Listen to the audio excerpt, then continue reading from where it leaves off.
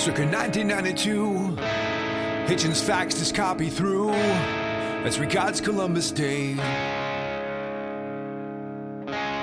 If you'll permit me the conceit of a posthumous critique, I'll paraphrase. You are listening to Unscripted Moments, a podcast about Propagandhi. On this episode, I am compiling all material regarding the song Comply Resist, Track 2 from 2017's Victory Lap LP into a single, standalone episode to serve as sort of a definitive piece on the song. We've done several deluxe compilation episodes recently as we move towards completing the episodes about the first 7 LPs, splits, compilations, 7-inch tracks, and more, and I really enjoy doing these compilation deluxe episodes. I released the material in these deluxe episodes in chronological order of how they originally appeared on the show, and I always include timestamps so you can jump around and listen as you see fit. If you want to jump to a later section, simply look at your show notes and go to that section.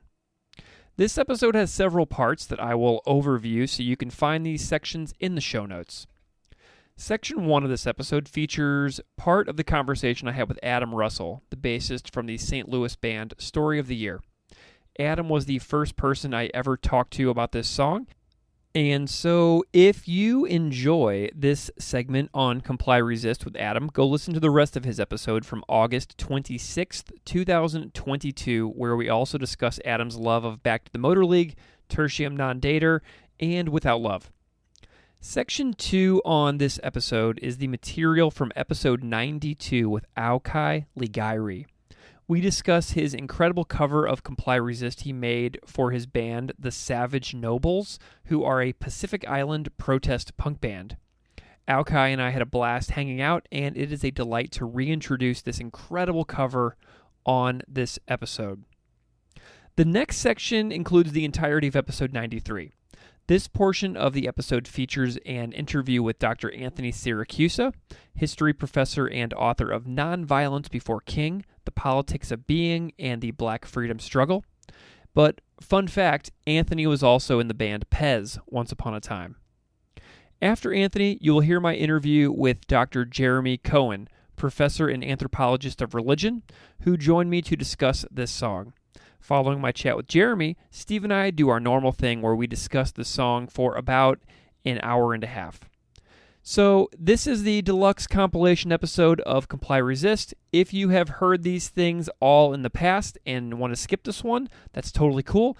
If you wanted to revisit and see how this song panned out for us on the podcast, you can go ahead and check out this insanely long episode. It is always a pleasure bringing you something like this. And I'm really glad that you have stuck around with me for the last 4 years to check this out. So thank you so much for listening, and enjoy our deluxe episode on Comply Resist. As you know, I'm colorblind, and you're a credit to your kind. Your kind.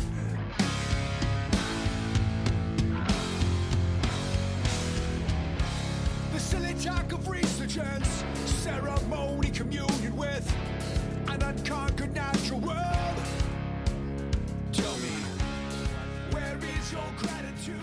It resonated so hard in the energy of that song, and by this time, modern Propagandhi they're fully into this Iron Maiden version of themselves, So it's just ripping, and I would drive to work every day to my fucking retail job with that shit cranked, running late, ADHD style, just like, God damn it, and I'd fucking put that song on.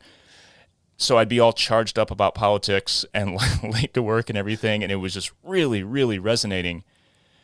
And then they start to get beyond that song into Comply Resist. They get into there's more layers that you didn't necessarily expect. Didn't necessarily expect from the band. And Chris is doing some things vocally that almost sound like character work. I don't know if maybe he just hadn't done that vibe, or if he was just trying stuff out, but some of it to me sounded like Like he's playing characters. So, like, know you what I mean mean? like in the beginning of Comply Resist? Yes. So, like, in the beginning of Comply Resist, to me, it's like almost like a movie intro. Yes. Where there's like an omniscient narrator telling a story over the intro music. Does that make sense? Like, imagine Absolutely. a movie coming in and then a voice just appears over the surround sound in a movie theater. That's to me like what the intro to Comply Resist is that omniscient voice coming For at you sure. through the surround sound, but you don't see anybody on screen. Yeah. And it seems like, I haven't listened to any interviews. I don't know what the specific motivation was, but it seems like there's a little bit of that kind of all over the album where it's more narrative in a way. It just seems like he was trying some new things and succeeding at all of it, as far as I'm concerned. It's a fucking phenomenal album. Did you, so let's talk a little bit more about Comply Resist. Yeah. Your fourth selection. Kingdom, this bounty back we bestowed upon your savage emptiness when our cost mistakes were made. But as far as human progress goes, what to do a slightly higher plane of innovation, opportunity for your troubled communities, the treaties that we broke, the lands that we filched, settlements put to the torch, the children we abuse, all for your own good, of course.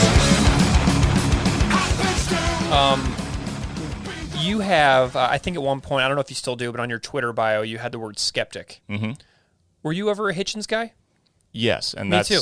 Yeah, that's why I was taken aback by this song. You know, as lyrics are coming in quickly and you don't understand all of them, little words pop out. And I remember listening for the first time, and as the lyric passed, I thought, "Did you say Hitchens? Yeah. Did you say Christopher Hitchens? Yeah. In this song?" And it intrigued me, of course. And then I kind of went down the rabbit hole and realized, oh fuck, yeah, this is kind of on brand for Hitch. God damn it. Yeah. You know. Yeah. Because Hitchens and Sam Harris and Dawkins and Dan Dennett, you know, the four horsemen of the Right. the new atheists were so important in my life. Me too. And you may have had a similar experience where you go from being raised as a Catholic, as a believer, and then you question it, and then you're angry. Yep. You're angry at being bullshitted your whole life Yes. and being threatened with hell and all this kind of stuff. So you're fully justified in being as angry as you are, but that's not necessarily maybe the best thing for your relationships or Right. for your public persona per Yeah. se. So I fully went down that road, but it ends up being all good in the fullness of time. And I think what those dudes did at the time for raising awareness about being a non-believer and the fact that it's okay. Yeah. Because in the early 2000s, like if you look at polls back then, on the list of, you know, like a political poll of the groups that are least trusted, that you would be least likely to vote for into office for the presidency, I think was the big study that they did. Yeah. It was Muslims, homosexuals, and atheists. Right. Like, no thank you, America doesn't want you. Right. You know? So we had to be loud. Yeah. You know, you have to have the folks that are kind of like, you know, kind of in the middle, the folks that are, well, you know, I'm spiritual, but I don't, you know, you have to have the full spectrum all the way up to, fuck you, I'm an atheist. Yeah. You're all fucking stupid. Yeah. So as unhealthy as that is, we needed that to get back to a middle ground where we can go, yeah, it's cool to believe whatever the fuck you believe as long as you're not infringing on anyone else's rights, you're not hurting anyone else. And clearly, being atheistic without theism is just fine. Yeah. We're not pro-Satanism, we're not pro-murder. Right. We just don't believe that. There's no word for someone who doesn't believe in leprechauns. There's no such thing as an a-leprechaunist. Right. It's just like we all know what it's like, and I'm pulling this directly from those dudes. We all know what it's like to not believe in gods. Right. All the other thousands of gods that came before the current mainstream ones and the mainstream ones. If you believe in one, you are an atheist in regard to everything else. Right. So we all know what that's like. It's okay to just subtract one more. Exactly. So these dudes, as flawed as they all are, Yeah. all four of them, rest in peace, Hitchens, they taught me a lot. And Yeah. I grew a lot from reading their stuff, and as I assume you did. So it's in that same spirit of questioning what you believe and what you hold sacred that I took this song and said, okay, this flawed person who taught me a lot really had some shit wrong. You know? So it's just furthering that self-reflection and growth. Yeah, and I reread this essay from Hitchens a couple times, once yesterday and then once this morning, and I was really surprised that Chris lifted some specific lyrics in the song from the Hitchens essay. For example, he says, let me find it.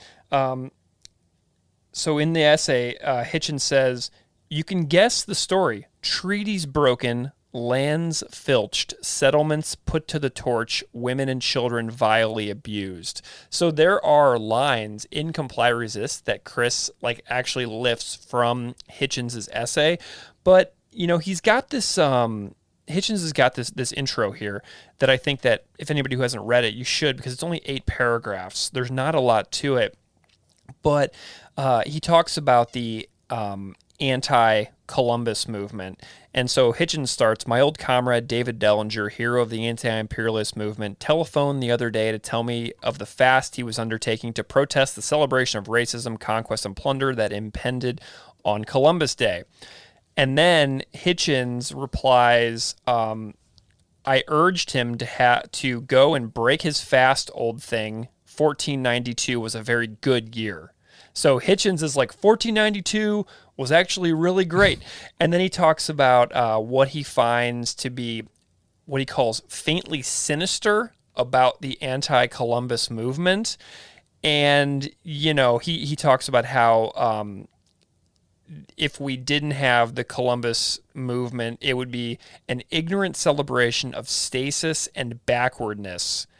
And so Hitchens is very, very pro-conquest in this essay, which, Hitchens he wrote so much, and there's so much out there that, if you and I are reading, God is not great. Right. We're seeing this one tiny sliver of this very, this very prolific writer who had these other views. And, you and I grew up in St. Louis, where we had the hand turkey elementary school classrooms and, the Nina, the Pinta, the Santa Maria, 1492 Columbus sailed the ocean blue. So that's the kind of stuff that you and I were raised with, is to glorify these celebrations of, exploration, and they left out all the conquest. And I don't know about when you started realizing the real history of these types of things, but I went to Mizzou, and it was in my freshman history classes that I started to be like, oh man, we missed a lot of material here. They left some stuff out. Yeah. So tell me about a little bit about your understanding of where Chris goes with this tune and learning about what was left out of the narrative of you growing up processing the land that we're living on. Yeah, that has been a lifelong journey, adult lifelong journey of discovery locally, nationally, and internationally, of course. And the big glaring lessons came from learning what we hadn't learned. All the stuff you're referring to on a national level, on an imperial conquest level. And I remember mid-20s, I guess, I was like, yeah, fuck Columbus Day. It just clicked. I just all of a sudden knew it. This guy, like everyone else exploring and conquering back then, was a piece of shit by today's standards. Yeah.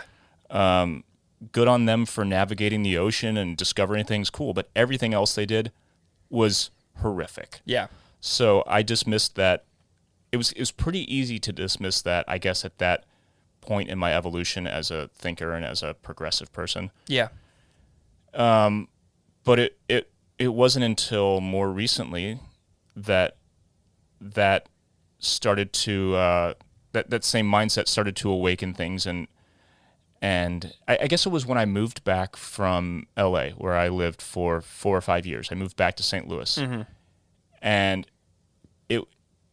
it was hugely eye-opening because living in a diverse state and city like Los Angeles, California, it's like palpable how much the place is not segregated, how much race isn't an issue. That's not to say that there isn't racism, because it's fucking everywhere. But compared to St. Louis, like coming back here, we're such a segregated city to this day. We have such a horrific history, most of which we aren't taught. And the state of Missouri, we weren't taught that this was a slave state. We were thought that we were in the middle. You know, no, it's bullshit. There were slaves everywhere. We were a piece of shit state then, and we still are now.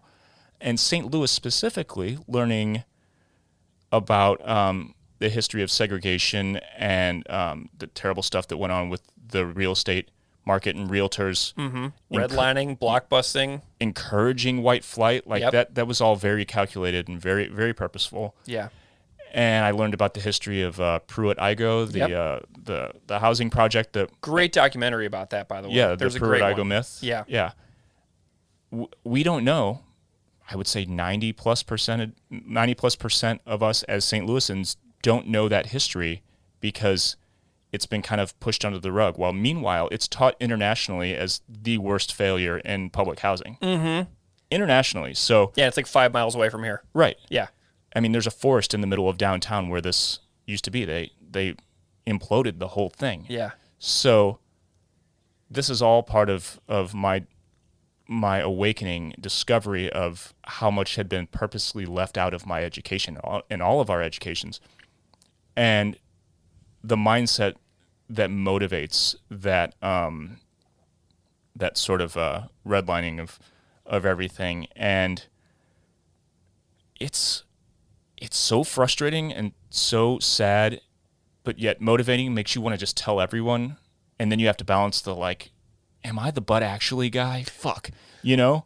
Well, and what's really crazy too is, like, you live in St. Louis, I live in Buffalo. So I live in a very, like, if you're familiar with St. Louis, I live in like a very Kirkwood, Webster Groves type of area in Buffalo. And like here where you live like a mile away from my folks. So I know exactly where we are. And in a place like this, we can know these things, but then when we go house shopping, the places that we get shown, the neighborhoods that we get kind of filtered to, there's still these systems in place that like kind of place us in certain areas of town to where we're still a part of that process of white flight that started in the 40s and continues to this day. Like, we still are a part of these systems that we have inherited, and unless that you very purposefully choose a different path, you just be like, oh yeah, okay, cool, that sounds good. And then you like move into this new house and you and your family live there, and you perpetuate this cycle that has been going on for the last like 70 years. Yeah. It's pretty wild when you think about like how like we're like these like puzzle pieces that just get like kind of filtered into different places. Yeah. Ugh.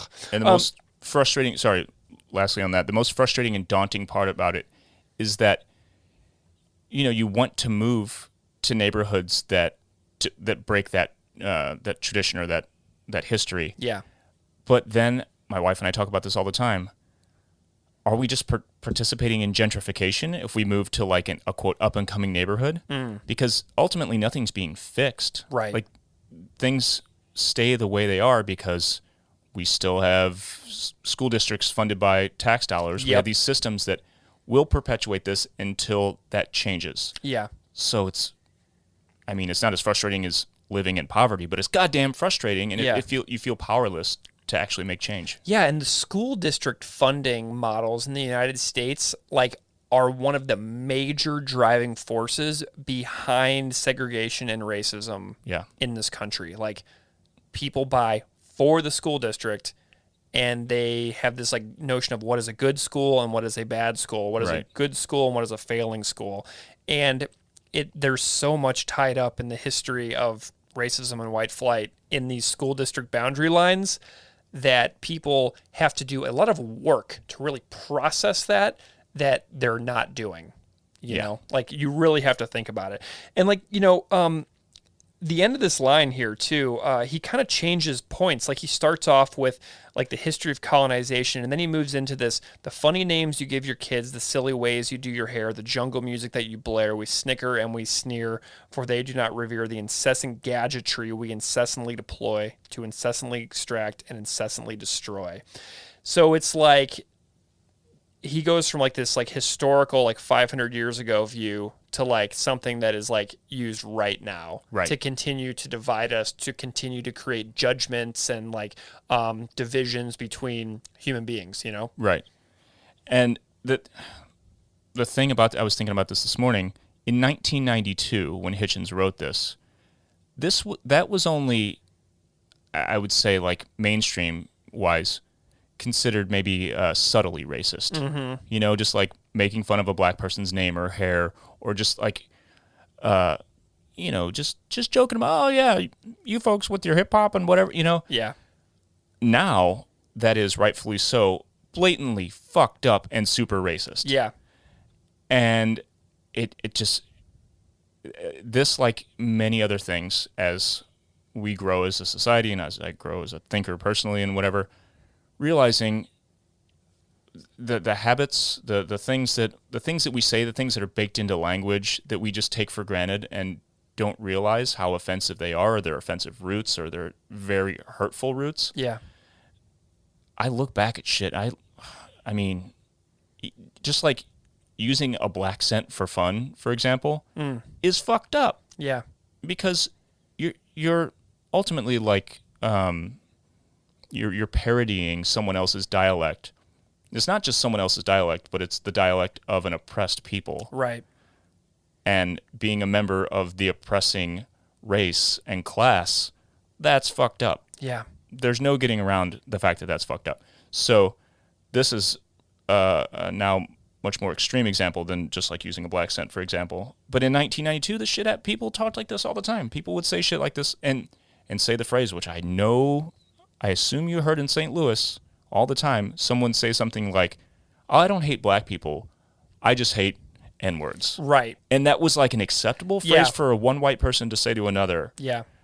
And that blows my goddamn mind in retrospect. I know.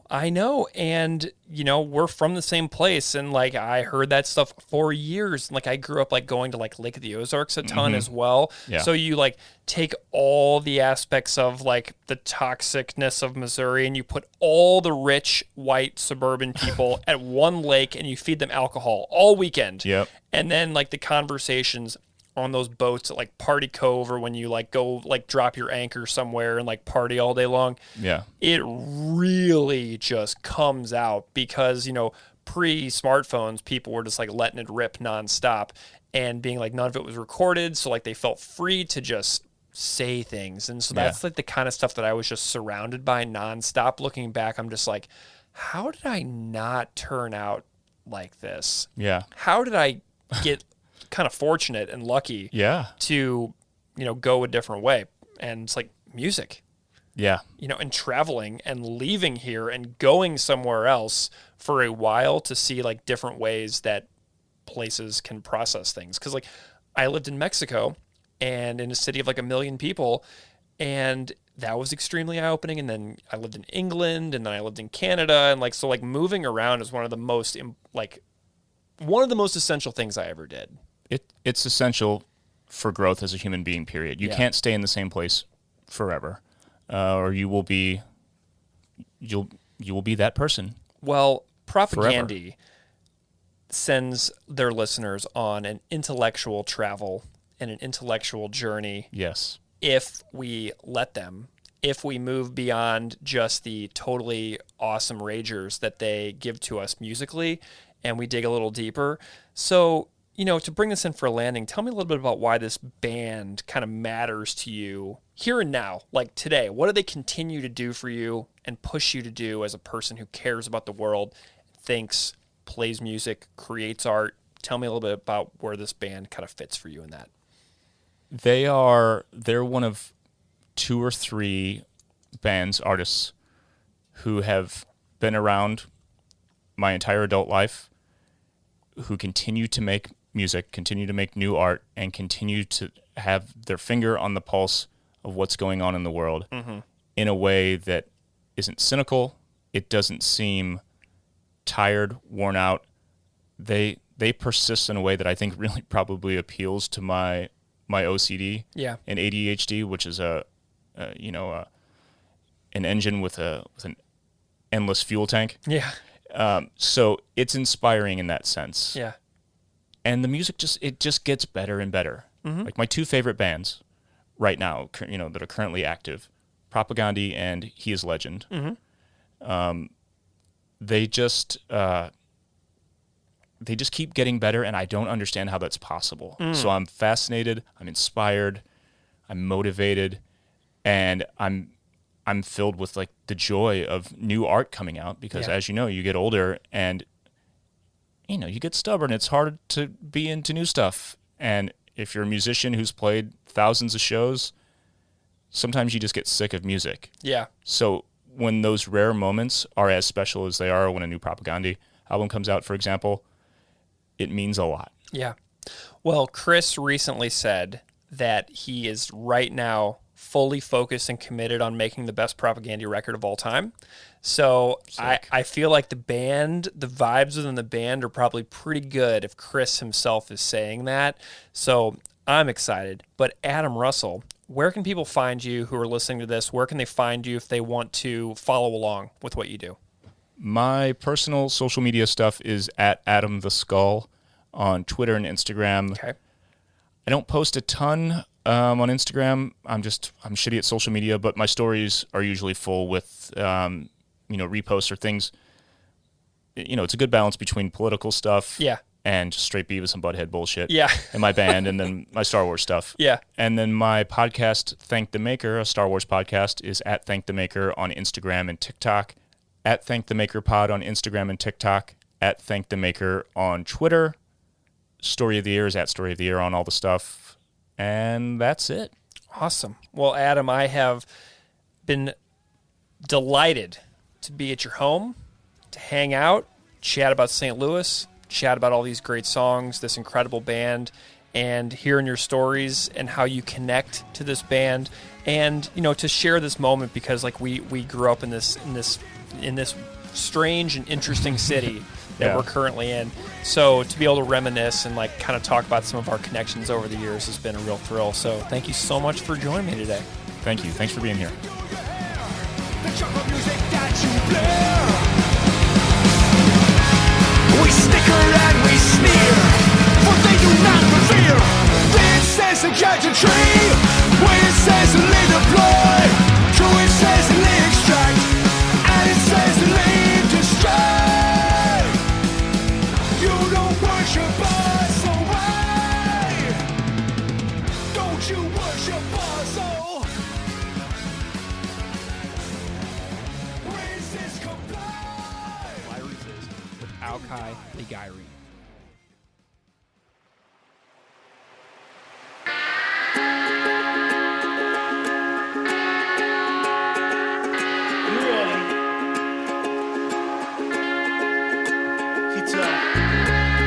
Colorful, exotic friend, respectable, well-spoken, like the rest of them.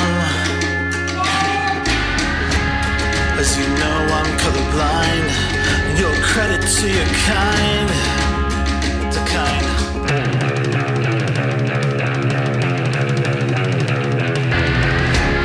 Silly talk of a resurgence, ceremony communion with an unconquered natural world. Where is your gratitude for what we've done for you? This paradise Eden,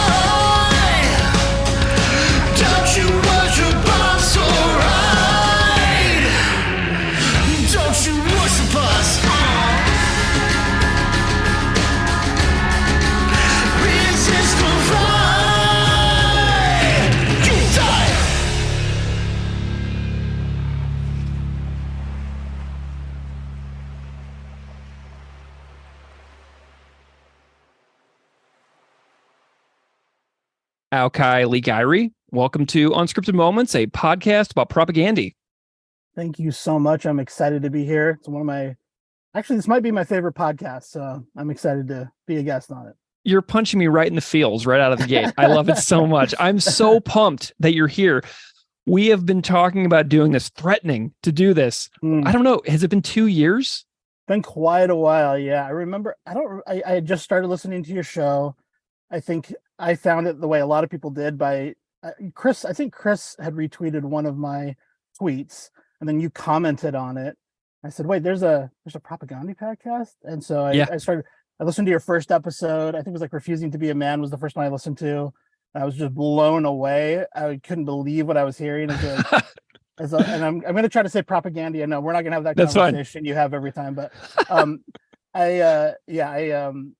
I just was blown away by the amount of work you put into it and how thorough it was. And I just loved it. And I've been listening to the show religiously but he's on the Hitchens episode, but I've been listening to it, but not in order of release. I've just been listening to it based on whatever song I felt like, wanting to really dig into at the moment. So it's been one of my favorite podcast experiences of this kind of pandemic era, corona apocalypse era.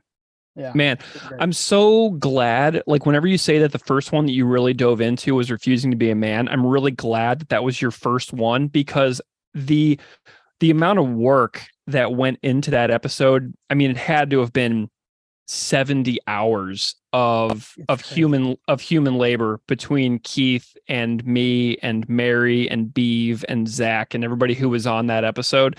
I mean, that was like a massive undertaking. And so hopefully this isn't another 70-hour job for you. Well, it doesn't matter. It doesn't matter if it is. Like, I love doing this, and I'm just so glad that to have this little like community of like Propagandhi obsessives out there who I've become friends with. It means like the world to me. And I am so glad that we never gave up on doing this. And the reason this took so long is because I have a tendency to procrastinate songs that I'm sort of afraid of. Do you know what I mean? Like Haile Selassie, Mataka Marisa Kun Rasakan. Like, there are certain songs that I procrastinate tremendously, and Comply Resist is completely a procrastination effort on my part. I get it. I remember I tweeted you at the time and said, hey, when you get around to Comply Resist, please have an Indigenous scholar or someone on the show. And you said, how about you? And I was like, yeah, I don't know about that. But I appreciate you having me on. Well, it's fabulous. And so I'm wondering if you can go ahead and introduce yourself a little bit just to the listeners out there, so they know a little bit about you before we kind of dive into this conversation that we're going to have. Absolutely. I am not a scholar. I'm a filmmaker, documentary filmmaker, and I'm a Pacific Islander, and I've done most of my work with Pacific Island and Native American communities in North America, so-called North America. I do most of my work in Alaska currently. I'm working on a television series for National Geographic and BBC called First Alaskans, with an all-Indigenous cast. And it's crazy when there are 300 reality shows that take place in Alaska and not one of them has an Indigenous cast. And so, wow, it's great to be involved in the first, I guess. It's like both awesome and sad that I'm working on the first version of that. But so it's for National Geographic Channel. Nobody had ever really seen it because nobody has National Geographic Channel until the pandemic came around. Then they put all that stuff on Disney Plus. So now everybody's seen it. So it's great. So it's really easily accessible if you like the mouse. Like I know Chris does, actually. So I mean, I have Disney Plus on my TV. You'll have to send me a list of titles. Yeah, absolutely. Yeah. So I work on a larger series called Life Below Zero. Now I will say this, and this is interesting as we get into this conversation. Heavy trigger warning for people who are concerned about animal rights and animal cruelty, because these are Indigenous people living in traditional ways off the land, which includes a lot of hunting. And I think these are really interesting conversations as we get into this song specifically, because there are so many ways, that our these kind of progressive communities that everyone is involved with, we all want to support each other, but some of our interests don't align. I think those are always interesting moments when, we're trying to be good allies to a certain group but not everything really lines up ideologically. And so I think that's actually a big theme of underlying a lot of this song, at least from me. And that's really interesting too, because oftentimes like a group of people can have 90% of their values align, and then what they do is they latch on to that 10% where they don't, and they harp on the 10% instead of the 90. Do you know what I mean? Absolutely. I mean, I remember when Chris was on that Q interview that he did. Yeah. He talked about maybe if I, lived in a non-industrial world, I would eat meat. But, he's like, what I'm against is this kind of the industry around, meat eating that, creates all of this cruelty. And that's something I saw. I mean, I was a vegetarian for 20 years and vegan for 3 or so of those years. And I went out on these Native Alaskan hunts with people in these indigenous tribes, and it was a real shock. I'd never seen an animal die in front of me that close. It was kind of a horrifying experience. The first time I experienced it. At the same time, I felt connected to nature and the circle of life in a way I'd never had before. And when you're in Alaska, like I grew up in Hawaii, California, Utah, places with a lot of nature. And I thought I'd really been out in nature. It wasn't until I went to Alaska where I just realized how small we are, the vastness of our planet. And then also that Carl Sagan kind of pale blue dot, view of the universe, where it's just like, we're so tiny. And being out in these situations, I remember this hunter I was with had killed a moose. I'm filming it. And this is the other thing is I'm unarmed. And so I feel, there's a huge amount of vulnerability where I'm with a camera and there are grizzly bears and wolves and things around us at all times. I mean, even a moose can be very dangerous to a human, And I think when we think of hunting, we think about invading these animals' places. But for these Native Alaskans, this is their place as well. They've lived in this land for thousands of years amongst these animals. They're part of that cycle. And their hunting is sustainable, and it doesn't, it's healthy for the land in the way that they have traditionally harvested. They also don't believe in being a good hunter. There's no, I remember when Chris talked about his first hunting experience and the laughing and camaraderie and clapping, and there's nothing like that with the native hunters that I go out with. There's a deep respect for the land, deep respect for the animals. They don't believe that you can be a great hunter. They believe an animal will give itself to you if you're humble enough, if you're living in accordance enough with the land and your community, then you'll receive that as a gift. And there really aren't a lot of other ways for them to survive up there. That the vegetation isn't plentiful enough that they can have really sustainable gardens. Definitely not throughout the winters when you're talking about 50 below zero, 70 below zero temperatures. The stores that they have are the size of a small gas station, and Pop-Tarts, you know what I mean? There isn't nutrition available in a lot of other ways. And so, I go up and I'm working with people who, growing up in the 80s, that Save the Whales and clubbing baby seals, like these are things that are the absolute worst thing you can imagine in terms of interacting with animals. And that's how these people live. I mean, they hunt whales sustainably. And I imagine that for a lot of this audience, that's a really triggering idea. And it was really hard to experience as someone who, had not eaten meat for 25 years of my life. Wow. But it was also, it reconnected me, I think, in a way with, just with the earth. And I felt what it felt like to be human in a more primal way than I'd ever felt before. I'm not like pro hunting, but what I am is I think it is definitely a much more responsible way to eat meat if you were going to than eating a chicken McNugget. It's you have to deal with the viscera. You have to deal with the responsibility of taking a life. And I think it's just much more honest.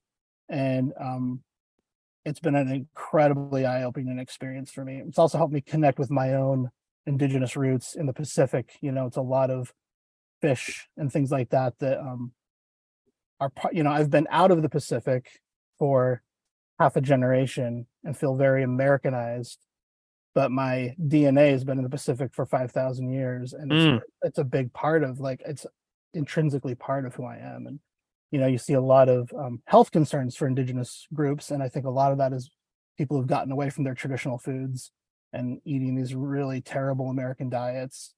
And I think there is really something to understanding how indigenous people live sustainably on their lands, for all of this time, where they were really connected with nature on an island where you had to respect nature in order to survive, because for thousands of years there were not supplies coming in on a boat. Now maybe 80% of Hawaii's food comes in on a barge. Yeah. That was not the case for 5,000 years. So how did people live and thrive? They had to respect the environment, they had to respect the land, they had to respect the animals, and they had to learn how to live within that cycle. And I think that, to me, is the key to this huge climate crisis we're dealing with, is understanding how the indigenous peoples in whatever area you come from, it could be Ireland, but how did the people in those areas learn to live sustainably, before there was this huge industry around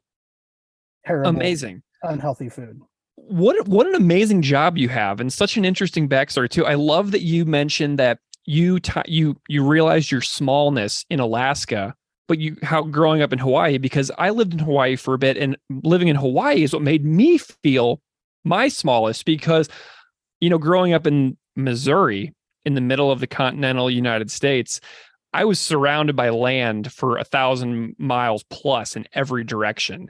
And so I was never at essentially in an isolated spot. And when I went to Hawaii, you can only drive around Oahu so many times right? Yeah. before you feel tiny, because you're looking into thousands of miles of ocean in every single direction. And that is what made me feel my smallest, was living in your home place.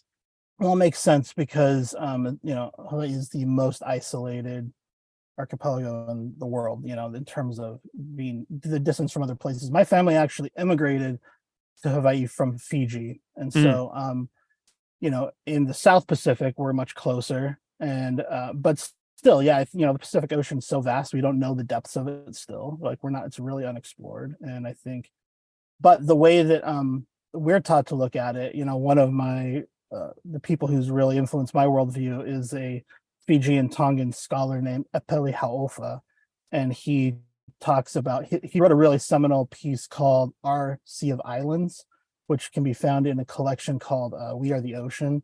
But he basically talks about how we're connected by water, and we should be defined not by the smallness of our lands, but by the vastness of our oceans, which connect. And so I think for Pacific Islanders, I think the ocean is not a obstacle. It's our highway. It's the thing that connects us to our family, our cousins on these other islands. And we're distinct tribes and distinct groups of people, but we're also one. I like to see the Pacific as one large group of people. I also think, just in terms of, I'm sorry, I'm getting really, no, it's really good far here, but in terms of political power, we're so small, and I think we get really focused on being Hawaiian or being Samoan, and even within those, if we go to Fiji, every island has 8 tribes, and each of those tribes has their own unique cultures and dialects. And so it's not to whitewash any of the uniqueness of any of those groups, any of those island nations, but I think we're so small. If we could consolidate as a group, we would have much more political power at the international table to have some say in our own self-determination, which has been a big problem in the Pacific. Again, relating back to this song, colonization devastated the Pacific for a long time, and we'll get into that, I'm sure. But it's interesting. For me, the ocean is definitely a connector. It's not a scary, isolating thing. I've got maybe a simple question that so people listen to this podcast from all over the world. And for me, growing up, the term Pacific Islander was something that was found in on the census, You know what I mean? Mhm. Or when you like Gotcha. fill out an application for a job or something and ask you to identify. So it's on job applications and it's on census Yeah. stuff like that. But for just very basic understanding for those out there listening, can you like give me an overview of who these populations of people are? You've already sort of mentioned some, but there might be more. Yeah, for sure. We are small groups of people, and so we're not well represented. In fact, on the census, for many years, and we're just starting to move away from that. We were Asian/Pacific Islander, and a lot of like the groups I work with are Asian American/Pacific Islander communities, it sounds like a colonization thing, but it was actually founded by Asian and Pacific Islanders themselves to kind of group together as people that could support each other as small minority groups. It's changing now a little bit. I mean, we're in a situation where because of colonization, because of settler colonialism, Native Hawaiians, for instance, are being priced out of their own homes. They cannot afford to live there anymore, and so there are more Pacific Islanders now living in the state of Nevada than there are in the islands of Hawaii. Right? There are more Hawaiians in the continental United States than there are in the Pacific. There are more Pacific Islanders in general in the continental United States now in the Pacific as a whole. And I think that is also maybe even the case for Aotearoa New Zealand and Australia, that their Pacific Island populations are also large. And some of that is due to self-selection and immigration, intentional immigration. Some of that has to do with just being literally pushed out of your homelands and economically forced to go somewhere else to be able to earn the money that we now need. I think if you look back historically, like for instance, property ownership wasn't a thing in ancient Hawaii. So the systems that were set up to take care of the population, like we already talked about, in a sustainable way that cared for everyone's needs. And land ownership wasn't a thing, but these areas were passed down family to family. And so now you have a situation where, because there's not a paper trail of who owns these lands, Mark Zuckerberg can come in and buy up half an island, and like he literally, like Mark Zuckerberg's fence around his estate goes around family. There are family homes within his estate. It's just an insane situation that the illegitimate state of Hawaii perpetuates. And I don't know how much the average American knows about this either. And I'll get into this maybe a second. I'll answer your first question, but Hawaii is not a legitimate state, and we can talk about it. That's again like a terrible I'm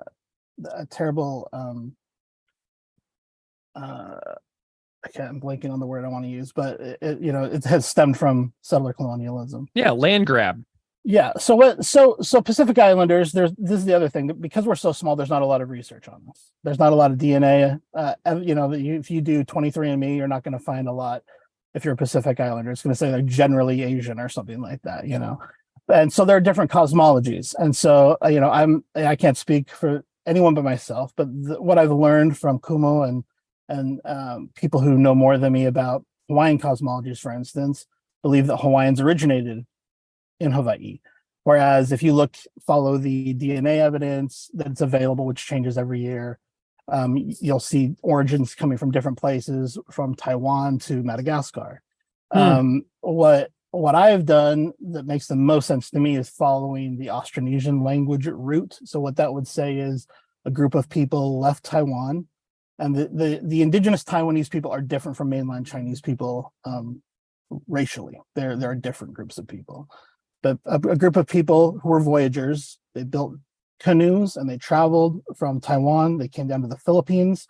When they got to the Philippines, there was already an existing population there, but they intermixed and they were there together for hundreds, maybe thousands of years. Then some of those groups of people left and populated what explorers, like French people later termed Micronesia, which would include like Palau and Guam and places like that. Others went further south and arrived in Papua and intermixed with people who were already there. Maybe those people may have come from Aboriginal Australians, and that same line, but now there's intermixing there. And so what you see then is the flow of Pacific people to the most known Polynesian islands, which would be Samoa, Tonga, Fiji is an interesting one because it's kind of on the cusp of both Polynesia and what the French termed Melanesia, the Black Islands.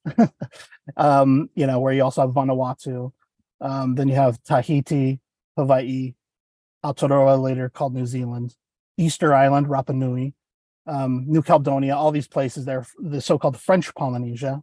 That's all of that are Pacific Islanders. And as far as I'm concerned, we're all family. Whether it's Melanesia, Micronesia, Polynesia, we're a part of that same, we're children of the ocean. And I think we would be a lot stronger together if we could find ways to unite that didn't erase the beauty of our own individual cultures. Amazing. That's such a nice overview too, because like now what I can do is I can kind of picture that a lot more in my mind. And I was completely ignorant of the history of Hawaii becoming a state until I went there on spring break during my senior year of college. And I was driving around the island of Oahu, and I was seeing these camps with these like signs everywhere about the, the sovereignty of, the original, like of the way that the island was taken over. Absolutely. Yeah. And I was like mind blown. Like I was that much of a moron, just like I had no clue. I just wanted to go on vacation.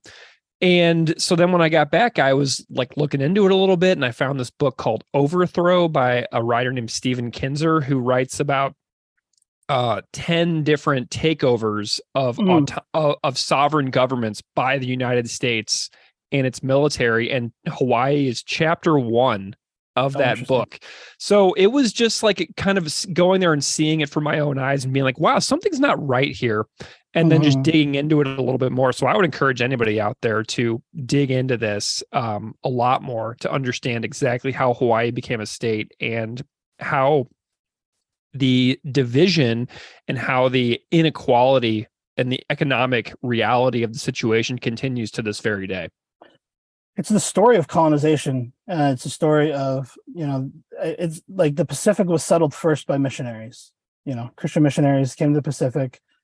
Some of the first things they did are outlawed our languages, outlawed our religions, outlawed our cultural practices, including dance, and by doing so, are able to take control of those populations, and specifically with this situation in Hawaii, these people coming in as missionaries who were accepted by Hawaiians largely. Pacific Islanders are highly spiritual people, and so Christianity actually did very well in the Pacific. But what you have a situation here where a generation later, the children of those missionaries, they're still there, and they now consider themselves local. And they are now but they're essentially, for all purposes, they're still Americans. They have monetary backing of an American, and they start all these businesses. Sugar was the big business at that time, and they realize that they've got a huge financial interest in controlling this area. Within 50 years of Captain Cook arriving in Hawaii, like 80% of the Hawaiian population was dead from disease. So already you have a massive destruction of that native people. But then when you have the sugar plantations coming in to bolster the population, you have Chinese, Japanese, Portuguese, all of these workers from around the world coming in to work in these plantations. So now like a large percentage of your native Hawaiian population is mixed ethnicity, which is fine, except for the United States government requires some measure of blood quantum in order to own land as a native. And so it's, they disenfranchise, these Hawaiians of their land as well. But all of this is rolled up into an illegal overthrow of the Hawaiian kingdom, with support from U.S. Marines, and resulting in this illegal annexation of Hawaii, and then later an illegal statehood. And by all international law, this is all totally illegal. The kingdom legally still exists, the Hawaiian kingdom. And so this is just something outrageous that most Americans have no idea about. Bill Clinton first apologized for this back during his presidency, and told this story to the world without giving any lands back, right? So there was not, we'll apologize for this, but we're not saying we're giving it back. We're keeping it because it's now a very strategic military installation, right? And so, yeah, militarization is also a big part of the Hawaiian story. And, the U.S. military and tourism drive a good portion of Hawaii's economy, but it's not necessary. In fact, it's destructive to the land and to the native peoples who are being driven from their homes due to most of the business, most of the homes, all of the stuff is owned by guys from California, or, people from China. They're not. It's not owned by Hawaiians. And it's a really devastating situation there with mass homelessness. Where did your family live when you were in Hawaii? Oahu also. So my father did something that was a big deal as well in the 70s. Is the Mormon Church developed these universities in the Pacific, and that allowed Pacific Islanders to attend those universities and then get to the United States. And so that's how my father went to Hawaii on a dance scholarship. He did traditional Fijian dance. That's where he met my mom, and that was kind of the birth of of me, I guess. Wow. Was that thing. So he joined this church in order to get to America, and for that generation, and I see this with the Native Alaskan groups I work with as well. There was this generation, my parents' generation, which in Alaska, in the groups I've worked with, they call the Lost Generation. This is the generation that I think for a lot of immigrants, they wanted to come to America for a better life. I think you talk to the Native Alaskans, they needed to leave the village for a better life. The problem is, like in the Alaskan village, there is no infrastructure. So if you leave the village to go get a college education, you can do that, but then you're not going to be able to come back and get a job with that college education in the village. So you're choosing then between living in mainstream white America or returning to your family and having no money, no infrastructure. And so it creates these really terrible situations for a lot of Native people. And in the case of both the Native Alaskans I've worked with and the Pacific Islanders that I know personally and that I am one of, a huge amount of culture loss. So my generation didn't get culture handed down to us, and so a lot of us are having to find that for ourselves. Man, and like what was so nuts is I have these vivid memories of going to Hawaii for the first time in 2006, I think was the first time. And I had a rental car and I'm driving around the island and I'm on Kamehameha Highway. And all of a sudden I see Brigham Young University right there on the north shore of the island. And it's right next to the Polynesian Cultural Center, which is one of the biggest tourist attractions on the entire island. So you have this Mormon university directly next to the Polynesian Cultural Center on like arguably one of the most beautiful coastlines imaginable on that North Shore. So, so my dad was a Fijian dancer at the Polynesian Cultural Center. And that whole thing is interesting as well. There's a lot of mixed feelings about that place because there are a lot of people who say, well, it's a human zoo. There's a lot of other people who say it's nice that the number one tourist attraction is a place where people can actually experience the cultures of the Pacific, because I know there's a lot of people, personally who go to Hawaii and never meet a Hawaiian, never eat Hawaiian food. They just go straight from the resort or their condo to the beach and back again, and so I think personally, I like that exists. I like that a lot of the people who work in those villages are from the villages themselves. They're from, and it's giving them a chance to get a Western education. I don't know. Again, there's a debate on whether that's a good thing or not, but it's a good opportunity for a lot of people in these villages in Samoa or Tonga to come and be able to get an education, share their culture.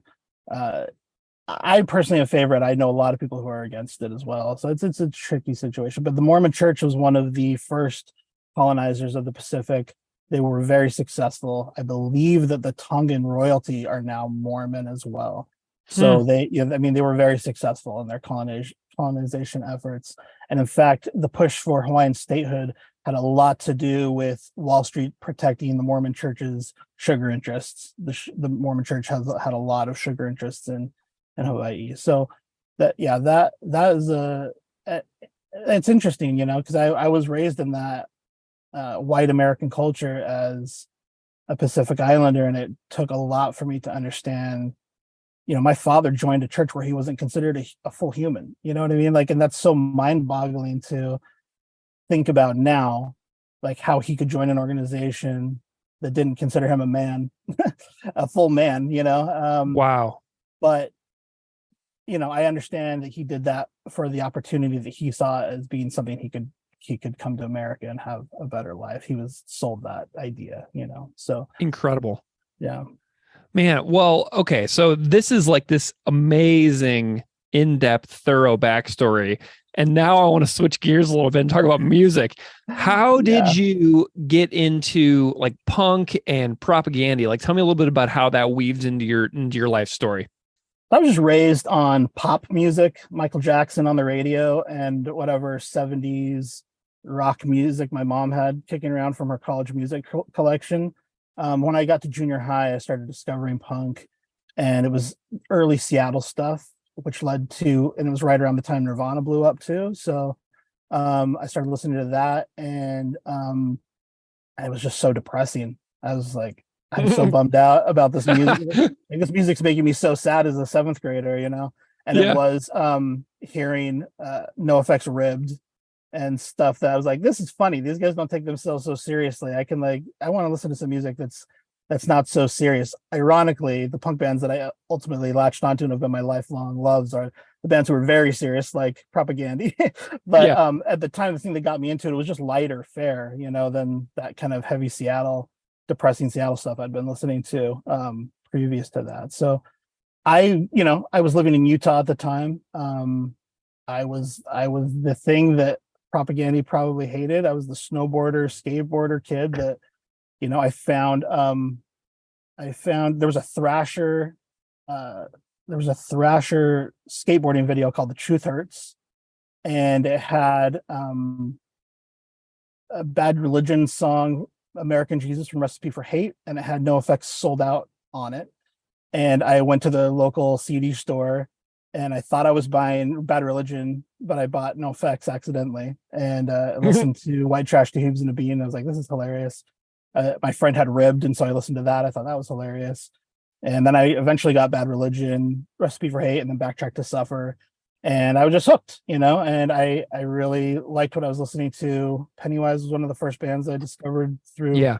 a article in Trans World Snowboarding magazine, So I think I understand why Propagandhi would be turned off by the commercialization of punk music through those genres. But for me, it was a lifeline in a place where I didn't feel like I had the values and things that I had were not represented by the general population. Like, to me, it was a form of resistance that was really meaningful, Mhm. even in those bands that were so silly.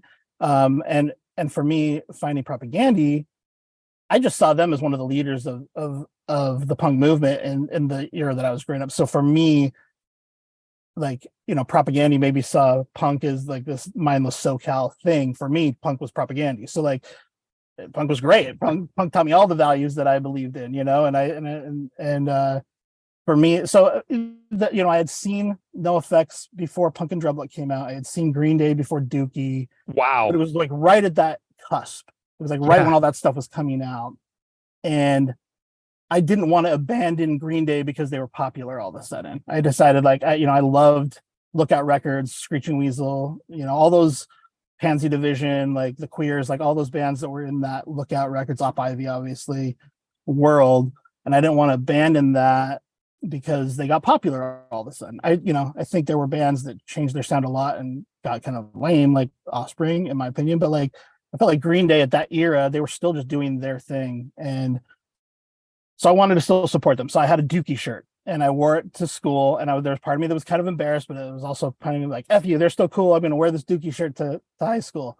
Yeah. And I was sitting in this classroom and there was a kid visiting from California who already I have a chip on my shoulder. Like, the California kids would come to Utah and think they were so cool. And I was like, oh, screw you guys. He says, hey, you like Green Day? And I just kind of roll my eyes and I was like, no, he's like, if you like Green Day, I've got a couple other bands I want to recommend to you. I was like, okay. Like, I was just like, I don't want to hear whatever bands you think I'm going to like because I like Green Day.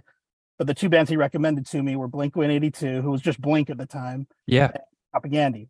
And so he wrote them down. He handed me the thing. And I went to the record store a couple days later and I thought, I'll check those bands out. So I pulled up Blink, Cheshire Cat, and Propagandhi, How to Clean Everything. And I was like, this is so good.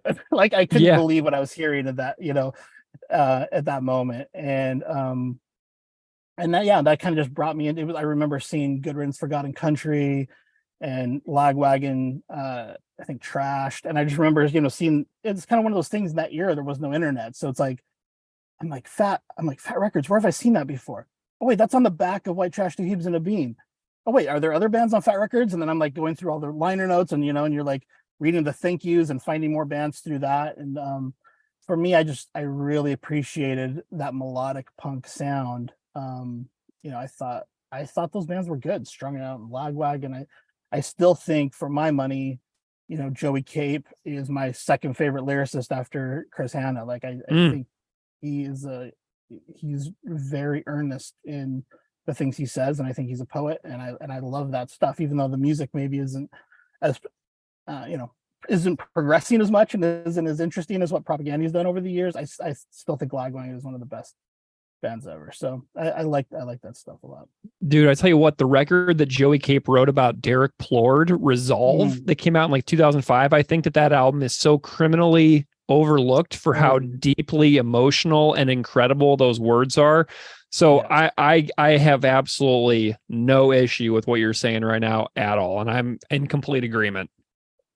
So it was, for me, I was just getting into all those bands, and I was into like the entire breadth of punk that was out at that era, not just that SoCal sound, but like everything. I was just exploring and digging back into the roots and getting into it. It was Less Talk More Rock changed my life completely. Like reading those liner notes, reading those essays, thinking about things I'd never thought about. Like that was the moment where I was like, that changed me, like as a person in a deep way that has resonated for the rest of my life. Like that, for Less Talk More Rock, for me, was life changing. In a way I can't even really truly wrap my own head around, I'm like 2.5 years into trying to wrap my own head around it myself at this point. Right. Do you have any stories about seeing Propagandhi live? Have you been able to see them live at all throughout their different eras? Yeah, I think I'm not as specific as you. I haven't looked up like the actual dates, but I'm really curious when it was. Because I know John was still in the band. Nice. And I would have said it was the Less Talk More Rock tour, but I don't know the timing of that. As I've listened to your podcast, I've learned that Todd was on that tour. So I'm actually confused about exactly when that was, but I know I bought the I'd Rather Be Flag Burning t-shirt with the Anarchy A on the back from the Less Talk More Rock art. I had that t-shirt all through high school. Got me in a lot of trouble wearing that to Mormon high school classes, with the gay positive and all that stuff. People are always like questioning me about it. Teachers make me take it off, all kinds of crazy stuff. But yeah, I went and saw them at a place called the Bar and Grill in Salt Lake City. And my biggest memory was at that time period, I didn't have a lot of money. And me and my friends would go to the punk shows before they'd start and would hang out and try to meet the band when the band would arrive, and would say, hey, can we help you load in and you can put us on the guest list? That was our move. And the reason for doing that was if we didn't have to pay for the ticket, we could then spend that money to buy a CD or a t-shirt. And so that was our goal. So the band was still getting our money, but just not, that was our only way to be able to get like the CD or the t-shirt. So we did that a lot. We did that with Blink, for instance. The Vandals, there was a tour that was the Vandals, Strung Out, and Blink. We did that at that show. We did that with Joy Killer. Nice. With Jack Grisham. And I was sitting outside the Bar and Grill, and Propagandhi rolls up in their van. And I was just kind of sitting there, and Chris gets out and he goes, hey, do we go around the back to unload, or where do we load our gear in? And I said, I'm just a kid, I'm just a kid. I don't know. And Chris stopped and looked me in the eyes. He's like, I'm just a kid too. And I like, that was one of those, again, seminal moments that for me, like, was transformative. Like, wow. The way, when he said that to me, I was just like, I love this. I love this guy. I love his attitude. And we ended up loading in with Propagandhi. It was mostly working with Jord, like getting gear in, but they were super welcoming to us. Like Salt Lake at the time did not have like good vegetarian options, and so like the only food that the club could provide was a big hummus and veggie plate, but they invited us, so we sat and ate hummus with John and and talked, and we were huge fans, me and my friend, and so we just got to hang out with them for a couple hours during the load in process. And they said, hey, go ahead and go back and grab a free book if you want. You can get a free book or a free t-shirt, whichever you want. And so we went back, I bought a t-shirt and got a free book from the AK press table. And not only was the album a big moment, but meeting them was a huge moment, and just like kindness and being grounded and just regular guys. And I just really appreciated that. But yeah, and then they rocked too. That was also one of the first shows where I remember not moshing and just like, they were so good, wanting to just stand there and listen to the music. Like that was one of the first times where I just stood in the back and like watched what the band was doing. I mean, like, wow, you guys are really good. I loved watching Jord, especially. And then I saw them again with Todd for the Today's Empires tour, also in Salt Lake City. And then because I am just not musically mature, I could not follow them on the next part of their journey, honestly. Like I didn't get it, and I didn't understand Potemkin City Limits. I think there was that divide in where like melodic punk was no longer cool, and bands, I followed Weaker Than's direction. I went that way with my musical appreciation. I followed the acoustic, indie, like followed Hot Water Music into their like that direction. Yeah. In that era. And so I was in that kind of college rocky world for many years. I still loved punk, but it wasn't until many years later that I like rediscovered my love of it, and I got to where I am now, where all of that stuff is back in my life as strongly as it ever was, but I still have the eclectic taste that I developed over in my 20s and stuff. So it took me a while, but Victory Lap completely won me over, and then that allowed me to go back and appreciate the other albums more than I had on first blush. It's kind of like every time a new album would come out, I'd listen to it and I'd try to find like the one song that kind of reminded me of Less Talk or Today's Empire. Yeah. And then I'd be like, I like that one, but I don't get the rest of this. I just wasn't a metal guy.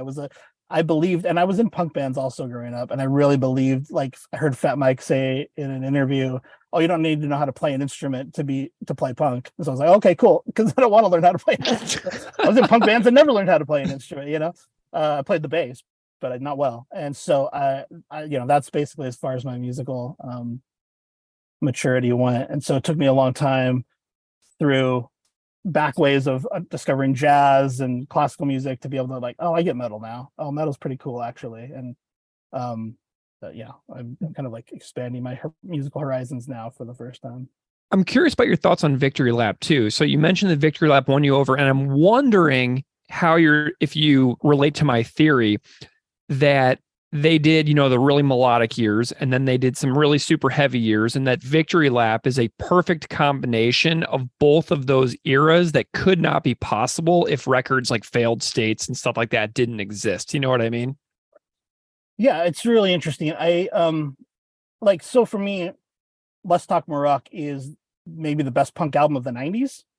But now with my deeper Propagandhi appreciation, I don't even know if I'd say it's my favorite Propagandhi album. It was just so life-changing. It was such a monumental moment in my life that and I also think it's such a good conversion tool, not only for punk at the time, but also for all these ideologies, because the lyrics were so different than they are now. Now there are these beautiful stories.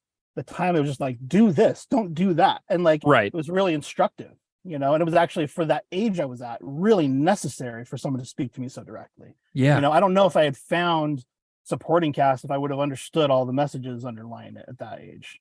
It really was necessary for me to hear Let's Talk More Rock.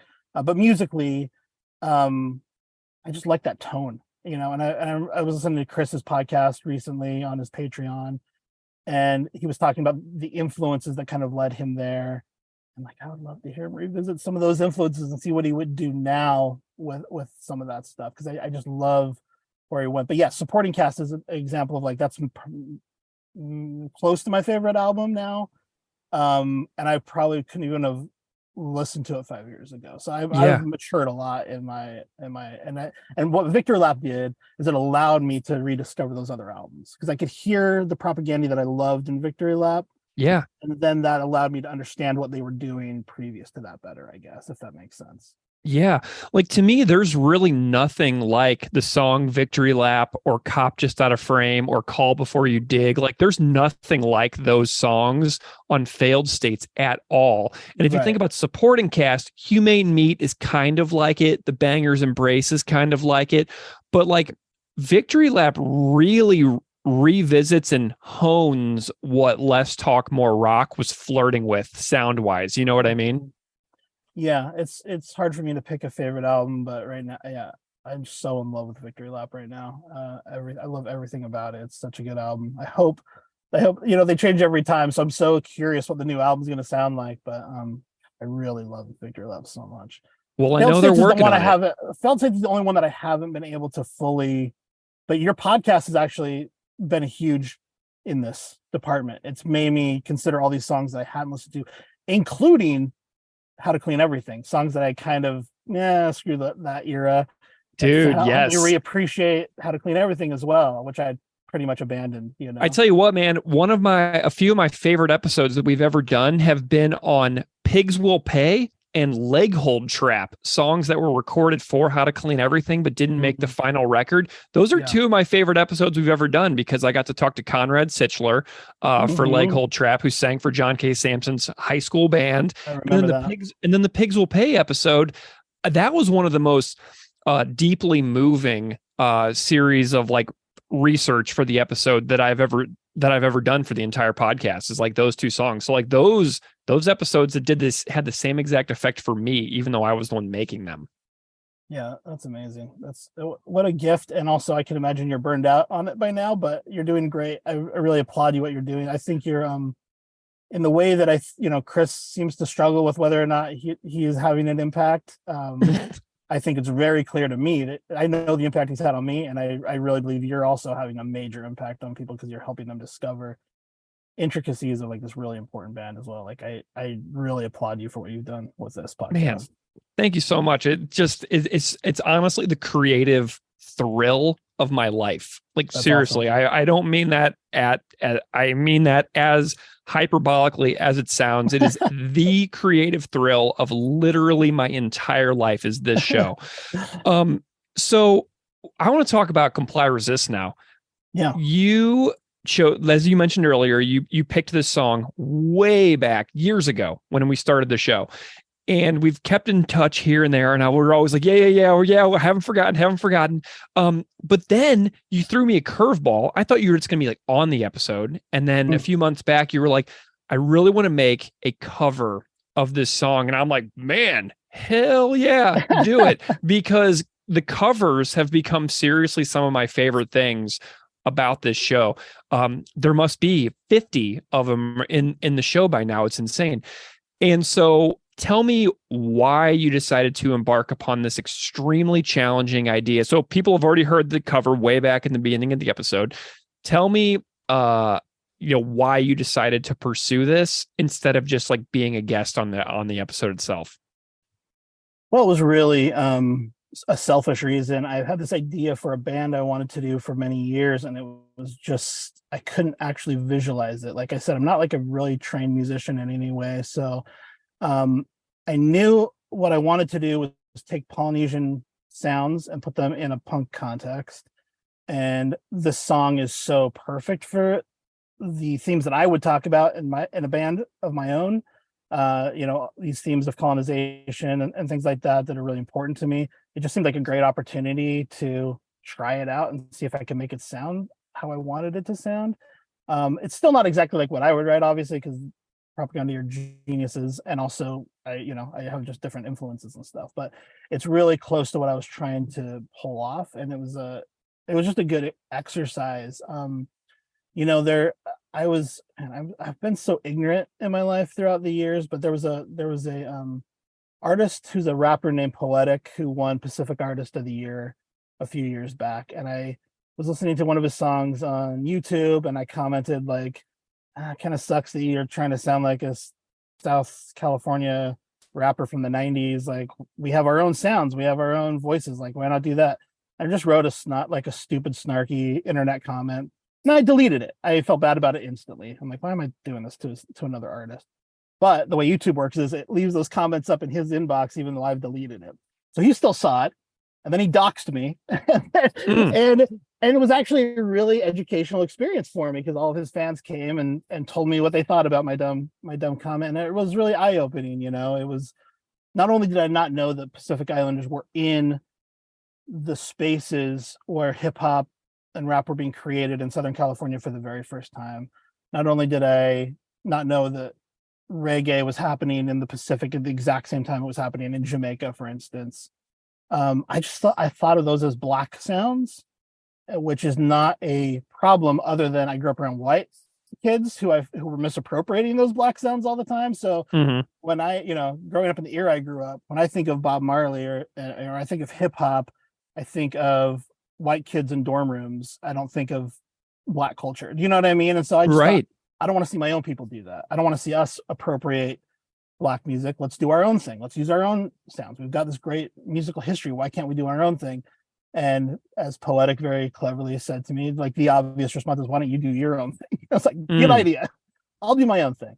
And, it took just a little bit deeper thinking to realize, well, okay, also I'm appropriating white music, and also that white music also is black music. And it's just funny. Like it was a stupid argument to begin with. But what I did learn was the inventor of the steel, lap steel slide guitar, it was a Hawaiian man. The inventor of the guitar amplifier were some Hawaiian kids in the car shop class. The ukulele is I believe it's a Portuguese instrument, but those, that was important in Pacific culture, still is. The slack key guitar also, I think, came from Mexico or Portugal, but is important Hawaiian instrument. And so I just wanted to, but then the drums are really Polynesian, Tongan and Tahitian drums. And I just want to take all of these elements that were kind of part of Pacific culture and apply those to the kind of music I like. Really for protest music, because I should have said this earlier, like protest music in the islands is all reggae or hip hop. And so I just thought we need protest songs that are just a different genre, just so it exists. Like I don't need to be famous or tour or anything. I just want it to exist in the world that there is Pacific protest music in another style, because I wasn't into those styles. So that's kind of where this came from. And it was sludge in my brain as I would try to describe it to friends who I wanted to start these bands with. They'd be like, I don't know if that's going to work. And so I needed to actualize it. And so that's what this was, an opportunity for me to try it out, basically. Amazing. Well, I love the cover. Love it. I've listened to it 20 times easily. Awesome. since you sent it to me. And I want to hear the story of how this thing came together. I have so many questions about the creation of this recording. I want to know studio details. I want to know who was involved. I want to know what instruments appear on the song. I want to know what was the hardest thing. What was the funnest thing? I have so many questions about the story. Just tell me the story of recording this song. Well, again, the idea was, can we do this kind of song with Pacific instruments? And then, and the first thing I realized was surf rock is the way to get into this, because surf rock is another genre that's already utilizing the Hawaiian steel guitar, and it's also utilizing Pacific Islander drums. I was like, okay, that's how we get into this. That's the way to, and it's fast music. Anyone who's heard the Pulp Fiction soundtrack is kind of familiar with the sound of it a little bit. Dick Dale, exactly. And the Ventures, all this stuff, the Lively Ones. Can we use that energy for this protest music? Was really just the basic idea. And so this would absolutely not have been possible without Joel Pack at Rigby Road Studios. Joel is a musical genius. I met him when he was 13 years old. He was the original bassist for a group called Strange Itch, which later turned into The Used in my local scene. Wow, cool. So Joel met Jeff, who's the current bass player for The Used, at the mall, and Jeff had dreads, and he said, "Hey man, can you sing? You look cool." And so he recruited Jeff as the singer of that band. And then Joel eventually quit that band, and Jeff became the bass player of The Used. But Joel was in that early incarnation of that group, and he also had a major record label deal with Maverick Records, and was totally screwed when that record label closed just as his album was coming out. Mm. Warner Brothers said, we're going to keep Alanis Morissette and the Deftones, and everybody else were dropping. And his album was like a few days, I think, from coming out when that happened. So, Oh my God. what he's done is he's taken his musical time. He still does that band, Broke City, and they're great. He also does some solo work that's great. But he's taken a lot of that energy and he put it into Rigby Road Studios, and where he records and produces a lot of amazing bands. And he was just my friend who I knew who was a musical genius. And I just said, if anybody can help me figure out the sludge in my brain, it's Joel. And he basically single-handedly helped me one by one, like work through each of these instruments, work through each of these parts. He came up with some really cool ideas. Like there's a moment where Chris is like, and he turned that into and he heard that Dick Dale guitar slide in that kind of thrashy stuff Chris was doing, and connected those two ideas, which to me makes the song. Like I was like, that was brilliant, you know. There's another breakdown in the song where it's like the silly names you give your kids. In my mind, that was going to be the Wipeout. If you've ever heard the song Wipeout, Yeah, just how it's like just like that ongoing drum thing. I'm like, I just want that to just only be drums, like pull out all the guitar. And it was Joel's idea to be like, why don't we use like actual jungle sounds here? Like you're talking about the jungle music that you play. Why don't you put in some Polynesian vocals into this part? And so we ended up using a ha'a, which is the Hawaiian version of the haka, which people would probably be more familiar with from New Zealand. yeah.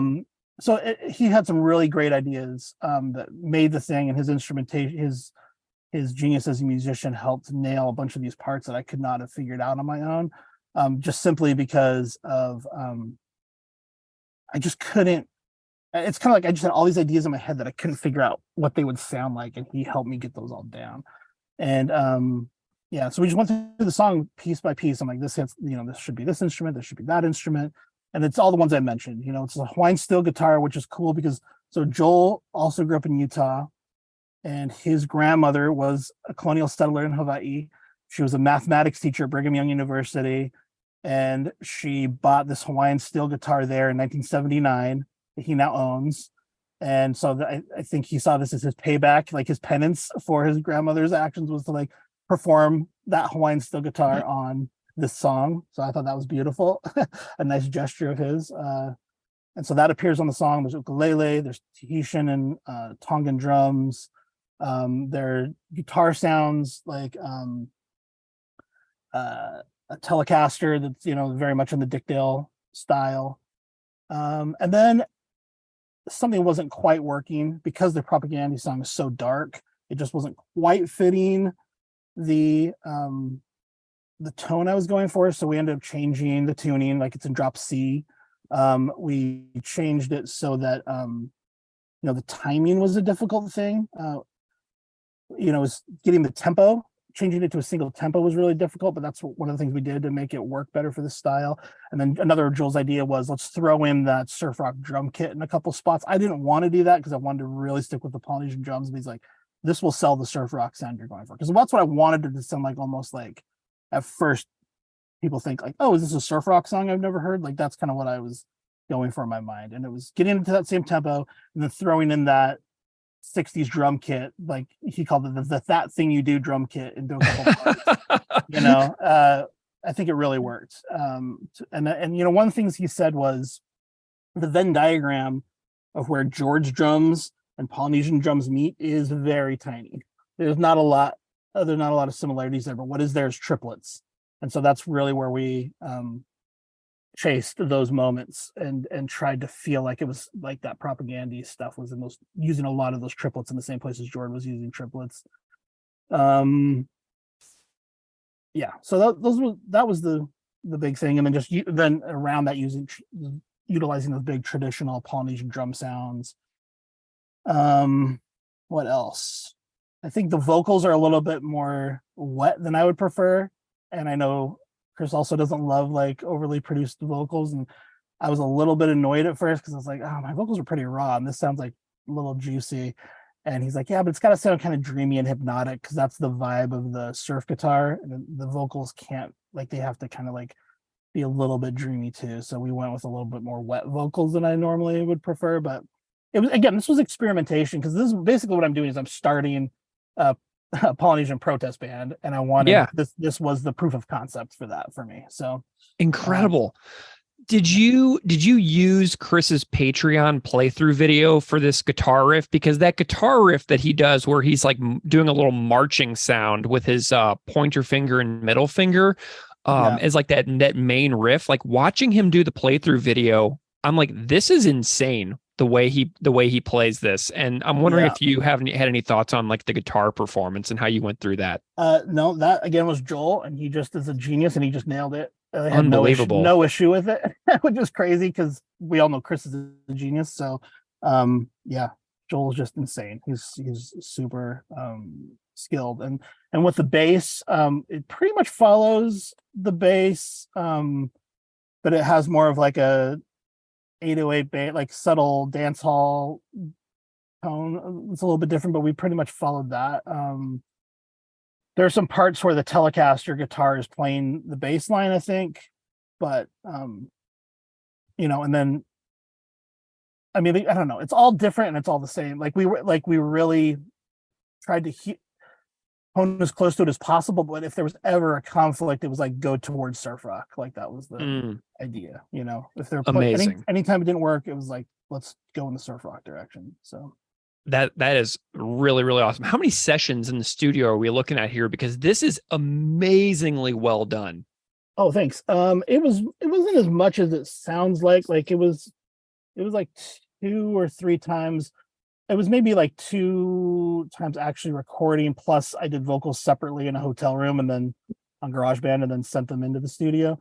But a lot of the time was just figuring it out. So there's probably an additional 2 or 3 days in the studio just trying to like, how do we do this? You know what I mean? And I was very lucky to have Joel as a friend and have his own studio space where we could play around, and he could really try stuff out and run it by me, and we could nail that concept. What an incredibly joyful experience to be able to do this with your friend too. You know what I mean? It was great. It was really fun. Yeah, absolutely. That is incredible.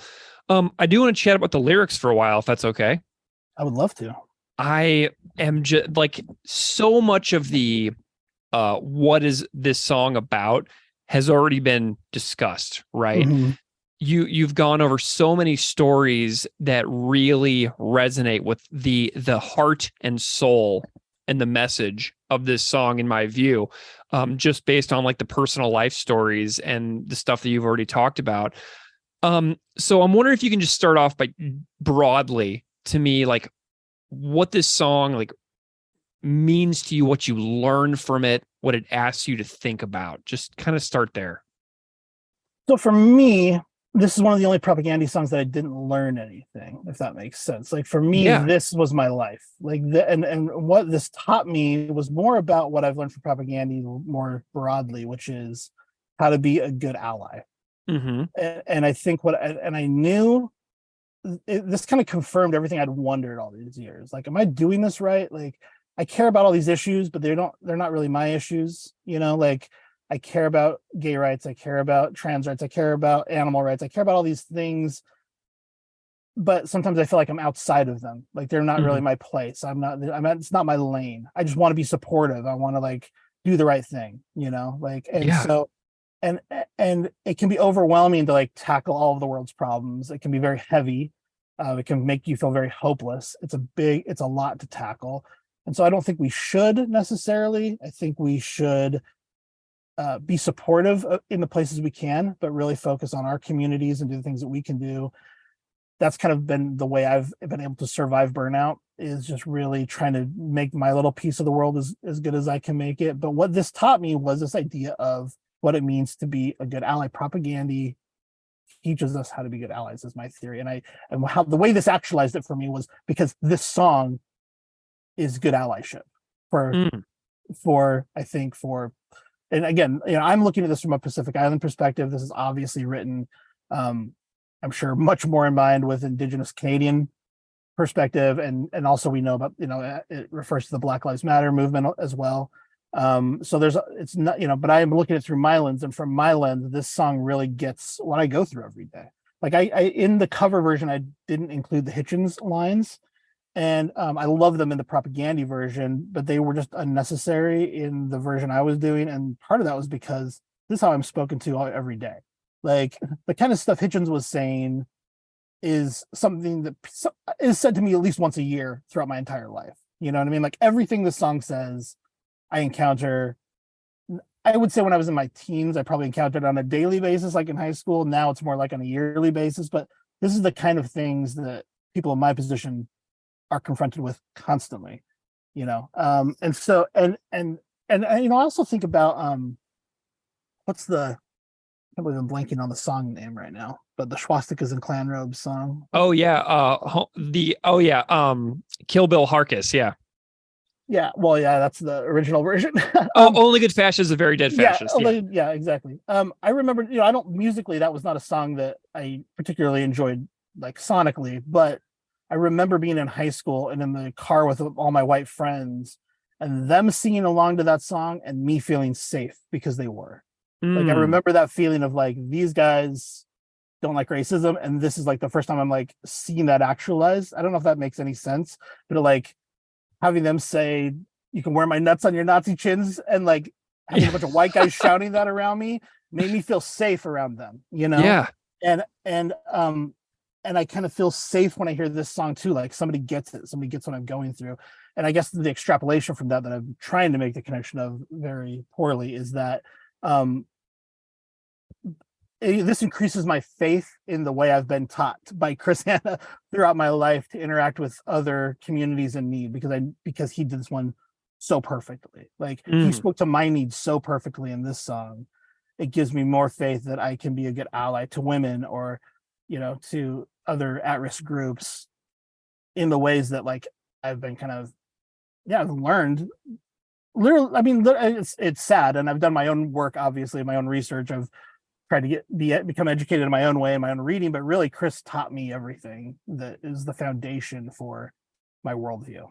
You know what I mean? And Totally. and so you worry putting your mind into anybody's hands, you know, and am I doing this right? Am I being like during the Black Lives Matter movement, that was an important thing. Like, am I being a good ally? Like, I don't know if I'm doing this right. I think for brown people, there's this additional thing. It's like, hey, we're all struggling too. And there I saw a lot of people during that era in the communities I work in kind of resisting it a little bit. Like, why are we focused on Black folks when we're also struggling really bad? You know, there was some resistance to that. And, you know, and the response to that was, yeah, but this is the group that's needed the most, kind of. And I think in the Pacific, we see similar stuff. Like there's all of the Pacific is struggling, but a lot of the discourse is Hawaii centric and how are Hawaiians being affected. And even you see a lot of racism from Hawaiians to other settler groups from the Pacific, you know, from Micronesia particularly. But, you know, there's a lot of focus on the Hawaiian experience over other Pacific Islanders, at least in the United States. And I think that has to do with the unfortunate relationship between Hawaii and the United States. But it's all very Hawaii centric, and so you think, like, why? Like, why are they the center of the universe? Like, we all have our issues that are going on. And a Hawaiian friend of mine, this artist Kehau Noyau, she said to me, you know, if the body is Polynesia, like we have this infected arm that's Hawaii, and it needs care first, or we're going to lose it. You know, that related back to this Black Lives Matter idea that I had as well, and then this relates back to the larger overall idea of how do we support these groups we're not necessarily part of and make sure that we're good allies and advocates. And I'm sorry if that was a crazy tangent, but that's kind of what I learned from this song. It was Nice.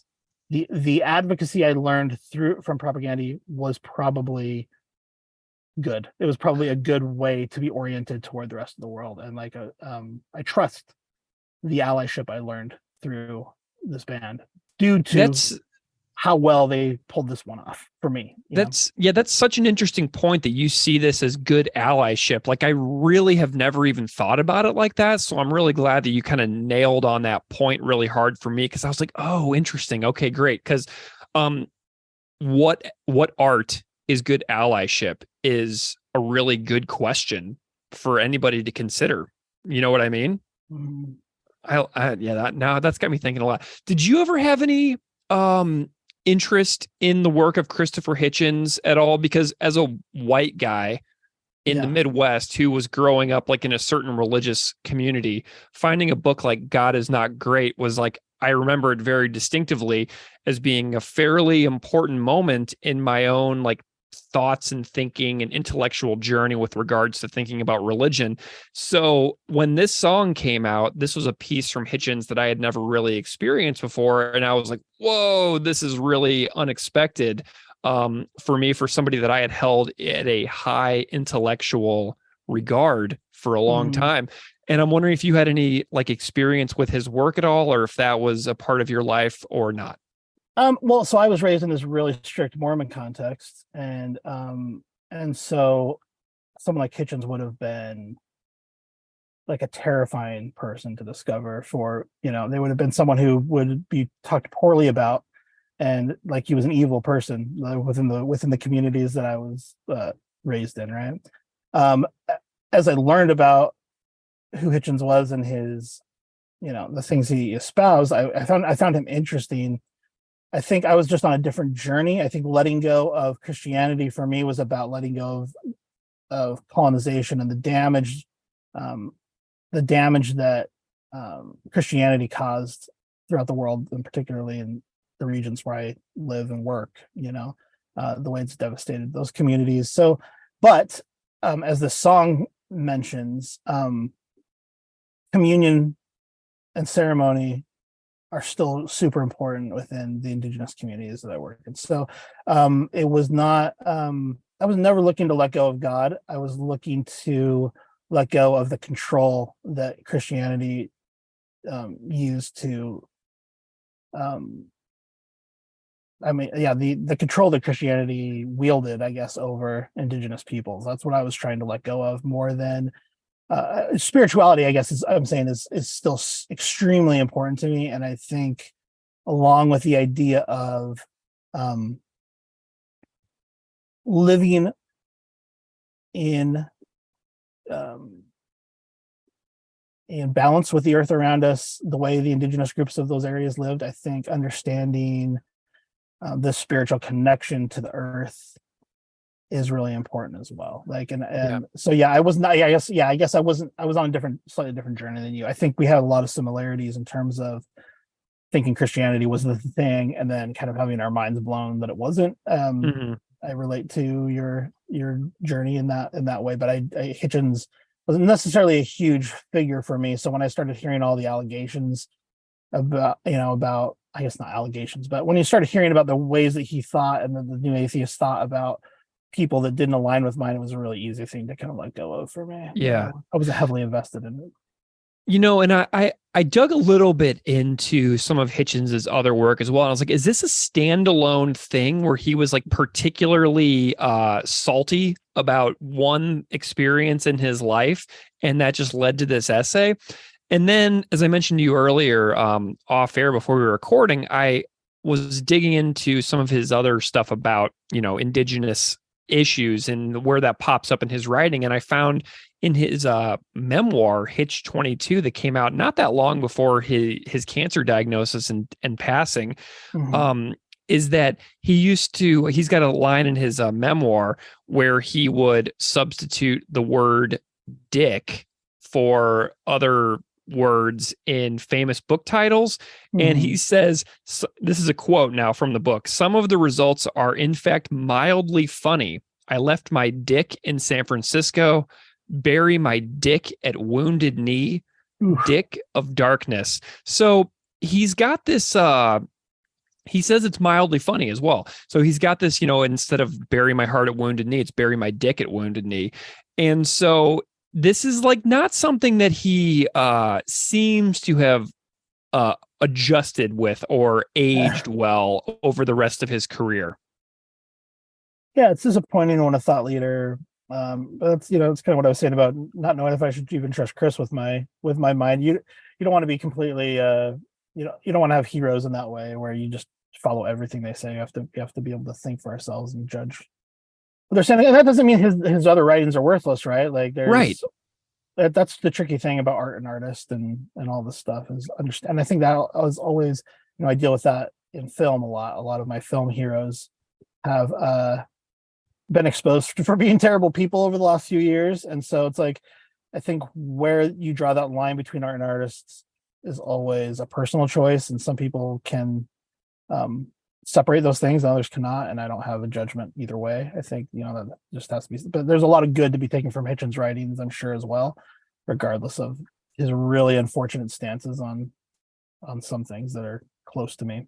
Yeah, there's a professor in the U.S. He's an anthropology of religion professor named Jeremy Cohen, and he is a Propagandhi fan. He follows the podcast. He wrote an essay in 2017 called Christopher Hitchens, an Ode to False Idols, where he takes what Propagandhi did in their song, and he writes a little bit about what Hitchens has done in his work. And he's like, basically, the gist of the article that I walked away with is that everybody needs to figure out their own comfort level about cherry picking what you like and discarding other things from people whose work you read. And essentially, it's just good intellectual exercise to be able to, seek to find good, but also to, move on essentially from things that you're like, this is not okay with me. Right. That's really interesting. Yeah, it is. I think it's definitely a personal journey we all have to go on at some point, unfortunately. Yeah, absolutely. Well, Aukai, I am like really just delighted by this conversation that we've had today. Is there any of the things that you wanted to throw out there for the listeners to check out, or places where they can find you, or final thoughts about Comply Resist? I mean, this has just been an absolutely wonderful couple hours hanging out with you. Awesome. Thank you. I hope I know it was kind of a little all over the place, so hopefully people were interested and can follow where I was going with some of those ideas. No, the song, I'm glad you guys are going to go through it verse by verse, word by word, because I think it's all really important stuff. And we could talk about each of these lines in depth, and I hope you do, and I'm excited to hear the conversation that you guys have about it. It's an important song for the communities that I engage with, and I'm just really grateful that it exists in the world, and I'm really grateful that Propagandhi exists, and I'm grateful your podcast exists. So thank you for all for that. I do have another question too, actually. Yeah, let's do it. Because you make a really important point about the lyrics, and we've got the song title itself, Comply Resist, and then we've got the words in here that I'm really curious to hear your reaction to. Comply, resist, no difference. Resist, comply, you die. Yeah. And the worship line, you don't worship us. Oh, why don't you worship us? Resist, comply, you die. And I'm just curious on your reaction to these lines. I'm embarrassed that I tried to finish the conversation without asking you this, by the way. This is all staying in. Oh, it's fine. Well, yeah, I mean, I think I learned this just from Chris's Patreon, but I think the resist, comply, you die is probably more directed toward the Black Lives Matter movement, but it is applicable to a lot of the settler colonial history that has transpired within the Americas and the Pacific and many, many other places. It's just, I think the idea of manifest destiny that still is really pervasive in the West is just kind of this idea, just like, people thought the sun would never set on the British Empire. There's a certain sense that America is inevitable. And I don't think that's true. I think we've seen it's taken a while, but the British finally left Fiji. The Germans left Samoa. The French are still in Tahiti. The Americans are still in Hawaii. But we see places like Barbados finally removed the Queen. Jamaica finally removed the Queen. Change can happen, and I think the restoration of the Hawaiian Kingdom is a place where a lot of that effort is being put right now. That America should not be there. The Pacific needs to be demilitarized and decolonially. You know what I'm trying to say. You Yeah. all know what I'm trying to say. Yeah. No, but I think that the inevitability of that, it's just kind of like, doesn't matter what you do, it's inevitable. And I think that's what they want you to believe. And I would just say, don't believe it, like, from the perspective of colonialization, like, we have to fight back, we have to resist. Our culture is our resistance, and we have to fight for this stuff. And I think now, I don't know now if that applies to black teens who are being pulled over for wearing a hoodie or whatever the situation, like, maybe I don't know. Well, I don't know what to do. I don't know what we do for them. And it's a sad, terrible situation that's going on in the United States with policing. And it's a really complicated subject. It's a whole separate conversation for me, but it's really awful that is the case. That whether you comply or resist, your fate seems to remain the same. It's rough. You don't worship us away. Don't you worship us? That was the kind of line there was a couple places in the song where I had been hearing that wrong all these years, and so I kind of recorded it a little bit different when I did my version of it. And just because I was like, oh, that's what it says. Oh, I thought it's so I just kind of recorded the version that I thought, because what I liked about because that was a big thing, right? That Captain Cook, he came to Hawaii, immediately brought mosquitoes there. So first of all, F him just for bringing mosquitoes. Like, that sucks. But also brought, a lot of disease, sexually transmitted diseases and otherwise, to the islands. From that moment on, there was, he believed that he was worshipped as a god. And that was another thing that happened when missionaries went to Aotearoa, New Zealand. One of the chiefs saw the coming of the missionaries as some fulfillment of prophecy.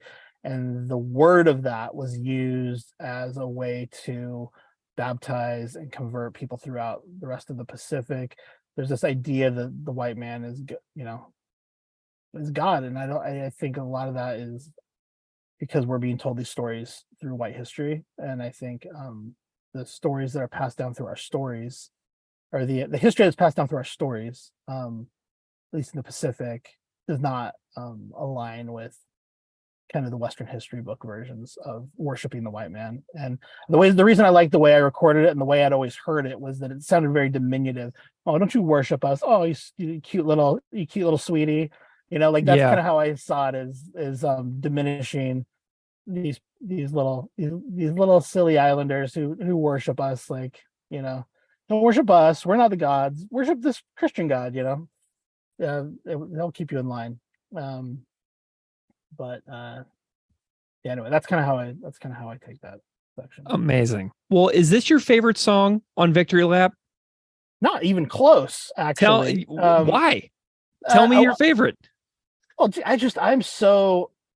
I love the lyrics because they speak to me personally so much. And I know, Chris thinks this is like a perfect song, which is great. I think, like, it's so funny because I think songs that I maybe wouldn't have given as much attention to because of your podcast, like Call Before You Dig, has become like a kind of a favorite that I wouldn't have I am anticipated. obsessed with Call Before You Dig. I love that song. Cop Just Out of Frame is one I would love to hear Crash Test Dummies cover. Oh, Like, every time I hear the beginning of that, I'm like, what if the singer of Crash Test Dummies was singing? This would be so hilarious. Yeah, dude, they're from Winnipeg too. I know, that's what I'm saying. Let's get the cover going on that. No, the one, I'm a father, and so Adventures in Zoocosis completely wrecks me every time I think about it, let alone listen to it.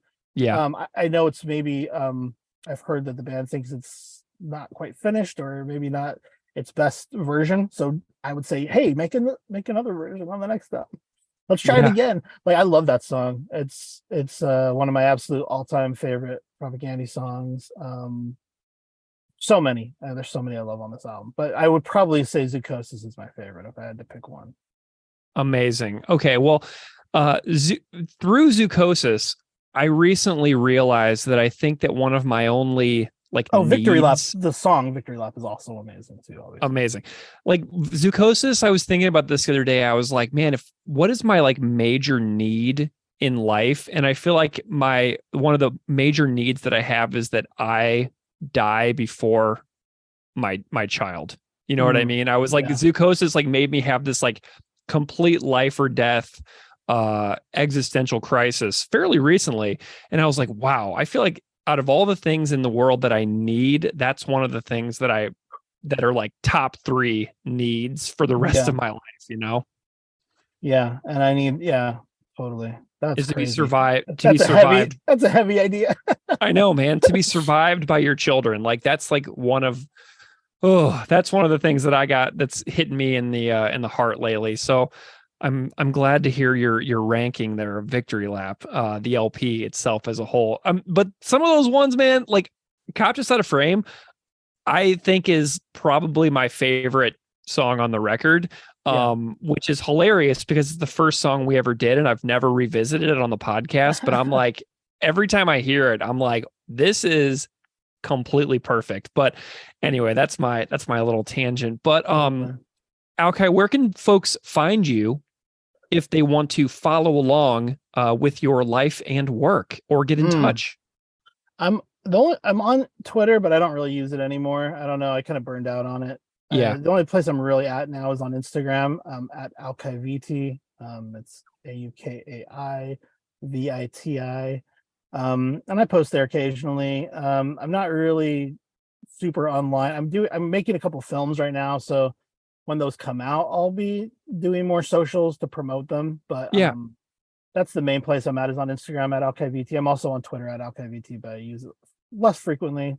And I'm also on Letterboxd because I did a movie podcast for 7 years, so I have a lot of people who are interested in whatever random movie I've been watching lately. But yeah, you can find me there. I would love it if people would, and I'm doing more of this kind of musical project now. Like I said, this is the proof of concept. It's allowing me to recruit Pacific Islanders who play heavy music to embark on this journey, and I'm doing a little EP called Bamboo Propaganda. Bamboo Propaganda. That's going to be 2 covers of some Propagandhi songs and 2 covers of this hip hop artist named Bamboo. Amazing. And then after that, originals. So I hope people will check out this little musical idea I had of kind of a Pacific punk protest music thing that right now we're calling Savage Nobles. Kind of a play on the Noble Savage idea, but yeah, I'm super excited about it. So check that out there, and my film work is also there. And check out Life Below Zero, First Alaskans, but please be super aware for this community. Like, there's a lot of death on it. And the mouse likes blood, and it's respectfully done, and it's within these cultures, but it's not for everybody. And I really, really warn people, like, it's explicit. So please tread lightly if you're going to go down that path. Cool. Well, Aukai, thank you so much for joining me, and thank you so much for committing to make this unbelievable piece of music that you've made, like, to send me for this podcast. I'm so grateful for not only the conversation, but also your efforts into making the music, because what a thrill. I'm so glad that you got to hang out with your friends and do something awesome like that, and so creative. Thanks for being here, man. It's just been a true delight. My absolute pleasure. Love the podcast. Congratulations and thank you. Has been made. Just don't play with the toy gun. Shit ain't twins or single land. Don't comply, don't resist, 'cause it don't make a difference. Comply, resist. No difference. Resist, comply. You die. The funny names you give your kids, the silly ways you do your hair, the jungle music that you blare. We snicker and we sneer, for they do not revere our posthumous critique. I'll paraphrase. You are listening to Unscripted Moments, a podcast about Propagandhi. On this episode, we are discussing Comply Resist, Track 2 on 2017's Victory Lap LP on Epitaph Records. Yes, and I'm very excited that we're doing this, Steve. To be perfectly honest with you, this is one of those episodes in Propagandhi's catalog that throughout the life of the podcast, I have procrastinated tremendously. I've said it many times, but there's just some songs that kind of are very daunting for me, and it kind of has to be like a right time and right place for me to launch into some of these. So this is very much one of those that I kind of put up there with like Mate Kamarisa Kun Rasakan, Oka Everywhere, songs like that kind of, freak me out a little bit, because they're just so good. And I was thinking about this the other day, and I kind of feel like this one's almost like a companion song to Pigs Will Pay, Bringer of Greater Things, stuff like that. So I kind of see this as sort of in that lineage of episodes that we've done on the podcast in the last couple of years. But I don't know if you've heard it, but Chris has a Patreon episode on Comply Resist, which he released on August 22nd of 2020, which is absurd to think about that being so long ago at this point. But Chris's episode is fabulous. Everybody should go find it on Patreon if they haven't. It's a stellar journey through the writing, demoing, recording, and lyrical breakdown of Comply Resist. And it also includes a great story from Chris regarding his visit to a maximum security prison in New Jersey in the 1990s. So I really enjoyed Chris's episode that he did for Comply Resist, and I strongly encourage people to go back and re-listen to that one as well. I actually haven't heard that podcast, but now that I've kind of heard you talk about it a bit more here, I actually want to really go back and do it because I really love this song, and I would love to hear from Chris's perspective him break down the song, because this song is an absolute ripper of a song. Yeah, just before we get into the covers and the interviews and the guests and everything, I'm just wondering if you remember, kind of take me back to 2017 when this record came out. What was your impression upon this type of song first and foremost? Because to me, this song really stands out for the that part in the song. That's the thing that most stands out to me about my initial listenings to this song when it first came out, is that super fast palm muting part that stands out so distinctly on the guitar. Oh, that part is awesome, but we'll touch on it when we break down the music a bit coming up, but I think this song really shines in the verse part. And I'll explain why a bit later when we go through the actual music part. But before that, I just wanted to catch up because it's been a while since we both recorded an episode together. So I just want to catch up. Tell me what shows you've been to. What's happening? Let's see. So I went to Bouncing Souls, Anti-Flag, A Wilhelm Scream, and Venomous Pinks in Buffalo last night. And fun podcast tangent, I got to meet up and hang out with Ben Murray from Heart Sounds, Light This City, Darkness Everywhere, the owner of Creator Destructor Records in the Bay Area, and one of the first guests that ever came on this podcast. He was on episode 6 for Duplicate Keys Akaro. And so I got to meet a real life podcast buddy last night at Town Ballroom here in Buffalo. So that was awesome. But yeah, that's my big one is Bouncing Souls. But I also saw the jazz band Snarky Puppy recently as well. And so that was an absolutely incredible experience of watching a 10-piece jazz band just go absolutely bonkers, and blew my mind entirely. So those are my two big ones. What about you? What you been up to? So I think since the last time we recorded, I went to the Zulu Scowl Jesus Piece Show Me the Body show. Whoa. And Zulu was unbelievable at that show. Yeah. They're so good. And I don't know, maybe someone can reach out to me on Twitter or something and explain to me this Show Me the Body band, because I just don't get it. Maybe I'm too old. Maybe and it's not like I hate banjo. I'm totally fine with banjo. I just don't get this band at all. Wow, man, I got to tell you, I'm really excited. I think I'm seeing Zulu in New Jersey at a festival in a little over a month from now. So I'm really excited about that. I know I'm seeing Scowl and Gel, and I believe I'm seeing Soul Glow and Zulu as well. So I'm glad to hear that I should be prioritizing that band set during that festival. Absolutely. And then after that, I ventured into your neck of the woods for Bruce Springsteen. Yes. Which People that know me know my deep love for all things Bruce, and it didn't disappoint. It was a magical evening as always. Yeah, well, I've only seen Bruce Springsteen once, but I saw him in the summer of 2010 in London, England, in Hyde Park, and the Gaslight Anthem opened up that show. So I saw the Gaslight Anthem open up for Bruce Springsteen in London, which was great, and it was on Bruce Springsteen's 60th birthday.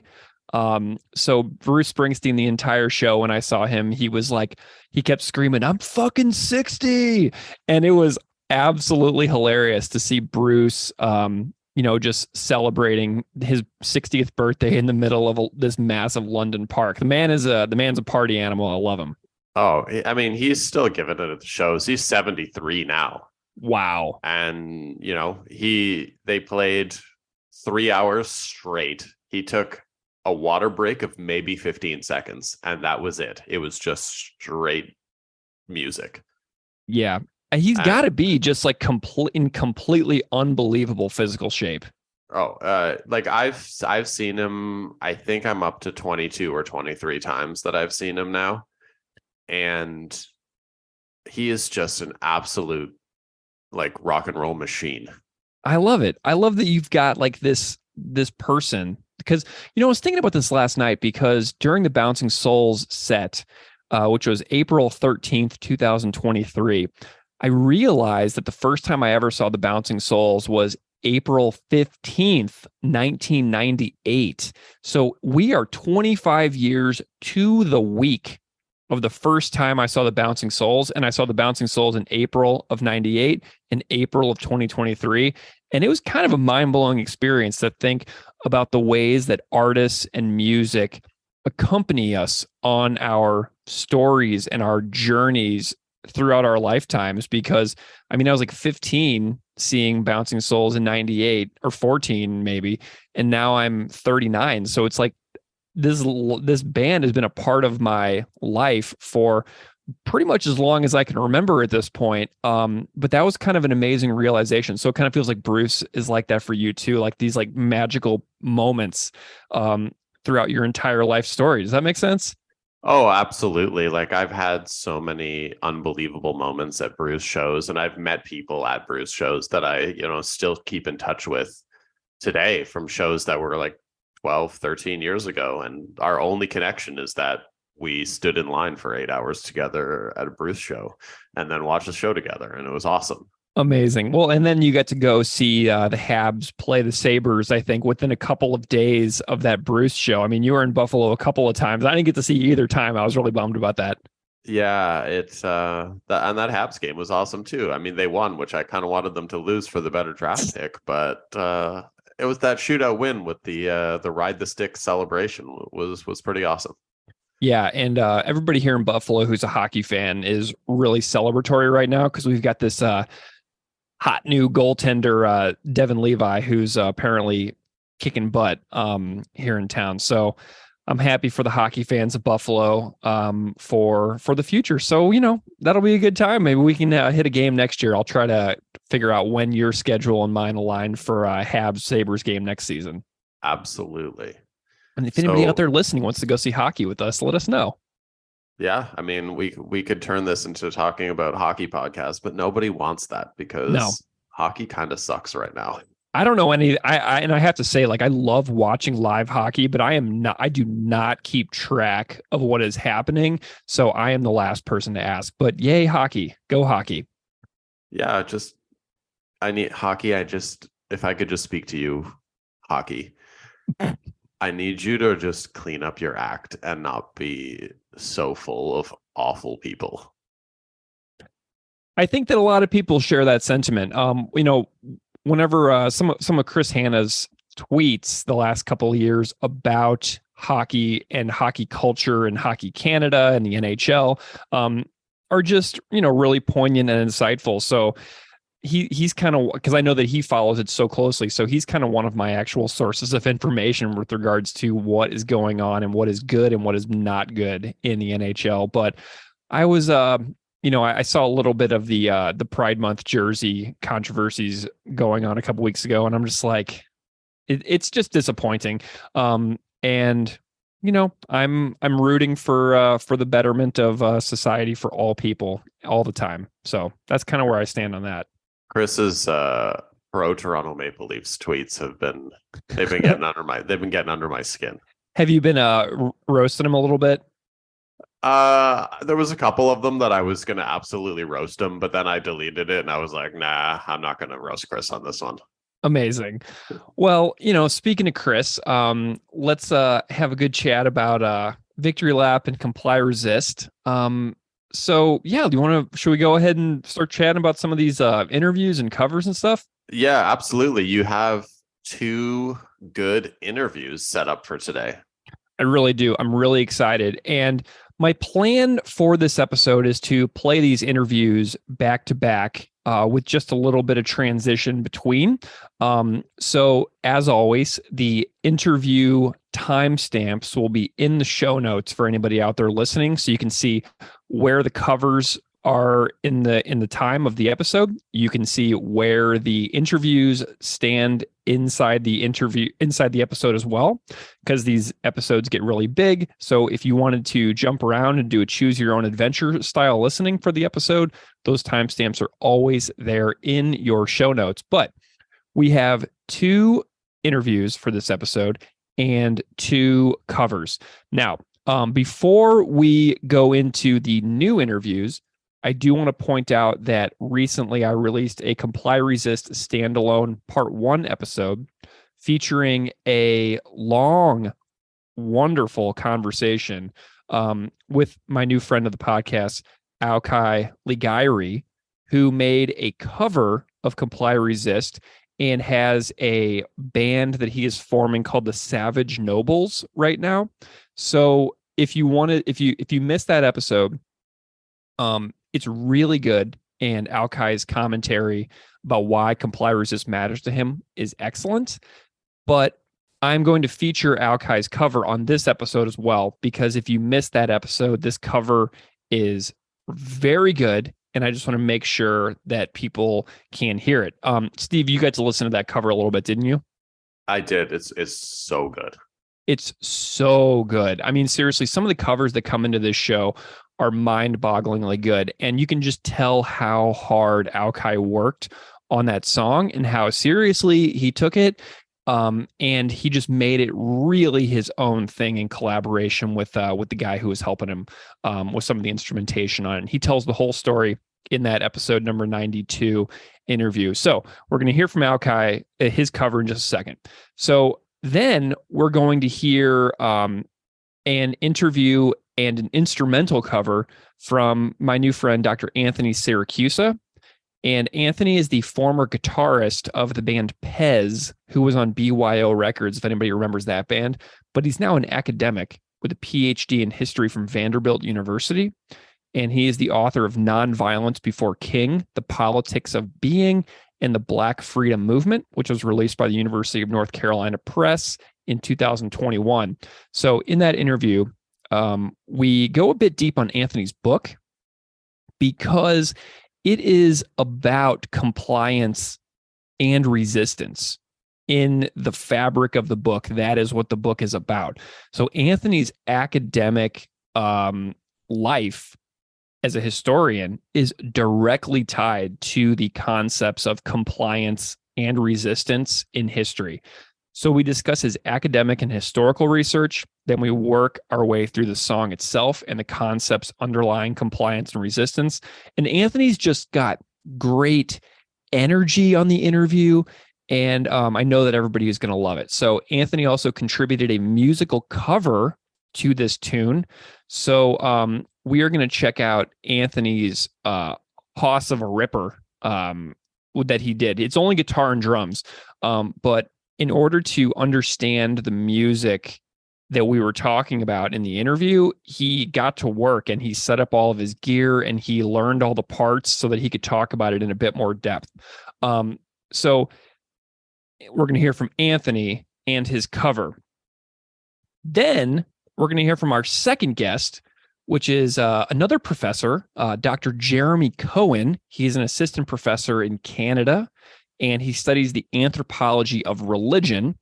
His academic expertise is in death studies, and he co-founded a website called talkdeath.com, which is an academic hub for death-conscious conversations. So I found Jeremy because my work in religious studies at my other podcast, but we discovered we both love Propagandhi whenever I saw like the little V on his profile name. And I was like, oh yeah, like, what kind of music are you into? And so we just kind of got to chatting on Twitter. But when I began researching this song, I found a blog post, and then I discovered that Jeremy wrote it. So as I was researching this episode, I was like, Jeremy's got to come on. You got to come on and talk about your essay that you wrote in the wake of the release for Victory Lap. So we talk about Jeremy's essay. We expand upon what Chris discovered about Christopher Hitchens' original essay. So like me, Jeremy didn't even know that this Hitchens essay existed before the release of Victory Lap. But we both talk about how we were consuming Hitchens' writing as a really important, influential academic thinker for us in like the mid 2000s. We both talk about how important Christopher Hitchens was to both of us, and how this like 2017 release of Victory Lap shined a light on something about Hitchens and his way of thinking that we never knew. So I'm really excited by these conversations. I'm delighted by Anthony's conversation because his stuff talks about the history of compliance and resistance in the U.S. And then Jeremy and I do a deep dive on Christopher Hitchens. And then we've got a couple of great covers from Aukai and from Anthony. So there's some great stuff in this. So are you excited for this, Steve? This is going to be a good one. I can't wait. Amazing. Okay, so we're going to go through those. Remember, the timestamps are in the show notes, and Steve and I will be back in just a little bit. So enjoy.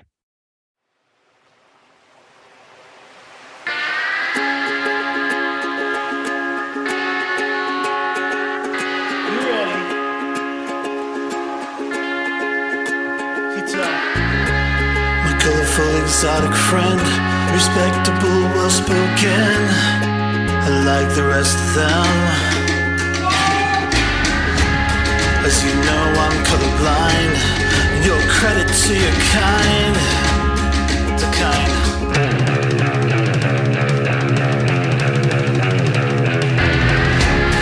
Silly talk of a resurgence, ceremony communion with an unconquered natural world. Tell me, where is your gratitude for all we've done for you? This paradise, Eden, empire, the kingdom, the spellless epoch we bestowed upon the savage empty lands where the course mistakes were made. But as far as human progress goes, welcome to a slightly higher plane of innovation and opportunity for your temple communities.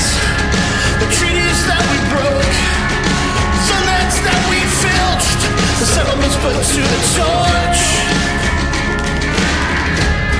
the children we abused, all for your own good, of course. So happens, be the way history has been made. Just don't play with the toy gun, or translate without signaling. Don't comply, don't resist, 'cause it don't make a difference.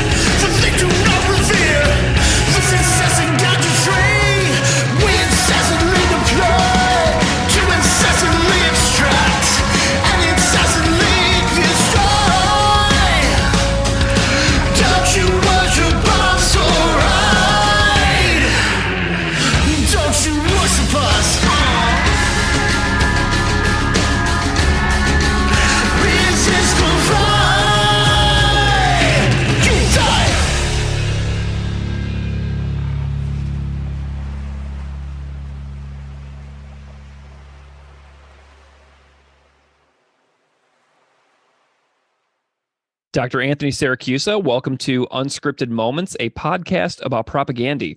Oh, my friend, I'm so delighted to be here. A huge fan of your work, of course, a huge fan of the band, and this has been a long time coming. I know we've been threatening to do this. This happens once in a while where I will literally text with somebody for 2 years. Yeah. And then we finally will get around to it. But when I first started this podcast, you immediately were on me and Keith's spreadsheet. Somehow we connected quickly. Yeah. And you were always on the comply resist spreadsheet. Yeah. What do you remember about this? Because my memories Yeah. about this are a Yeah. little hazy. I think Keith actually found you. I can't remember. Well, so I think what happened is because of your Classical Ideas podcast, I think my Oh. book came across your radar. Oh, And it was from an academic perspective. And I think you reached out. I have to go and look at the messages. And when the Propagandhi podcast first came out, I was so stoked. And so it was kind of this convergence. The book came out, the podcast started, we began communicating. And you asked me, like, what songs would you want to do? And I sent you 4 or 5, but I demonstrated a strong preference for Comply Resist, which we'll get into here shortly. absolutely. Well, you mentioned a book. You have a book called Nonviolence Before King, The Politics of Being and the Black Freedom Struggle. So congratulations on the release of that book. Do you want to just tell a little bit about what your work is about so that the listeners out there can understand kind of like what you do on a professional level? For sure. Yeah. And by the way, I sent this book to Chris Hannah from Propagandhi. And then when you all interviewed him, he actually mentioned the book. Yeah, he did. When he was talking to y'all. So, because we corresponded a little bit through his Patreon page. But long story short, I grew up in Memphis, Tennessee, and that was the place where Dr. Martin Luther King Jr. was assassinated in April of 1968. And being a young guy, of course, we all have to be from somewhere, right? So I grew up in Memphis, and like many people, I was like, oh, I can't wait to leave Memphis. But Bingo. Yeah, me in St. Louis. I wanted to leave. The whole time I was there, I wanted to go. right. And then as I got older, though, I started to realize, wow, Memphis is kind of a unique place. And it was a number of factors. And the first one was being 10, 11 years old, like all school children. I got in a big yellow school bus. They took me to the National Civil Rights Museum in downtown Memphis. This is the place where Dr. King was assassinated. It's at the Lorraine Motel. It's been turned into a museum. And I remember going in there and they had a full-sized Ku Klux Klansman's robe inside of a giant glass case. And I'm an 11-year-old kid, right? Seeing this object. And first of all, it's just scary because it's on a mannequin. It's got a mask. It just looks scary. But I also knew there's something powerful about this object. I don't know what it is or why it's so powerful. But then I walked around the corner and they had the full-size Greyhound bus that Freedom Riders used to test segregation laws across the U.S. South. This was blown up by the Klan in Anniston, Alabama during the Freedom Rides in 1961. So again, I'm like 11 years old. I'm seeing these objects of immense violence, and I don't understand them. Well, fast forward, I started college, a little place in Memphis called Rhodes College. I went back to that Civil Rights Museum on a guided tour with a person who became my faculty mentor, Dr. Charles W. McKinney Jr. And he explained everything in exquisite detail. And basically, Greg, what I decided was I wanted to study African-American history because I wanted to learn more about myself by way of learning about the place where I came from and the world historical forces that shaped that place, Memphis. So I did that for my undergrad, went to Vanderbilt University, and my dissertation was really the foundation for the book. And I'll just give you the thumbnail spiel about that. But essentially, when we think about nonviolence and the Black freedom movement, often the first person that comes to mind, Martin Luther King Jr., right? He was this great herald, this sage of nonviolence. But as King himself mentioned in the late 1950s, he went on a pilgrimage to nonviolence. So you got to remember when he first started in the Montgomery bus boycott, right? Leading this epic campaign that began the transformation of our nation, he had guns all over his house. He had bodyguards, right? In fact, Glenn Smiley, one of the white pacifists who came down to Montgomery to support the movement, he said, I couldn't find a place to sit because there were so many guns in King's house. So King was not just this person who came out of the womb committed to nonviolence. And by the way, it raises a whole bunch of larger questions, right? Because Black people in this country, like Indigenous people in Canada and other places, were actively persecuted, right? Lynching was a common form of political violence in this country from the end of the Civil War up through the middle of the 20th century. Over 4,500 African Americans lynched in cold blood. So then the question becomes, well, are Black people naturally inclined towards nonviolence? And the answer is no. When you look back back at the Black political tradition, people like W.E.B. Du Bois, Ida B. Wells, Mordecai Wyatt Johnson, right? They're all talking about self-defense, talking about using guns, right? What did Ida B. Wells say? The Winchester rifle deserves a place of prominence in everyone's home. So, Greg, this just became a huge question for me. So I'm like, well, why, how, and why did nonviolence become this massive force for African-American folks fighting for freedom?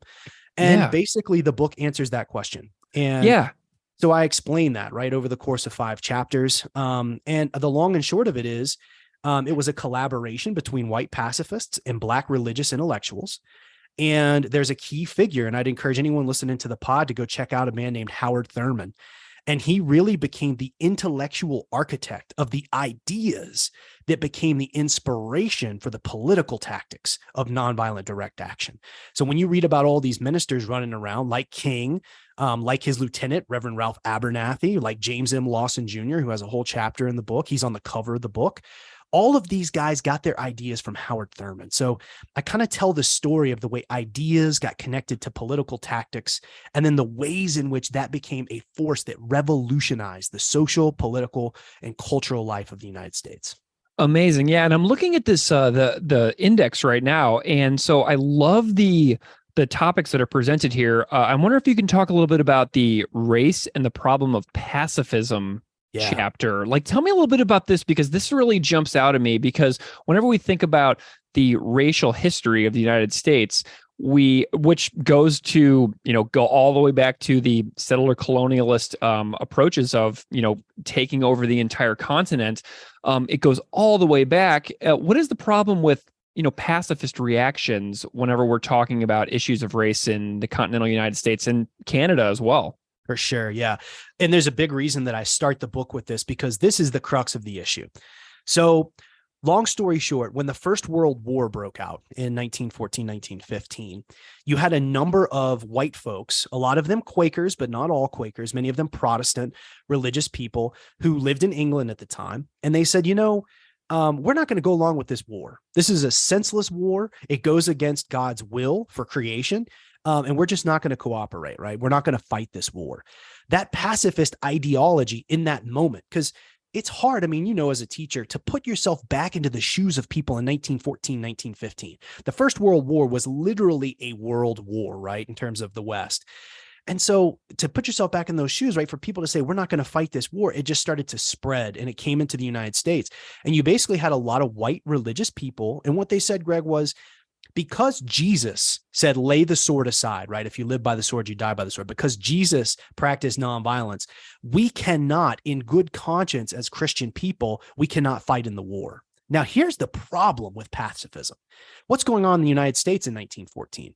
Well, you're getting close to a period called the Red Summer of 1919, right? Where you have widespread violence, right? The Tulsa massacre that happens in the early 20th century has gotten a lot more airplay recently. It kicks off that show, The Watchmen, on HBO, if you've seen that, right? Yeah. There's massive, rampant, consistent, patterned, predictable violence being doled out against Black people. So if you're an African-American person in 1915, and you've got white people looking at you and saying, hey, you really need to not use violence, that becomes an unethical position. And so this is where Howard Thurman enters. And he says, it is not ethical for a white person to tell a Black person, don't use violence. When I've got white people shooting up my house, I got white people trying to lynch me for registering to vote. But what Howard Thurman says is this. He says there's something that is genius at the heart of pacifism, and that is the will to love everyone. And he says, but we've got to turn this into a creative, nonviolent force. So he says, these white people telling us we should be nonviolent, that's not going to do it. But how can we, as African-American folks, look at our religious traditions, our roots here in this country, our cultural traditions, and build something that could be powerful enough to transform the conditions of our lives, defined by Jim Crow violence, lynching, and segregation? So that begins that process. I like what's at the heart of pacifism. I don't like the unethical racial components of that. And so that's really where African-American folk, particularly Howard Thurman and others, start to say, we are going to create an active nonviolent force. And of course, they look over to Gandhi as an example. But one of the things that I point out, right, is that here in the United States, there are domestic organizing and political traditions that they draw on, that they feed from. And that includes the labor movement, right? That includes thinking about the women's rights movement. There's a whole legacy in this country going back to the settler colonialism days of nonviolent civil disobedience.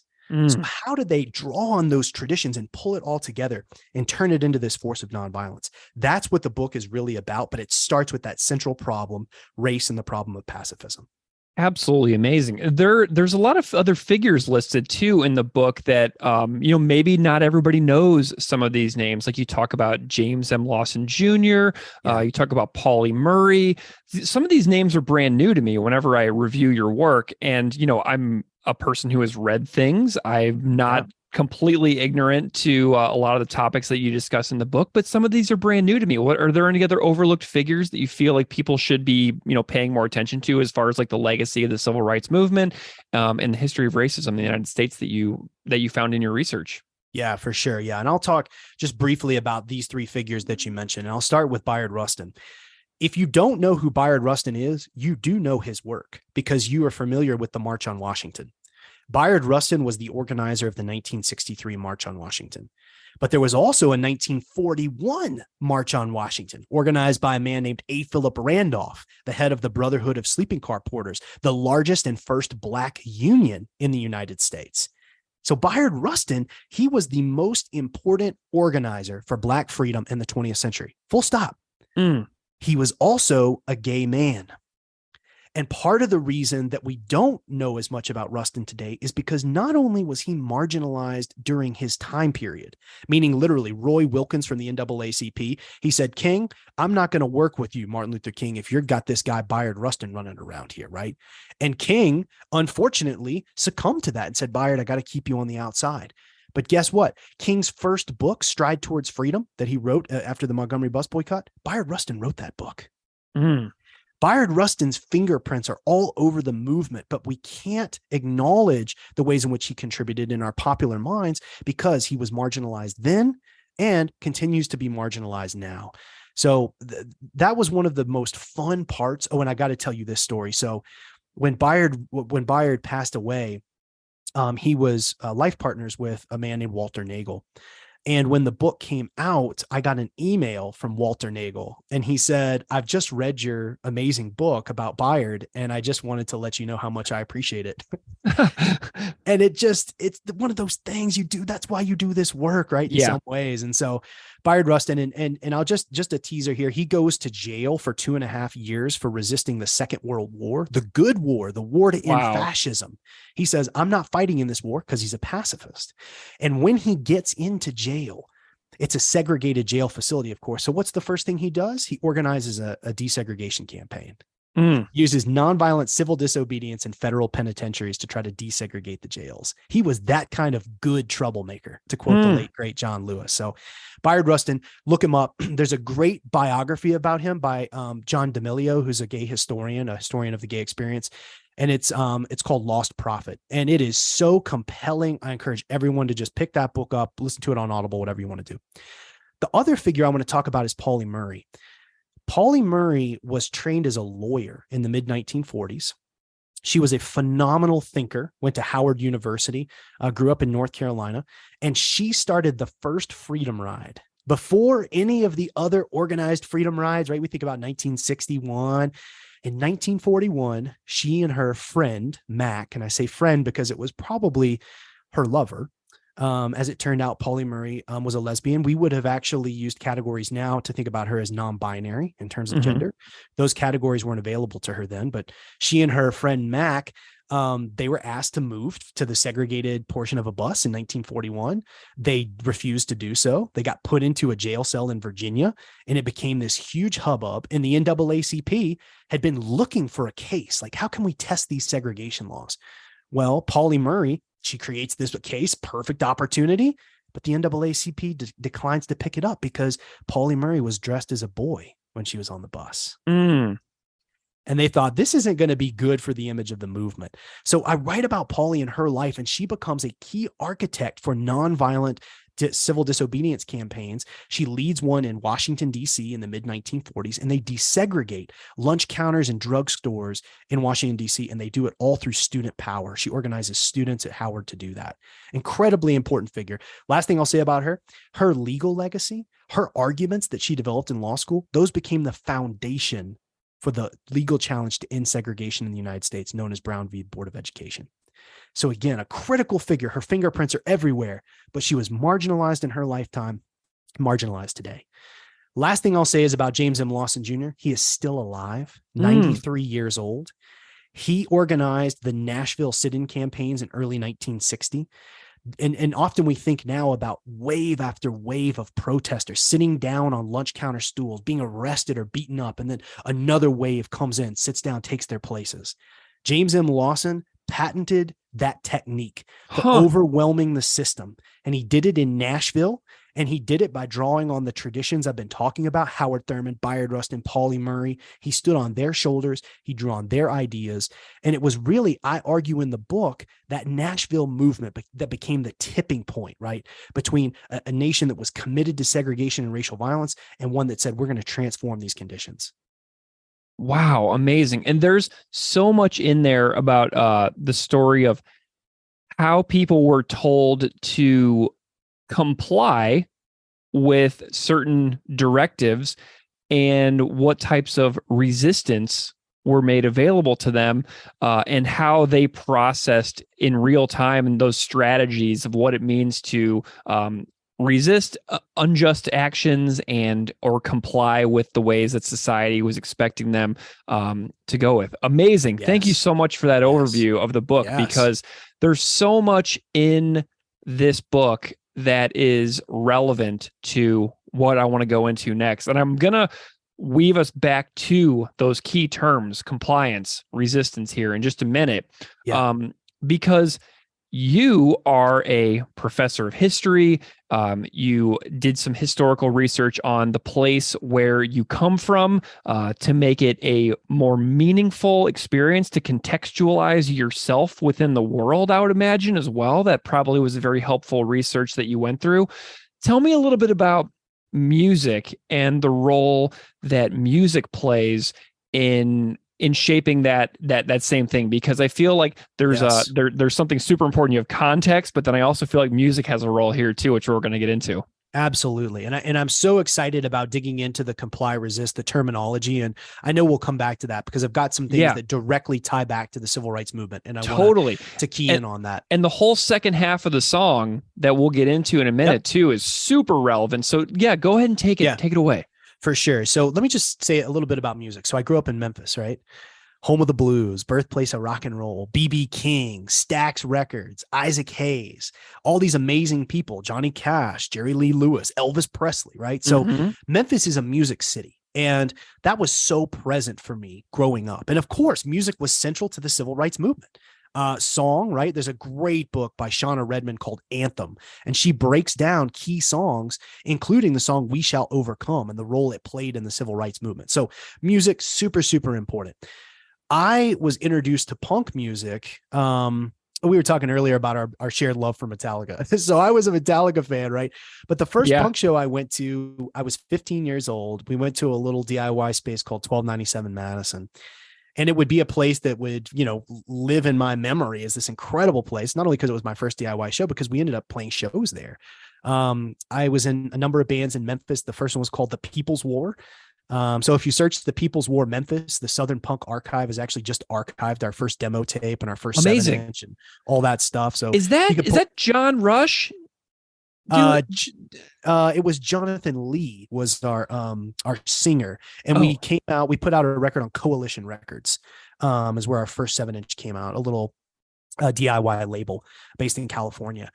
So it was great. It was a great experience. Then I joined a band called Bury the Living. So I started playing drums. And I think fans will appreciate this. I started playing drums, and I remember the first time I got together, I was like, how did that go? Did it sound okay? And they were like, sounds great, man. Just play faster. Yeah. And so that became the mantra. And I'll return back to that with my cover that I did with Comply Resist. It's a fast song. So that was how I really got into it. Eventually got into a band called Pez with two Z's, probably one of the better known bands. They were a touring band on BYO Records based out of California, the Stern brothers out in California.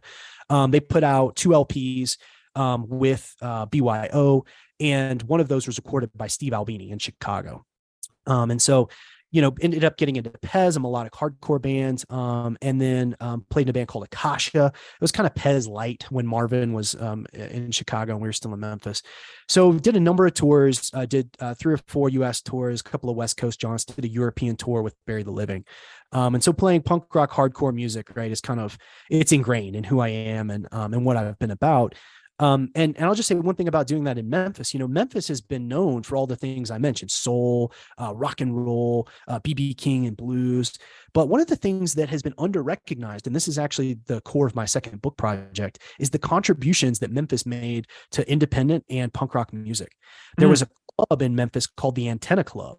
That started in 1981 and ran until 1995. And everybody on the independent touring circuit in the 1980s, REM, Black Flag, the Bad Brains, later Jawbreaker and Green Day, Circle Jerks, like every DIY band that was touring in the United States went through Memphis in the 1980s. And the impact of that in the Antenna Club was to create this vibrant punk scene. So that by the time I come around, right, I'm standing on the shoulders of all these people who have been engaged in punk rock music for decades. And Memphis produces a couple of punk rock bands, some of which are not going to be unfamiliar to people here. His Hero Is Gone came from Memphis. A sort of crust punk band is what they'd be called. Eventually became Tragedy. I'm sure people know Tragedy, based in Portland. Those guys came from Memphis.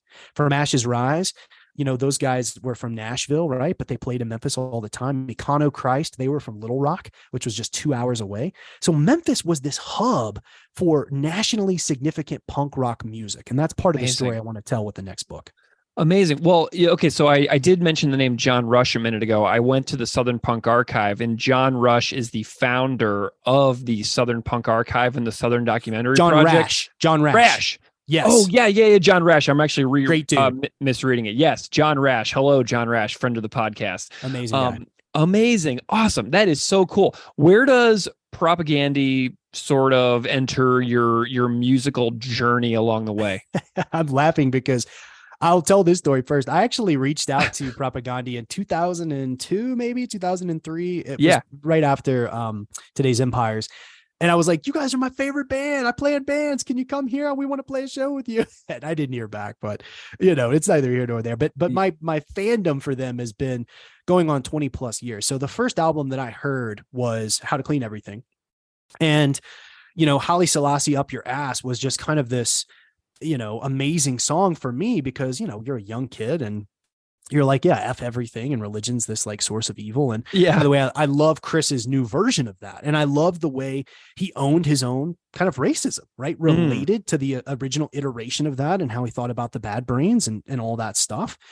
So I love how he evolved, but that was the first album that I heard. And, just the line, like, you can stick that flag up your fucking ass. Like just all of that stuff just really appealed to 15-year-old Anthony. Right. So I'm hearing Propagandhi in the late 90s. Less Talk was not my first album that I was introduced to. And in fact, it was an album that I only came to much later. In fact, the album that really captured my imagination was Today's Empires. And I remember in particular, right, just, Fuck the Border. And then of course, I like to party fucking hard. I like my rock and roll the same. I was a young kid drinking too much. I dropped out of high school, was legally emancipated. I have this like whole long history, right? But when I heard that, I was living in an apartment with some friends of mine and just absolutely loved the direction that it was clear the band was taking in the early 2000s. Yeah. And basically, Greg, since that point, I've gotten every album right when it comes out, get super into it. I'm a huge Potemkin City Limits fan. It's not my favorite Propagandhi album, but it probably is like maybe my number 2 record. Supporting cast, of course, Victory Lap actually is, I think, may be their best record. So yeah, I've been a fan for 25-ish years. And just continue to grow, honestly, in appreciation and love for the band. Have you ever gotten to see them live before? Yeah, so I saw them twice, both on the Victory Lap tour.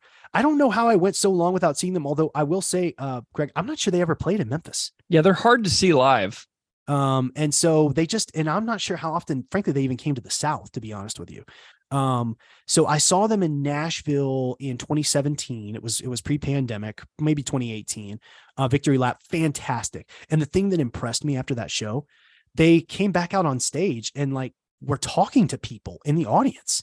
And I just had never ever seen a band do that. It just, that blew me away when I saw them.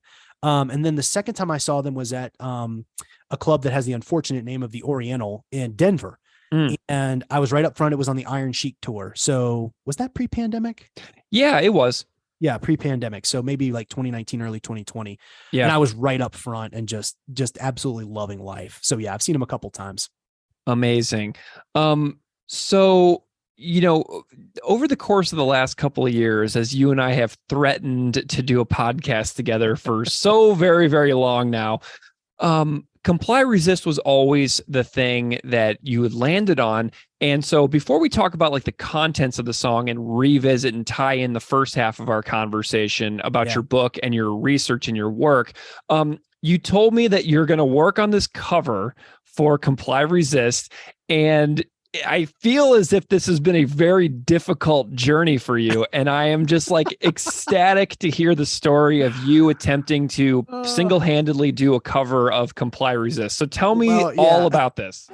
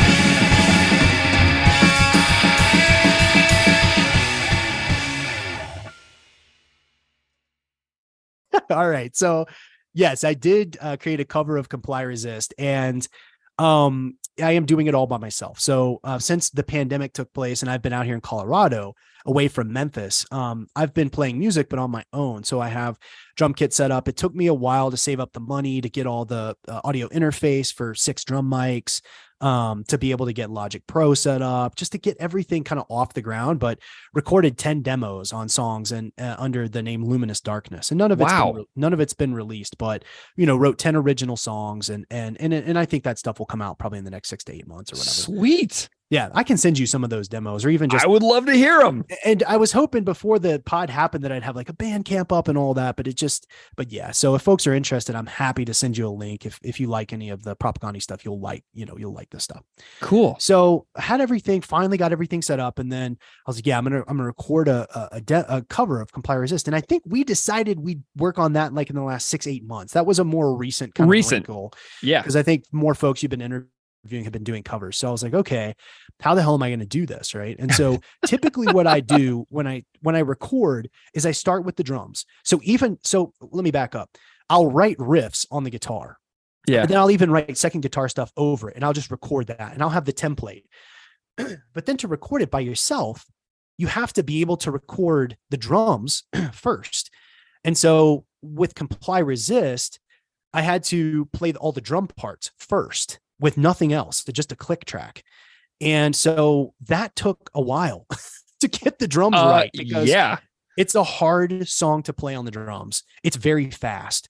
And when you hear the cover, I think it'll come out with this episode, you'll hear I ended up playing it faster than the actual song itself. Just because, I was playing nuclear speed. So laid that down. And then the guitars were not easy to learn. And there's a lot going on with the guitars. And there's, of course, 2 guitars.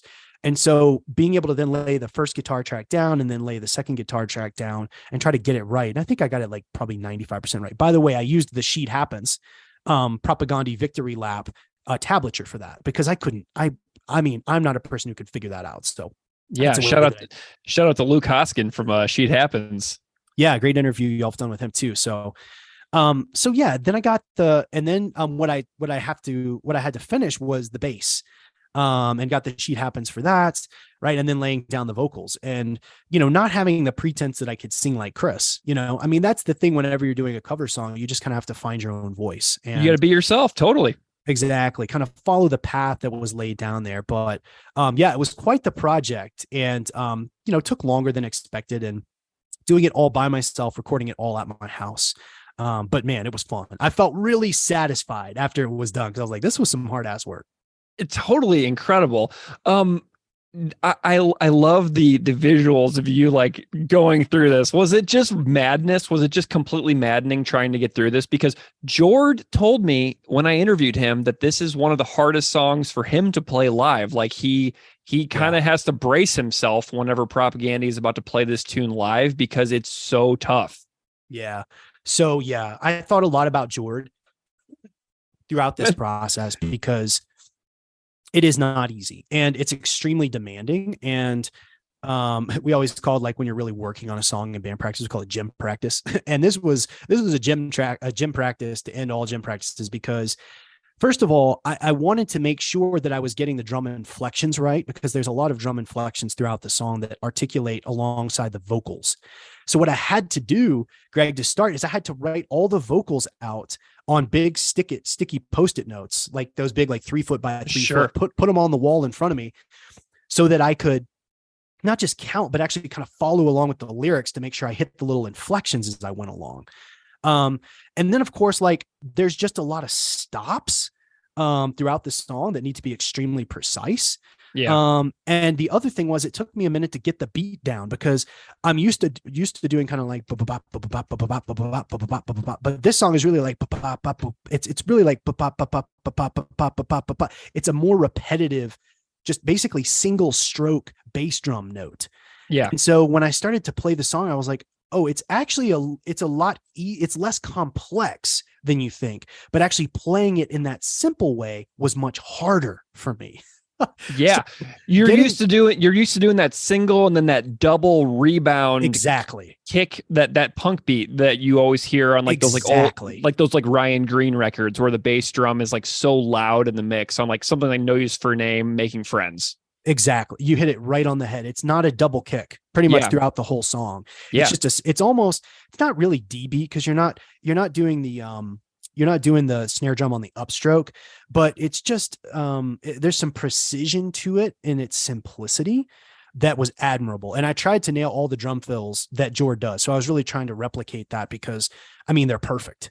And honestly, Greg, what I'll say, like, having played the song, and I mean, I felt this way even beforehand, but especially so afterwards. I think this is a perfect song. I think Comply Resist is a perfect punk rock song. To me, it is beyond reproach. Not just the execution, not just the composition, not just the lyrics, not just the interplay between guitars, the complexity of the bass, the vocal approach, everything. It's perfect. And I know that Chris did he did a pod about this. He's done the Comply Resist pod, right? For his Patreon page. And I think he thinks pretty highly of it as well. In fact, I think he mentioned on that podcast, he said, I listened to that song and I'm kind of amazed that I was a part of it. Yeah. I think that songs like this one and like Duplicate Keys of Caro, like whenever he does his Q&As on his Patreon, like I submitted a question one time, like how does Duplicate Keys of Caro rank for you as a part of the songs that you've been a part of? Do you like this one? He's like, oh yeah, I like this one a lot. And I kind of feel like he feels exactly the same about Comply Resist. And then when he passed this one past Beeve, when they were demoing it, Beeve's like, don't change anything. So Yeah. this is one that I feel like the people within the band really feel like, I think they feel like they nailed this one, you know? Oh my gosh, yeah. And as they should. I mean, as someone who's played music for a long time, I have a few songs I feel that way about, and it's rare. I mean, I've played and recorded a ton of songs. I'm like, that's a cool song. But there's a select few where I'm like, oh yeah, that's a jam. One of those, I'll say, Pez, we recorded a cover of Leatherface's I Like Watching You Sleep. Amazing. Yeah, from their Horsebox album. And that's a song I feel that way about. I think we nailed that one too. So yeah, it's a dude. I mean, it's a perfect punk rock tune, man. I always love hearing it whenever it comes on. I don't skip it. I enjoy it. And that's still true however many 5-6 years later. Amazing. Well, I'm really glad you bring up Leatherface. I don't think they've ever been mentioned on this podcast before, but I got to see Leatherface play live with Hot Water Music like 20 years ago at the Creepy Crawl in St. Louis. And I actually saw Leatherface live just totally by chance of going to see Hot Water Music. So yeah, pretty sweet. Listen, Pez toured with Leatherface and Hot Water Music in the 90s. They may have been on that tour, actually, that you saw 20 years ago. But the one thing I'll just say, Leatherface is my favorite band, second only to Propagandhi. It's kind of 1A and 1B. And I just have to give a shout out, Andrew Lang, also known as Laney, the drummer for Leatherface, on all of their albums except their very last one, passed away this week. So really sad to see that. Of course, Dickie Hammond passed away, and Frankie Stubbs is really the only surviving member of Leatherface still around. So sad week for punk rock music, man. But if you don't know Leatherface and you listen to this podcast, I'd actually encourage you to start with the Hot Water Music Leatherface split LP. It's a really good place to start. Frankie's voice takes a little getting used to, but it is, to me, some of the best punk rock you'll hear. Amazing. Okay, well, great. And that's awesome.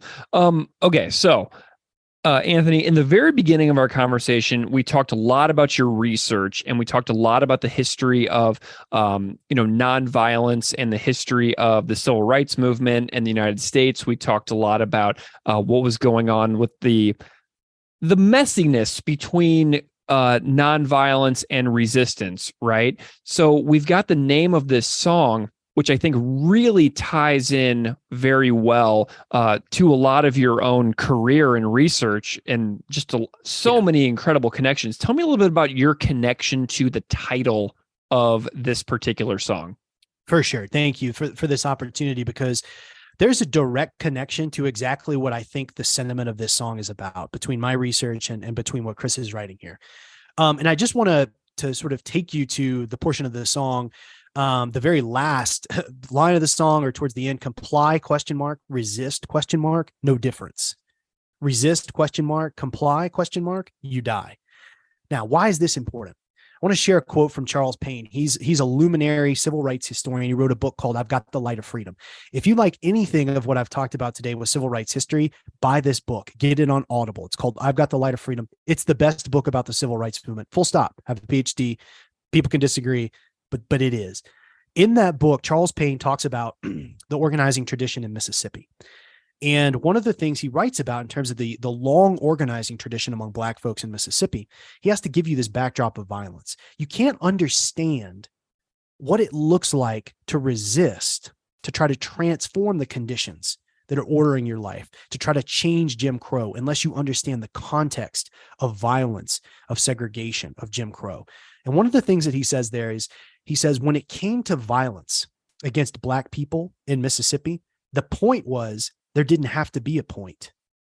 You could be killed because some ignorant white man didn't like the color of your shirt. You could be killed because he didn't like the way you drove a wagon. The point was, there didn't have to be a point. Why is this important? Why does this relate to comply resist? When you think about these systems of social control, right? So in this case, Chris is writing a little bit about indigeneity, but he's also making explicit references to Tamir Rice, right? In terms of a toy gun, right? When you look at these systems of social control, there's all these rules. So go into a school, right, and learn English and forget your native language. Learn our religious customs. Abandon your religious customs, right? Comply with white supremacy. Make sure that you cross the street when a white person is coming. Make sure that you drink at the white water fountain, right, or the black water fountain, rather. Make sure you follow these rules. But you know what, Greg? At the end of the day, it doesn't matter whether you follow the rules. It doesn't matter whether you comply. It doesn't matter whether you resist, because when power has absolute power, when it's drunk on power, it can do whatever it wants, whenever it wants, because it sets the rules and it decides when, even if you followed all the rules, I'm still going to punish you.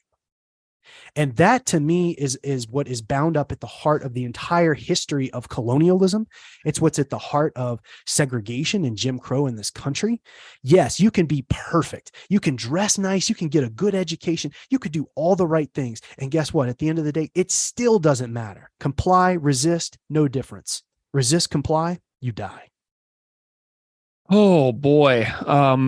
Yeah, there's so, and this song has two halves, right? Do you feel like there's like a first story and a second story in this song?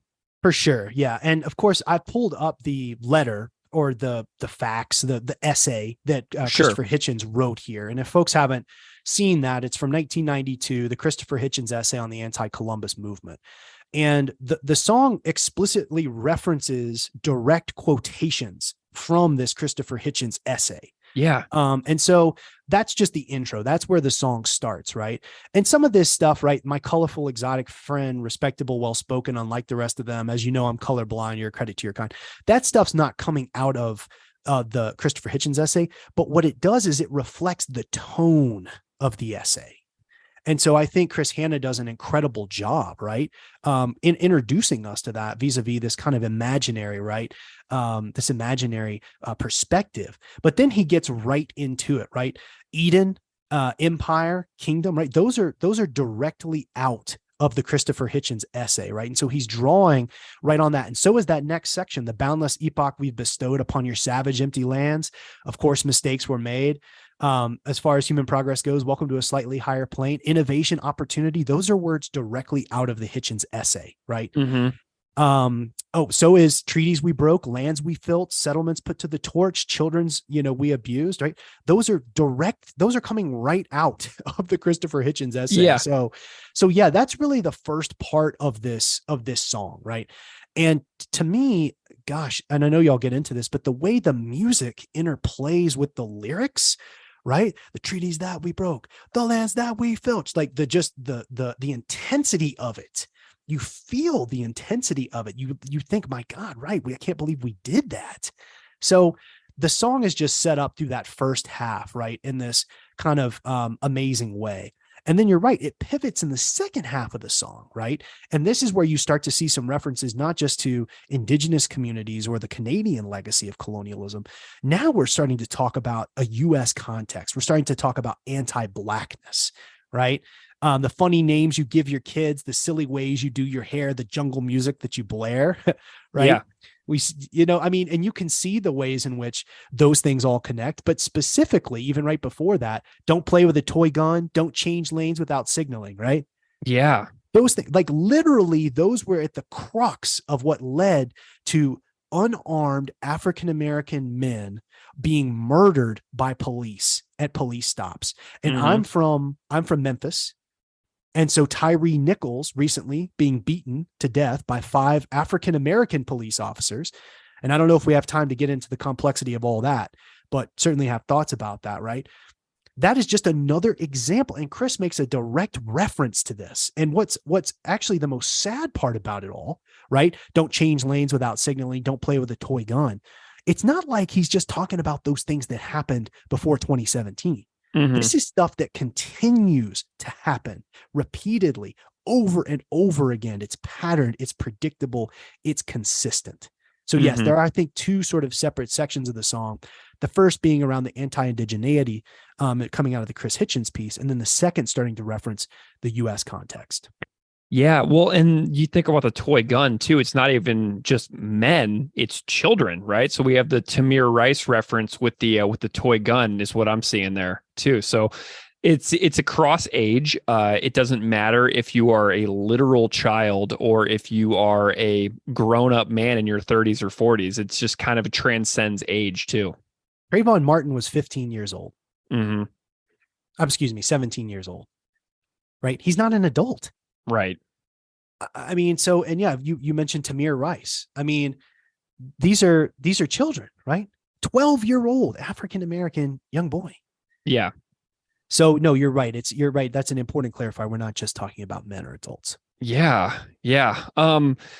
Did you have a personal history with the work of Christopher Hitchens when you were younger at all? I didn't. I did do some reading about him in preparation for the podcast today, and just seems like an extremely complex person. Yeah. Whose views evolved and shifted over the course of his life.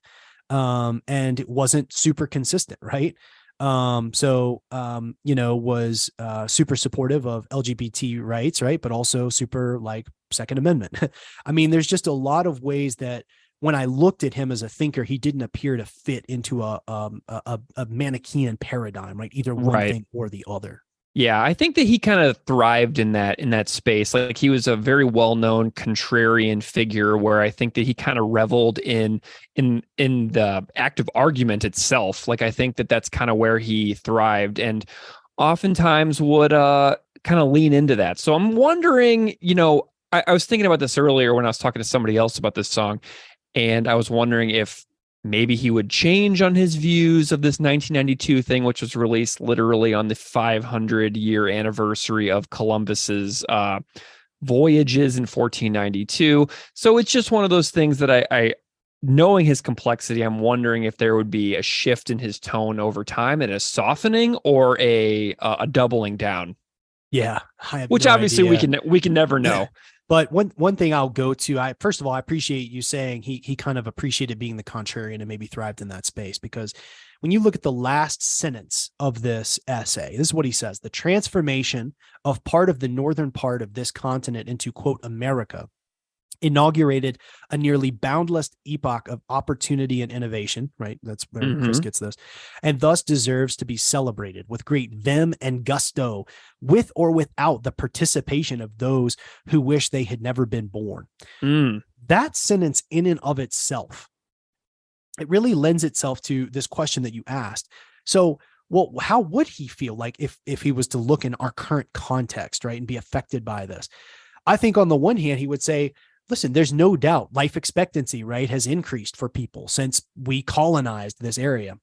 There's more opportunities to grow and to do different kinds of things. You don't have to just be a farmer, right? Like I think he would sort of double down, right, on some of those things. And at the same time, you can see why he's being intentionally provocative with that statement by erasing, let's be clear, erasing the ways in which indigenous people organized life, society, culture, and politics previous to the arrival, right, or the encounter, right, of European Americans.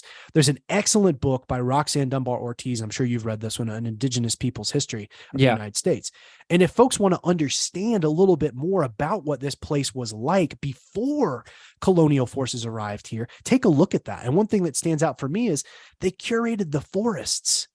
Like, think about that for a minute. They knew they were dependent upon the land.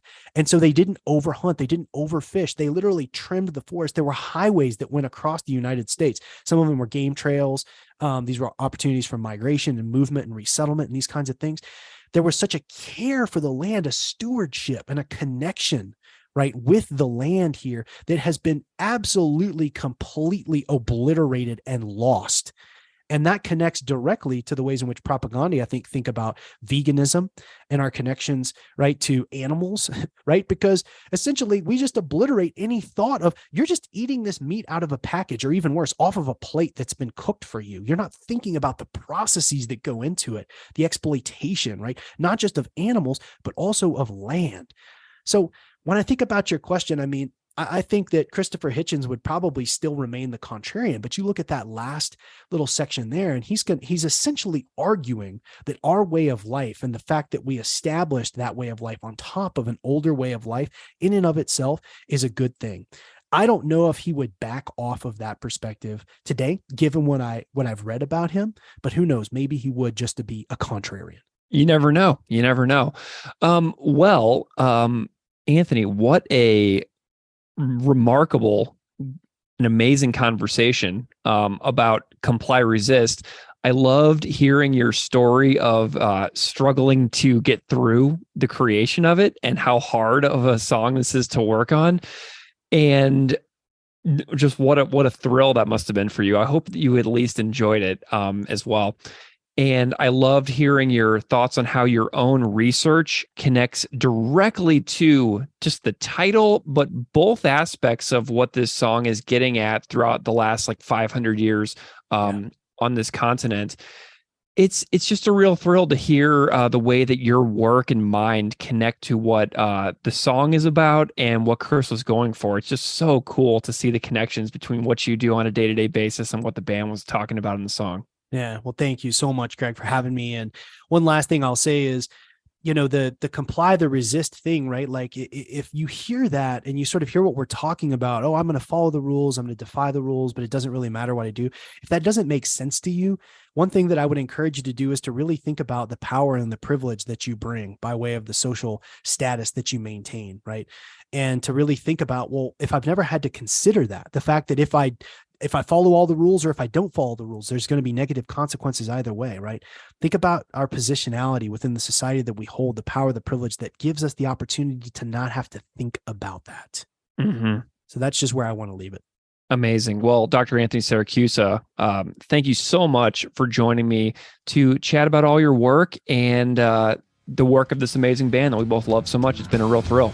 Thank you, my friend. Keep up the good work. Love the pod. The silly talk of resurgence, ceremony communion with an unconquered natural world. Tell me, where is your gratitude for all we've done for you? This paradise, Eden, empire, kingdom, this mercy back we bestowed. Dr. Jeremy Cohen, welcome to Unscripted Moments, a podcast about Propagandhi. Thank you very much. I am very happy to be here. I'm delighted that you're here too, and I'm so glad that you're excited. It's very wonderful. Happy Friday. So, Jeremy, I'm wondering if you can just spend a moment and introduce yourself a little bit to the audience so they know a little bit about who you are and what you do in the world. Yeah, so I'm an assistant professor in the Department of Religious Studies at McMaster University in Canada. And I am an anthropologist of religion. My main research focuses on new religious movements and communities who are trying to live forever. Either they claim that they have figured out the secret of living forever, or they are hoping for medical and technological advances in the future that will allow them to do that. I also run a very popular death and dying resource with my wife called talkdeath.com. And I get to teach all of the fun classes at our university. So I teach classes on death and dying, cults and conspiracy theories, spirits, ghosts, and demons, culture and religion, et cetera, et cetera. So. Very cool. I love some of the things that I've read. So as you know, I'm sort of involved in the religious studies world as well with my other podcast, Classical Ideas. And we'll get you over there sometime as well. It's really funny to me that you're a religion professor and you're coming on my punk rock podcast before my religion podcast. So I just thought that was really funny. But I love some of the stuff that I've read. Like I used to make my students read stuff by Sushila Blackman, where it was death poems of great beings, like Zen masters dying and writing like their final poem on their deathbed. I used to make them read some stuff by, I think it was Frank Ostanesky, who's a Buddhist teacher who works a lot with grieving. So that's a really fascinating field that you're in, and I'm really excited to chat about that on the other podcast in hopefully the not too distant future. I just think it's funny that you're a religion guy and so am I, but we're talking about music instead. I mean, I wouldn't want it any other way. Honestly, I'm happy to start with this and then move on to the quote unquote more serious stuff. Absolutely. Well, Jeremy, tell me a little bit about your background with music and getting into, the stuff that leads you to being a fan of Propagandhi. Yeah. So, I got into punk, probably skate punk, and unfortunately ska, and similar genres when I was, 12 or 13. And I probably started listening to Propagandhi, around then when I was 13 or 14. And, they were, as you're well aware, grouped in with, other skate punk bands of their era. And I didn't really make the connection between their music and politics at the time. I was definitely the person that they describe in Anti-Manifesto, right? That was just kind of like Bob, listening along and not really paying attention to any of the, the meaning behind the songs. But yeah, I started listening to or listening to Propagandhi was probably the first time that I was ever really introduced to radical politics. And I think that really came to influence the music that I was listening to generally, starting to listen to Bad Religion and Oi Polloi and I don't know, not that those are three very different, types of punk. But yeah, it wasn't very long before the Propagandhi's message started really creeping into my head. And Propagandhi has been, I think, really pivotal to the trajectory that my life has taken. And I think that a lot of that really is rooted in today's empires, tomorrow's ashes. I think that was, there was a lot of things happening at that time, geopolitically, but also just in my life personally. And Propagandhi gave me a language to be able to think about politics, think about my life, and think about even 9/11, think about September 11th. And, I grew up in a really small town outside of Montreal in a school that had 300 people. Nobody was interested in punk. Nobody was interested in politics. Nobody was interested in any of these topics. And so Propagandhi kind of became my refuge. And especially given that, following 9/11 into the war in Iraq, the kind of the dominant idea amongst my peers at that time was, we just need to bomb the Muslim world as a solution to terrorism. This is the language that my peers at the time are using, and Propagandhi gave me a way to think differently, and it gave me a way to see that all political struggles are connected. Racism, police brutality, animal rights, feminism, any other kind of form of violence.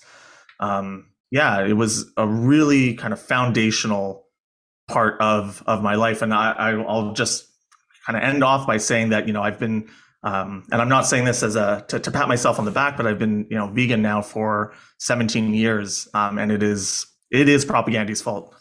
Wow. I every time we've had a professor on here, I have to stop and wonder, did Propagandhi have an influence in making this person pursue an academic path and like a life of the mind? Do you blame them for your career trajectory? I think so. I think honestly, I really do. And it is because of the language, like I said, the language that it gave me. Given where I grew up, I always aspired to move to the city, move to Montreal, and find a group of friends that shared my values. And those were the values that Propagandhi introduced me to. And so I really do see a connection there. I can trace that trajectory very clearly. Amazing. Well, Jeremy, I've known for a long time that you were a big fan of the band, just based on Twitter encounters and interaction like that over the last couple of years. And so you have to understand my joy and my shock when I began researching the song Comply Resist from Victory Lap, and I found an article written by you very shortly after the release of Victory Lap. So Victory Lap, as everybody knows, came out September 29th, 2017. And 4 days later, October 3rd, 2017, you release a short article on your website called Christopher Hitchens, An Ode to False Idols. So your turnaround speed is stunning. I mean, incredible. When I realized how close to the release date of the record is, I was like, wow, Jeremy connected with this song instantly, in a way that, like, I'm much more of a slow burn. So I'm glad that you had such an instantaneous response to it. So we'll get into the article in a second, but before we go there, I want to know about your background with the work of Christopher Hitchens, the subject of the song "Comply Resist." Yeah, absolutely. First of all, that quick of a turnaround time, not always a great thing. Sometimes it's good to sit on material for a little bit, but as we'll get into, I felt very strongly about the topic of the song. Honestly, my background is also in the New Atheist movement. I really became interested in the New Atheist movement sometime around 2006, 2007. I think I read, the first book I read was Sam Harris's Letter to a Christian Nation, followed by Dawkins' Blind Watchmaker, and then God is Not Great by Hitchens. And I read Hitchens' book and then, really fell in love with his work, in this topic. The critique that the New Atheists were making at the time really resonated with me as someone who is still trying to find their way in the world. And I'm someone, I have a learning disability, and sometimes in the past, I felt very insecure about my intellectual abilities, and the New Atheist kind of gave me a direction that I could really focus on, which has always been a difficult thing for me. Focus has always been a very difficult thing for me, and so it gave me a direction in that way. And at the time, their argument that so much of the world's problems lie at the feet of religion seemed like the logical conclusion to, my years as a teenage anarchist and, the weird kind of post 9/11 left-wing political conspiracism that was really popular at the time, and something that I was really attracted to as a teenager, and this kind of, I guess, unthinking distrust of mainstream narratives. And religion seemed like the most mainstream narrative that our society has. And so there was this kind of contrarian spirit that Hitchens definitely helped, create that really spoke to me. The New Atheists were actually, and Hitchens especially, were what motivated me to start taking courses in religious studies, because I wanted to learn how to better debate religionists. I was watching all these YouTube videos of debates between Hitchens and various priests and rabbis and imams, and I wanted to learn how to better debate religionists. So I took some courses. I took a course on the history and kind of cultural context of the evolution creationism debate. I took courses on the religious movements, learned the historical critical method of biblical scholarship, and learned about the anthropology of religion, and realized that the religion that the New Atheists were pointing to is this straw man, right? And then the idea that Hitchens has of religion, is this straw man. They are reacting to American evangelical Christianity and this Western fear of Islam, which then kind of came in to stand for religion generally. And nothing will disabuse you of these sorts of ideas than taking courses in religious studies.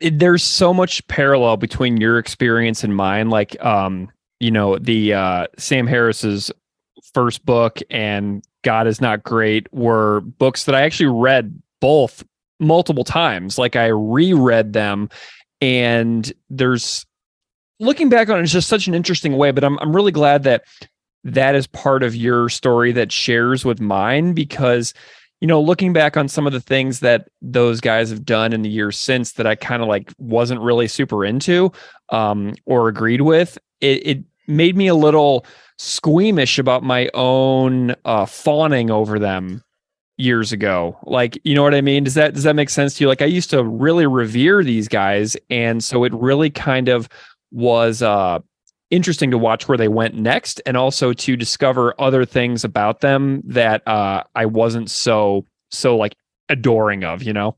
Oh yeah, absolutely. I always feel like I need to add a qualifier when I'm talking about any of these authors. I really was into New Atheism, but I've grown away from it, which is true, but I do feel this insecurity around it because of the deplorable ideas that many of these people have, and now realizing the context in which this conversation was occurring, right? And at the time, it really, for me, was about religion as something that we could point to, as something that exists in the world that we could point to, and now knowing that this is really just a reaction against kind of two specific strains of religion. Yeah, I sometimes feel a bit embarrassed about it. Yeah, and I definitely did a lot of the same types of things as you, where I was watching endless amounts of YouTube speeches by Christopher Hitchens. I found him to be extraordinarily charming and compelling and engaging, and I loved how he always had the suit on with no tie, and he was just always like swooping his hair back, and he was just like this, like kind of like this like party guy, where he's like, you would hear stories about him being really drunk and his editors like sitting him down in a chair, and he would just start typing while he was like pretty smashed. And then they would be like, well, what he came out with while he was totally wasted is doesn't need any editing and it's published ready. So you just have to, I just found the lore of the guy to be kind of interesting as well whenever I was reading a lot of his work a long time ago. Likewise, before he was diagnosed with cancer, there was a Vanity Fair spread with Hitchens, and they took all of these photographs of him kind of doing his day-to-day business, taking a shower, shaving. And in all the pictures, he had a glass of scotch in one hand and a cigarette in the other, in the shower. And I feel like that just encapsulates him and his personality in so many ways. And yeah, same. I feel the same way. I was and still am blown away by his intelligence, by his wit, the way that he thinks, with all of its faults, I think is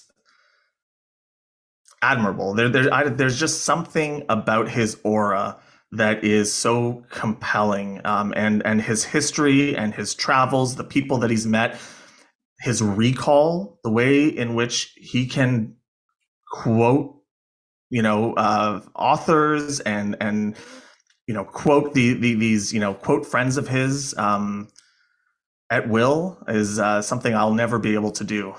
Yeah, I couldn't either. Well, okay, so let's talk a little bit about Comply Resist.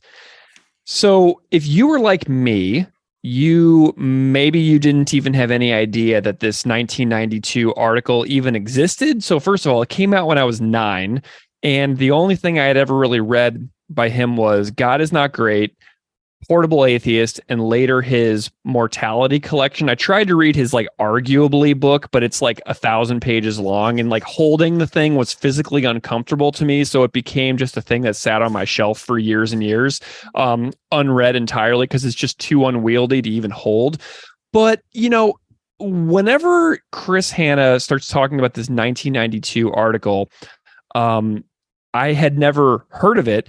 So tell me a little bit about your process of maybe with that article, discovering that article, if you knew it existed, or if the Propagandhi thing was the introduction to this article to you, and then what you kind of went through in order to kind of figure out what we was talking about. Yeah, so I also had no idea. I was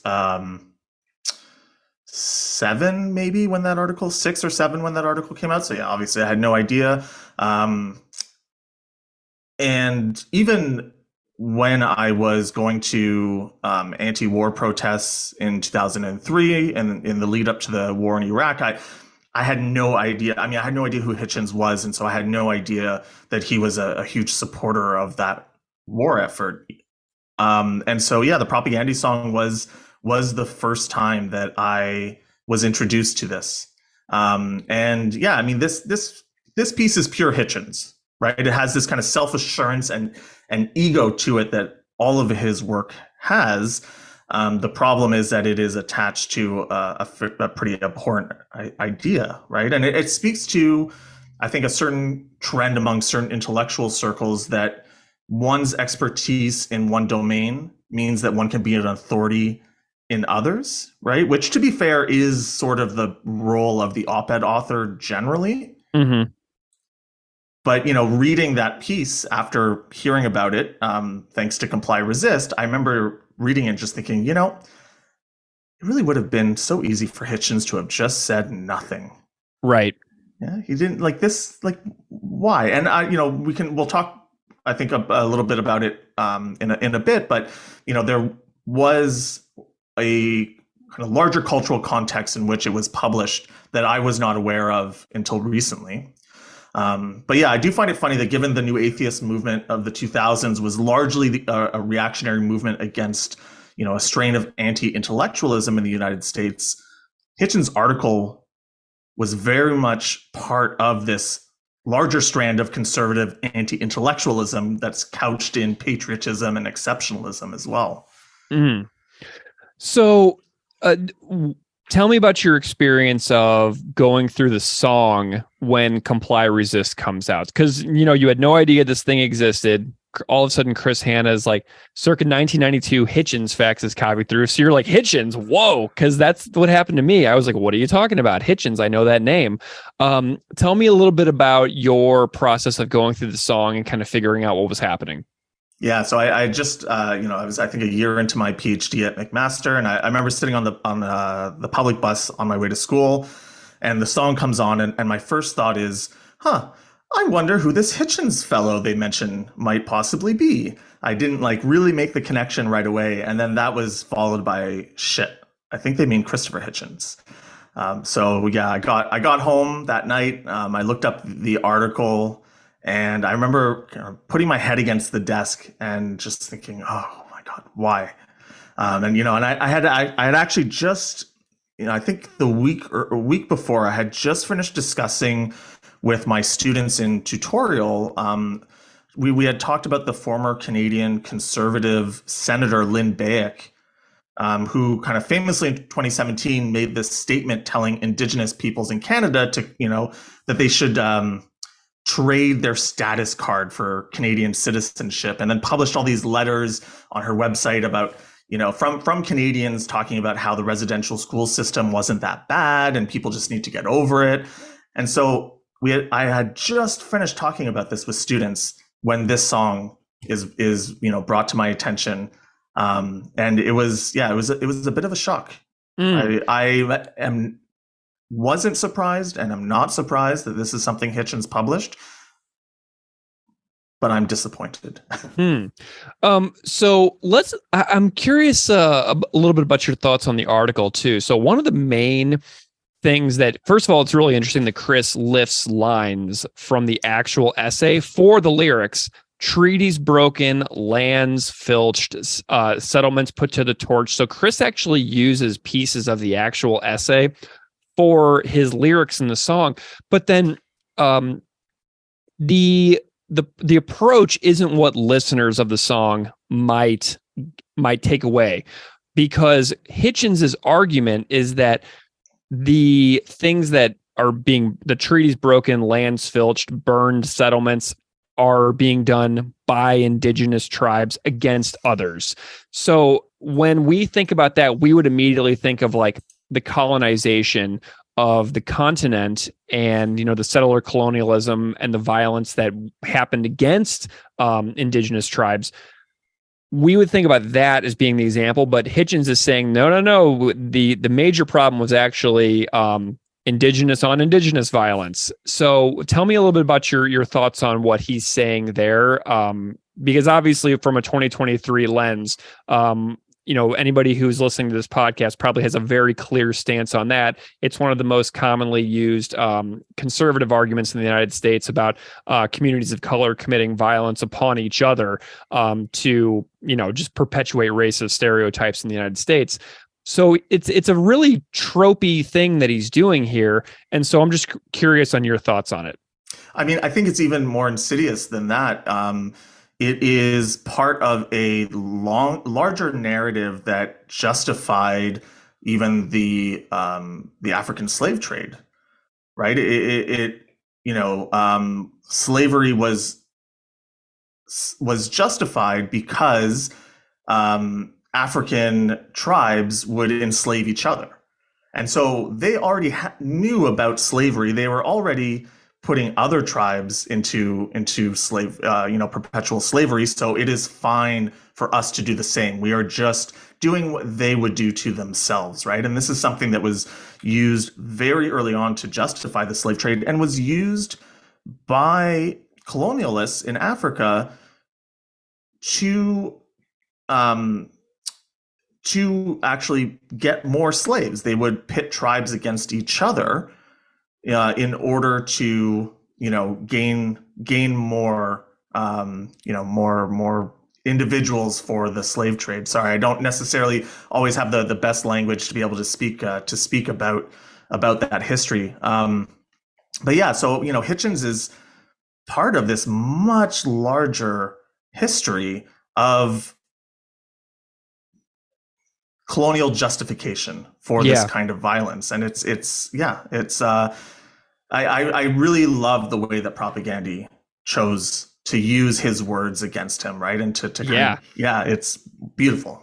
It's amazing. And something else that Hitchens does in the essay that is worth discussing a little bit is that he says that the anti-Columbus movement is faintly sinister. So we're talking about this issue, and like anybody who's been paying attention to the news the last 10 years or so have seen Columbus statues toppled in parks during protests, like the Columbus statue here in Buffalo, New York. We have a Columbus Park right on the waterfront down by the Niagara River, and the statue is gone. It was like paint dumped over it, and it was removed, and now there's just like a box like where like the statue like plinth would be, and so we've seen this movement, but he calls the folks who are protesting against the veneration of Columbus faintly sinister in this essay, which I thought was very interesting wording as well. Do you have thoughts on the description of the people who are opposing the veneration of Columbus as sinister? How do you feel about that? There's a part of me that, and I know that this is just me reading into Hitchens, given his contrarian stance, given how he privileges being a contrarian and free thinker, and this intellectualism that surrounds him, I would think that he would have recognized the problems with imperialism, the problems with colonization, but it's the exact opposite. And so, part of the narrative that we've seen, right, with the toppling of statues, it's the same in Canada, with statues of Sir John A. Macdonald and whatnot. This idea that what we are trying to do is erase history. What we are trying to do is to deny the greatness of imperialism, deny the greatness of America, deny the greatness of Canada, and that this is such an insidious thing. And I think it is just, it's just something that is part of this larger culture war, which we often kind of associate with our modern era, but is something that was absolutely at the forefront in the 1990s, right? Specifically around Columbus Day and around Indigenous issues and Native American issues in the U.S. I don't see this as being something very different than the type of language that's used today, on the far right and among within some conservative circles. I sometimes wonder if Hitchens was alive today, where he would be with respect to issues around trans people, with issues around, any of the kind of culture war issues that are at the forefront right now. Yeah. I think about that too. I made a note here when I was reading his essay, and I wrote down, I would be open to someone like Hitchens changing their mind on this as more was revealed about history. I wonder if he would be this staunch today. And then I wrote probably with a question mark. So I feel as if he might defend his stance on this to this day.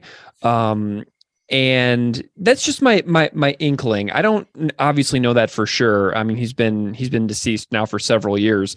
But I personally find that when people admit to being open to changing their own mind and saying, these are the things that I've recently changed my mind on, I find that to be a personality attribute instead of a drawback. So if somebody's like, I changed my mind on this, and this, I'm like, right on. That's great. Even if it's something that they change their mind to that maybe I don't really see eye to eye on, somebody who is demonstrating that they're capable of changing their mind on something, to me is a good human characteristic. I don't know. Yeah. Well, this is something that Hitchens and the New Atheists would say about religionists, right?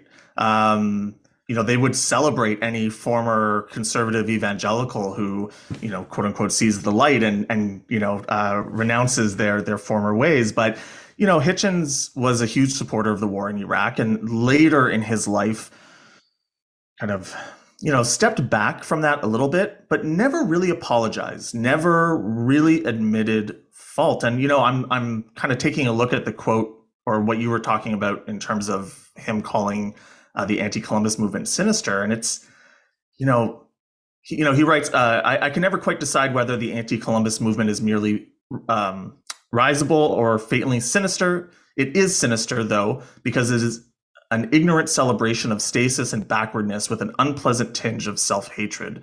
There is a vitriol to that. There is a sense of righteousness to that I don't know if it really lends itself to the type of self-reflection that we would hope someone would have. Yeah. The tinge of self-hatred thing is really interesting too, because like whenever you think about like the discussion around like white guilt, collectively feeling ownership over the sins of, past generations.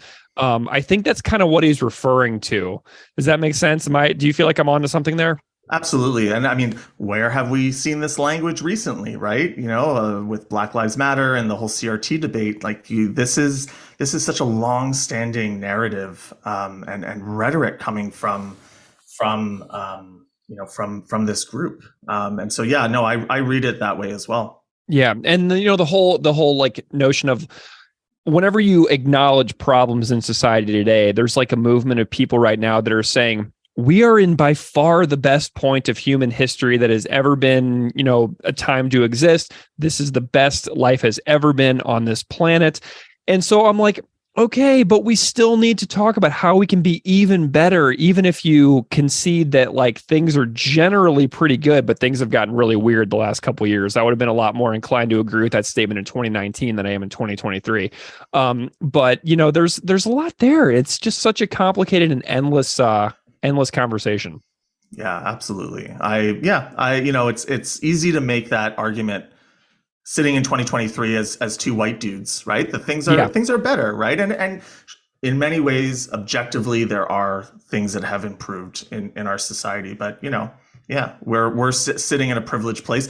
Hitchens was certainly sitting in a privileged place, right? And making these sorts of arguments from a position of privilege. And an unreflexive argument. Yeah. Yeah. And, I think about, I live in New York, and I have a daughter who's 9. And I think about the way that certain parts of the United States have changed, because I'm from Missouri, but I live in New York. My daughter was born in Missouri and now lives in New York. So how her life would be different growing up in Missouri versus growing up in New York as a solidly middle-class white girl. How would her life be different living in two different places that have gone in drastically different directions? And I'm not saying New York is perfect by any means, but I am saying that her life as a human female will be different in New York than in Missouri. So it's really incredible. This piece, the Hitchens piece, I don't know if he ever put it in one of his collections or in one of his books. I've only ever been able to find it at brianjohnspencer.blogspot.com. And so I have no idea how Chris would have even found this thing. I haven't listened to his Comply Resist Patreon episode in a long time. But this is not an easy article to dig up, it seems like now. I wonder why, right? I mean, it's one thing, like, I don't know. I can see how Hitchens could justify his stance on the war in Iraq, and would maybe include essays on that in some of his collected works. But I mean, this is a very problematic piece, and it would not surprise me. This does not surprise me that publishers might not want to include it in an anthology, and maybe he would not have wanted to include it in an anthology. Yeah, that is, when I was searching for it, I had a hard time as well, and I found it exactly on that website. Mm-hmm. Okay, so looking back at your piece now, what are you like proud of about your piece, and what would you maybe change if you had a little bit more time to play with it?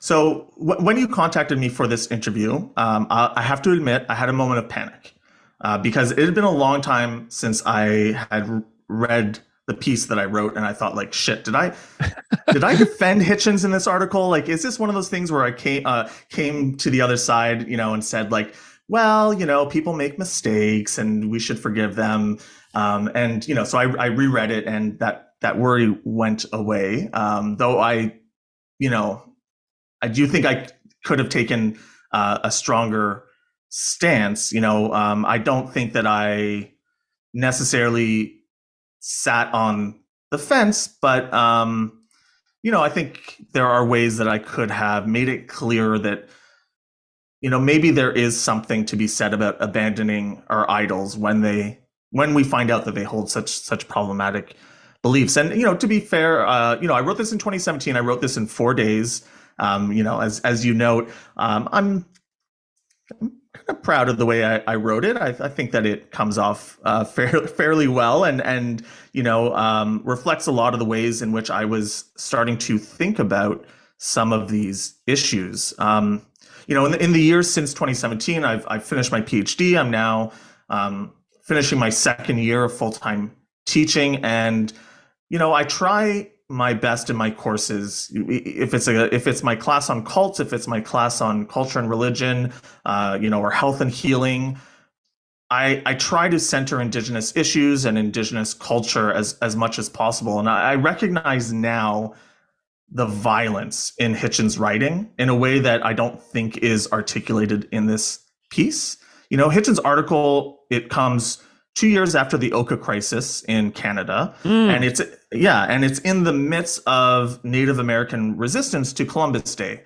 And by writing this opinion piece, Hitchens contributed to our kind of stock cultural knowledge around Indigenous issues, and did so for the worse. And 1992 was the quincentennial of Columbus's arrival in the quote unquote New World, and I didn't realize this when I was writing the article in 2017. My article itself was kind of a reactionary article, and something I really felt like I just needed to get out there. Hitchens' article is problematic for many reasons, but given the context of it as part of this larger culture war between, the sense of American exceptionalism and greatness, and then the legacy of and continued genocide against Native Americans, against Indigenous peoples in Canada, it adds a weight to it that I would put front and center were I writing this now in a way that I didn't necessarily in the article. Yeah, and the timing of it too, 1992, 1492, I didn't even think about that. So that's brand new to me right now, and like a real-time revelation of being the 500-year anniversary. Yeah, wow, the timing, that adds another new dimension to the context of Hitchens' piece. It is, yeah. And so, it is purposeful, right? And when I wrote this in 2017, I kind of just saw it as, sometimes people write opinion pieces about things that are obviously timely, but not necessarily in public consciousness, not something that everyone is necessarily aware of. But yeah, realizing now that this was written 500 years later, and that this is occurring in the midst of this larger debate in America around Columbus Day, and around the treatment of indigenous peoples, of Native Americans, yeah, it is a problem. It is not great. Everybody out there listening has an example or 10 or 20 of people whose work were important to them at a period of time, and then they either grew away from it or they felt ostracized by a direction that person went. What are your thoughts on appreciating or thinking about people that mattered to like your intellectual journey, but who you grow away from? Like, how do we deal with that inside ourselves about like do we cherry pick things that are the good and discard the not good? How do you make sense of that, of reconciling like this person mattered to me, I've grown away from them? Is there still like value in honoring that past times when you felt a little more unified with what they were doing? I mean, I think there is. I mean, I think it's an open question, but I do think there is, right? It was very formative. Hitchens was formative for me in so many ways. And, as I said earlier, the new atheist movement is what motivated me to, take courses in religious studies and is part of this trajectory that has brought me to where I am. And, I wrote this piece in the shadow of the Me Too movement, and in a moment where I was kind of thinking about my own relationship to people and ideas that were problematic. And I think that there is an argument to be made for, maybe the value of separating art from the artist. Although I think that there's also a good argument to be made against that. And I don't really know. To be honest, I don't have a good answer. And I also know that a lot of my feelings towards this come from maybe an unreflexive place. This is maybe not a comparable example, but, I do not like Mel Gibson. I do not like Mel Gibson's ideas. I do like some of the films that Mel Gibson has made, but given, his history of anti-Semitism, I will never pay for a Mel Gibson movie. I'll never go see one in theaters. I'll never watch it through a streaming service. And Mel Gibson has not held a comparable place in my history and in my mind that Hitchens has. Right. But, I feel less problematic, rereading Hitchens' work. And maybe that is because, this piece that he wrote in 1992, it is a conversation that I'm not a part of. It is about a community that is not my own, and so I don't know. This is where I think, there is this maybe unreflexive part of me that I need to think about and I need to take into consideration. I don't have a clear answer either. No, that makes sense to me too, because honestly, if this piece didn't exist, this song wouldn't exist. We wouldn't be having this wonderful conversation. So, I mean, we're bonding in a conversation because of the fact that this essay was originally written.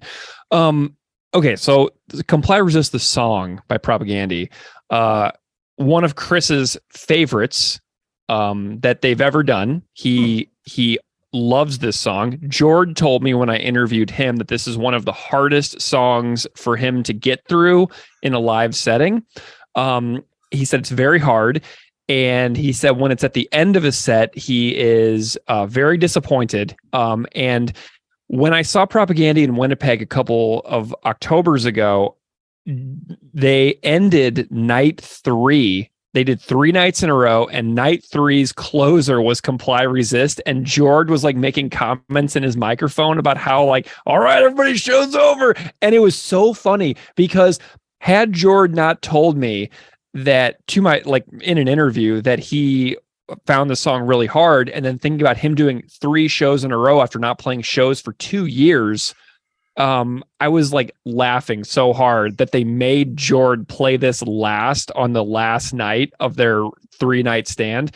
So that was a really funny little connection with this. But how does Comply Resist stack up for you in the discography of Propagandhi's music?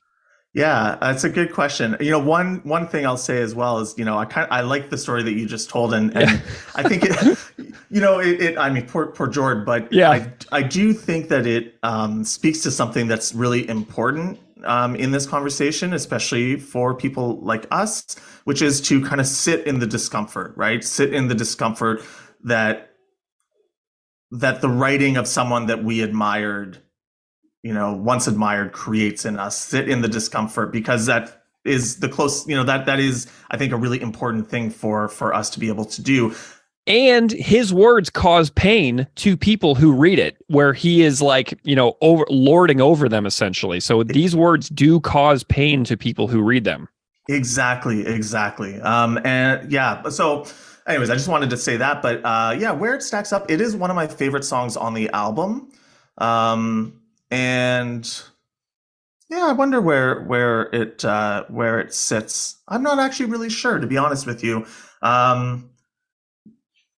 Maybe not one of my favorites, not because of the content of it, but definitely I'd say top two in Victory Lap. That's for sure. Nice. What's the other one in the top two? You don't have to tell me which one's number one. You don't have to pick. I'm just embarrassed because I forget the name of the song, but the last song on the album, Zucosis. Yeah. It's hard to beat that song. It is so powerful. You and I were actually at the same Propagandhi show in Guelph. Were we? We were. We have a mutual friend, or I have a friend who you're friends with his brother. In any case, him and I were talking during the show, and we were saying that, since today's Empires, Tomorrow's Ashes, Propagandhi has done this thing where the first song on every album is the hardest, most impactful song. And yeah, I feel that is very, very true. I mean, even with Victory Lap, although yeah, Zucosis is, I think, probably my favorite on the album.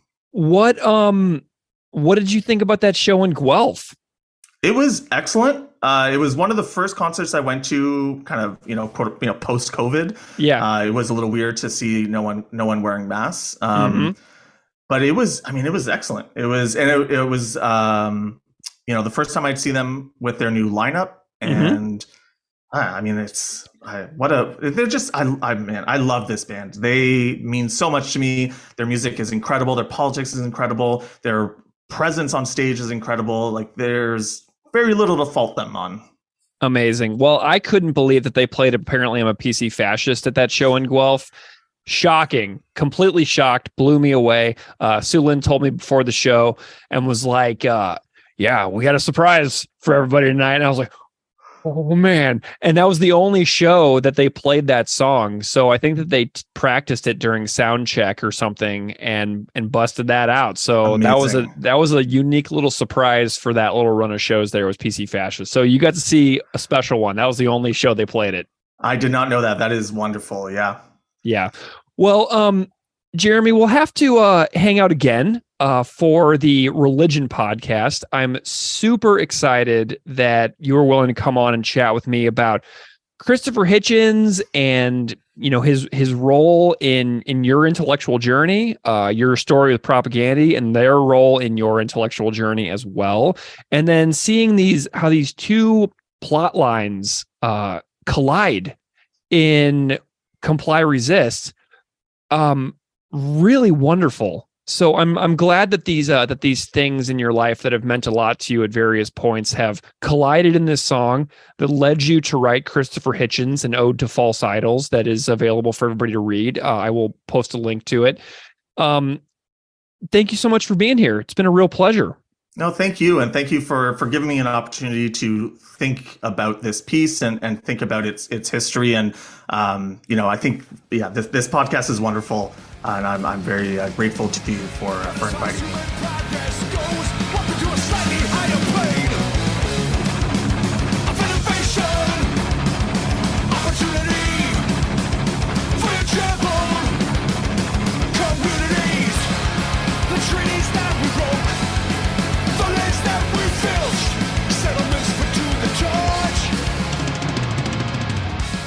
the children we abused, all for your own good of cause. All right. Thank you so much to Aukai Ligairi, Dr. Anthony Siracusa, and Dr. Jeremy Cohen for all of their wonderful contributions to this episode, both musically and conversationally. And just one more reminder that Aukai Ligairi's conversation on episode 92 recently was a Comply Resist standalone part 1, and that conversation is absolutely wonderful. So if you are looking for more conversations about Comply Resist, go find that one. So Steve, let's talk about some of this music in this tune. What do you think?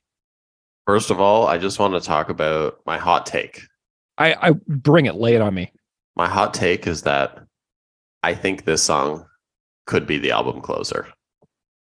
Ooh. Okay, talk about some sequencing here. Like, what are you envisioning?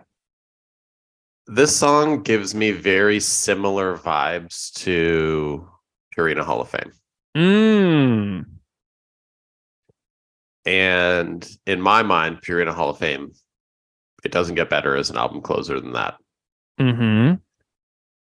Because this song gives me similar vibes when you listen to it, like the verses are they're very similar in how they're very like forward driving, and how like the intro of this song happens. I just feel like this would be an absolute killer album closer. That being said, they're giving it to us as track 2.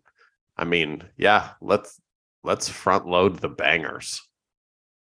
Yeah, I mean, this is a really special tune. As far as I can tell, the band plays this song at every show for, the last 5 or 6 years.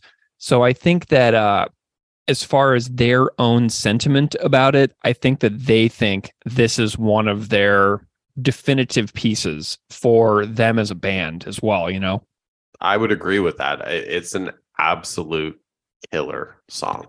Yeah. So I got a little bit of logistics here. This song is 3 minutes and 22 seconds in length. The music ends at about 3 minutes and 17 seconds, and then it rings out. And then we've got a really interesting and unique beginning to this song. And I really want to hear your thoughts on this because for the first 27 seconds, it's just Chris, right? The drums come in a little bit at 27 seconds with the lyric, I'll paraphrase. And then I see like a sort of a transition here with, where it says the silly talk of resurgence, the lyric, as it begins to feel more like a full band effort there with like Jord coming in with a more of a beat, right, to back up Chris with under that silly talk of resurgence. And the first portion of the song ends at 121, just before Chris sings this boundless epoch lyric that is not backed up by any instruments, just Chris as a standalone vocal. And the first minute and 20 almost kind of reminds me that it could fit on a record like alongside a tune like Cut Into the Earth, where the time signatures are wild, the music is very clean and clear. There's not a lot of aggression behind it. And, I think I said that like on Cut Into the Earth that I could see these guys playing this style of stuff more as full standalone pieces in their later years. If they're ever like, we're 75, we want to cut out the speed. I could see them doing this kind of stuff if they were playing music, 20 years from now, is like these elaborate, slowed down, very experimental, longer pieces. So this first minute and 20 of Comply Resist is really super unique for this band. And I'm just wondering if you can help me break down this first minute and 20 or so. So the part that's just Chris at the beginning, it's like you said, very unique, but it's got such an element of like importance and grandeur. Like, that like when he intros the song like that, that it's going to get real. It's just setting up the story for everything that comes after it. And it's such a great way to set up the context of the rest of the song. Then when George's drums come in at 27, his drums sound unbelievable on this song. Mm-hmm. Like, they sound huge. Yeah.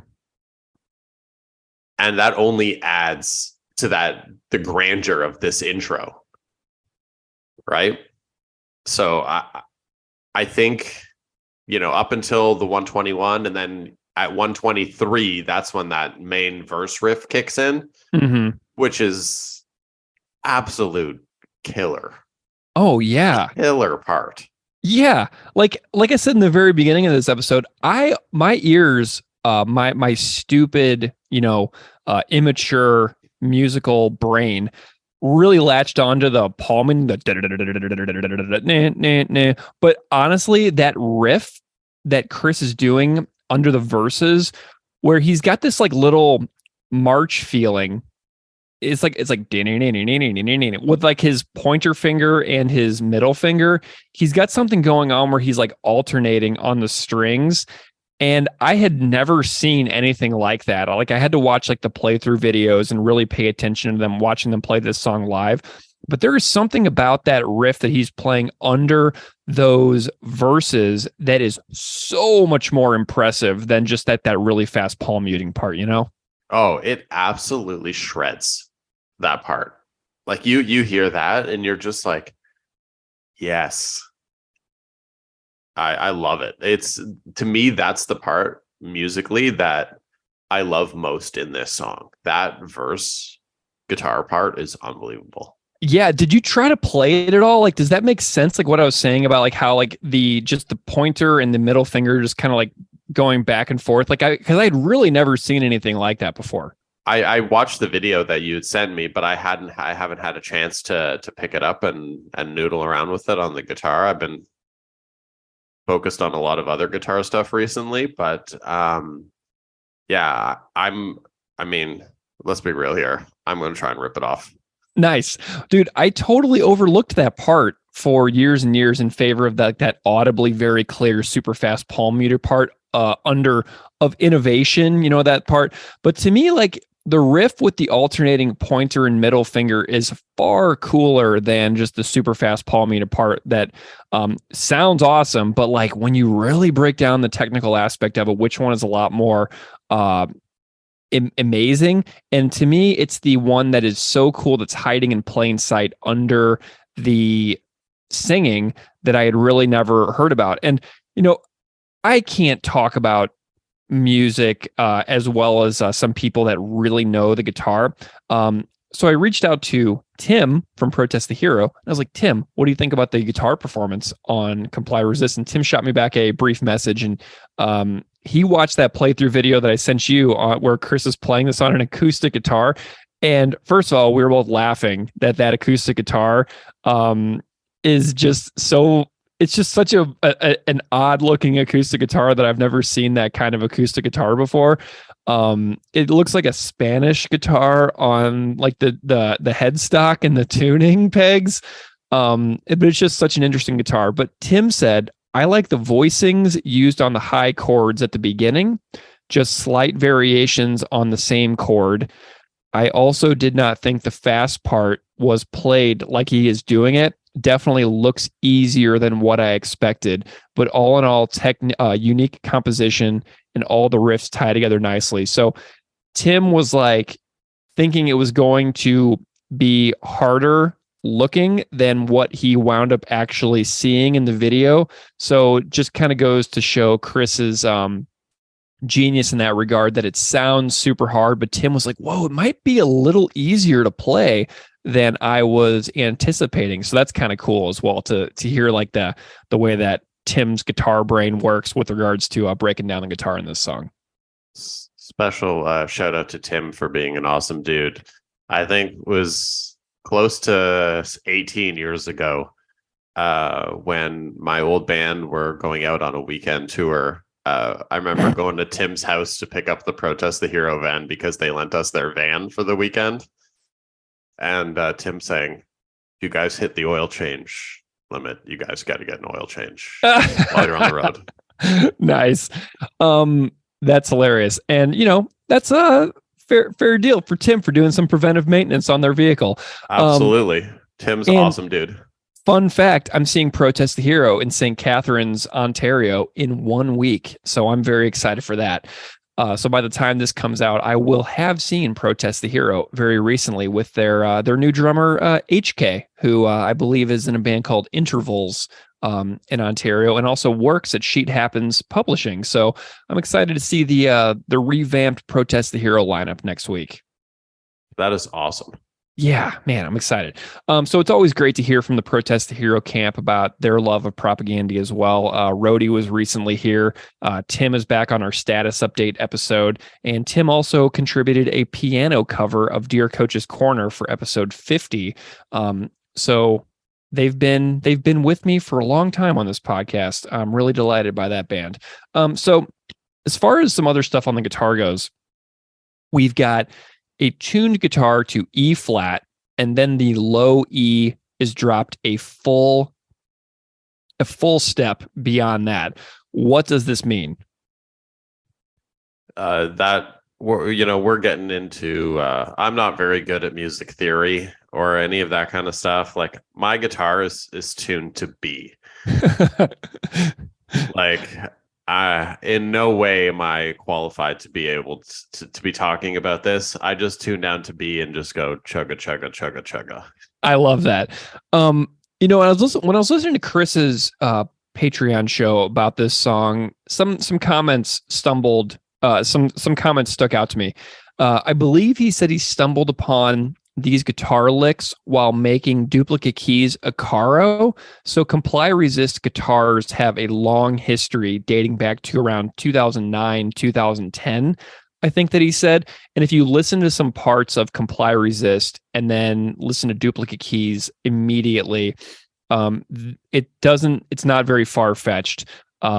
Where Chris comes up with a dun dun dun dun dun dun dun. So there's some parts that connect with from duplicate keys over to Comply Resist a little bit. So that was kind of cool. Chris also says that he plays all of the guitars in the studio and that this song is only him on guitar. There's no Suitland on this song. There's no Beeve on this song. And speaking of Beeve, when Chris sent Beeve the demo of this song during the songwriting process, Beeve had no comments or suggestions for how to improve this song. He said this one was perfect as is. So Beeve affirmed Chris's that Chris had totally nailed it on this one. And let's see. So Chris discusses the tunings, and the chorus guitars are really cool. The way they play against each other. So there's parts where there's like a rhythm guitar going bam, bam, bam, these like big open strums while the chorus singing is happening. So sometimes like Chris is doing one thing and Sulin is doing another, and then they kind of flip-flop some points throughout the song. So a very keen ear will notice that there are a lot of variations going on throughout this tune on guitar. So it's pretty cool. I love a good dueling guitar callback and then switch parts. It's very much like an old Iron Maiden tactic. And I think more bands should do stuff like that because it's really cool when they do it. Yeah. Todd's got some cool stuff too on this one. He's doing like during the verses guitar part where it's going like Todd's going completely nuts on this one as well. And then he's got an awesome little fill that he does under the lyric "Make a Difference." So if anybody's looking for to hone in on Todd, he's got a nice little flare that he throws in under the lyric "Make a Difference" in this tune. So go and find that particular little Todd bass run as well, because those kinds of little Todd fills are all over this record, and that's a really good one on this tune. In my opinion, I think this is one of Todd's best songs. Awesome. Like, Todd is ripping on this one. Yeah. I mean, what else? Tell me. Oh, it just, like we talked about. I mean, obviously this is far later in their catalog than the first ones we talked about, but like the bass is so much more prominent on this record, and I feel like you can hear it a lot better. And just hearing Todd's runs and his lines in this song, they just really add to the urgency and the pace of the song. Mm-hmm. Yeah, I agree. Well, and just to remind folks out there, if you want to hear about the recording process of Victory Lap, you can find our Negretto episode where I interviewed JP Peters, who engineered Failed States and Victory Lap, about what it's like to be in the studio with later era Propagandhi. Not like 90s Propagandhi or whatever, but like 2010 and beyond Propagandhi. So JP's storytelling about the recording of this record is awesome on that Negretto episode. So I just want to remind people that is a really great conversation way back in the catalog that speaks to what Steve's talking about here.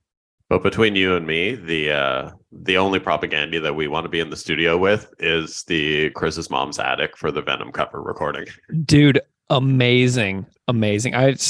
Seriously, I love our Venom episode so much. When I was listening back to that before we put it out, I was like, this is complete craziness. And it's just so in the spirit of the chaos and the messiness that is Venom, that I felt like we actually tonally captured what was going on for that episode. So I love that one. It's a fun one for me. It was absolutely a riot to do.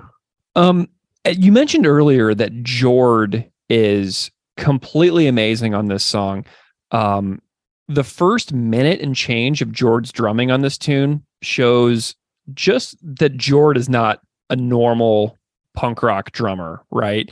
Shows tremendous versatility, and Jord's got a lot of stuff on this one that I like. And obviously this is such a powerful performance. And I thought back about when I interviewed Jord a while back for the Fucking Rich, Fuck the Poor episode that I did with him. And I was asking him about like, what are some of your hardest tunes? And he said that Comply Resist is one of the hardest songs that they play live for him. And that whenever it comes up on the set list, he kind of has to like take a massive deep breath and like steel himself for what is about to happen. And then when I saw them in Winnipeg for their first 3 shows back after the pandemic break, they closed with Comply Resist on night 3, and Jord was on the microphone at Park Theater in Winnipeg kind of complaining. He's like, no, there's no more songs. And Chris is like, yep, we got one more. And Jord was back there going like, oh God. So I could actually tell that Jord was kind of exasperated that after 3 shows in a row, after not playing shows for like over 2 years, that they chose to close with this song on the end of night 3. And obviously he crushed it and it was all good, but this song for Jord is a really special one. I love his snare emphasis on Chris's syllables of paradise, where he's like, ba, ba, ba, Eden. I love his cymbal hits under innovation and opportunity, because it just shows when Jord emphasizes the vocals with the way that he plays his drums. To me, it just shows Chris and Jord's 35-year friendship. You know what I mean? It just shows their lifetime of playing music together. The way that Jord complements Chris's singing so much on this particular song is it's just like, you got to be, I feel like you almost have to be friends and partners for a long time to nail the way that the drums speak to the singing on a song like this. The drums and the vocals have such a complementary relationship that each one of them helps accentuate the other. It's really well done. Yeah, when they're in the writing space, I just pictured Jord being like, "Hey, Jord, that was a pretty good one there," and Jord's like, "Yeah, that was a good one. I like that too." And I almost feel like they just kind of realize when they've tapped into the other one, and it's just amazing thinking about the lifetime of friendship these two guys have and how they're really just like the heart and soul of this band, because they just have it on full display here. The way that Jord's drums speak to Chris's singing, just incredible. He's also got an amazing fill after Settlements Put to the Torch, where he does like this massive rack tom fill that just feels like it goes on forever. And it just feels like there's like 10 rack toms in a row that he's just going all the way down. And I'm just like, oh my God, Jord, I love you so much, man. This is great. That fill sounds huge. It's great. It's a perfect fill for that spot. And thinking back on the interview I did with Anthony Siracusa, everybody heard Anthony's cover that he did it was just instrumental, but he pointed out an interesting approach that Jord takes on the kick pedal. Is it's not like what a lot of like 90s Fat Records bands do, where there's like a lot of rebound on the kick and they're going boop bop boop bop boop bop boop bop. It's not that. It's more of a, once again, doing a less active kick pedal on this song in the fast parts. And it's so cool because it's more of a single kick instead of a rebounded kick approach that a lot of like 90s style bands do. And it kind of reminds me of like what thrash bands do. Like, when there's like a thrash band, they kind of just do like a single kick pedal and then they accentuate it with like a bunch of really fast, like double kick fills. Jord does that on the song where he's just got like this single kick going on the really fast parts. He doesn't do the no effects or the no use for name style. It's just more of a single approach. So it's almost like a less is more, but very inspired by thrash bands. It's that you keep it less active so that when you do activate it, it becomes special. Dude, it's really interesting to think about how much I loved the really fast kick pedal. Like everybody can think about like Operation Phoenix by Good Riddance or Making Friends by No Use for Name. There's a very accentuated kick pedal where you can hear every single kick beat. They're way up high in the mix and they're really prominent. And it sounds super cool, but this is just something that's really controlled and restrained. And like you said, when you do bring out the fills, it just accentuates it more because the beat serves the song the way that Jord does it with the single kick.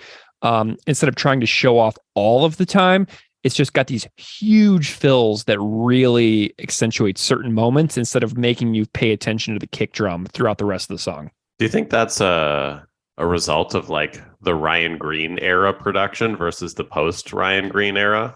Absolutely. And Ryan Green was like, it's a very prominent sound with that kick pedal. And I was really glad that Anthony pointed out that the way that Jord handles the kick drum on this song is not like those songs that I was just talking about. So I just love that the way that Jord is very inspired almost by thrash and by doing less on the kick drum. When you bring out the big guns on those other fills, it really stands out. The moral of the story here is everything would be better if it were just inspired by thrash. Amazing. I love it. And then, so then we have this last part of the song for Jord. Everything from Don't Comply at 2 minutes and 9 seconds to You Die at 2:39 is some of the finest Jord playing on any record in Propagandhi's entire catalog.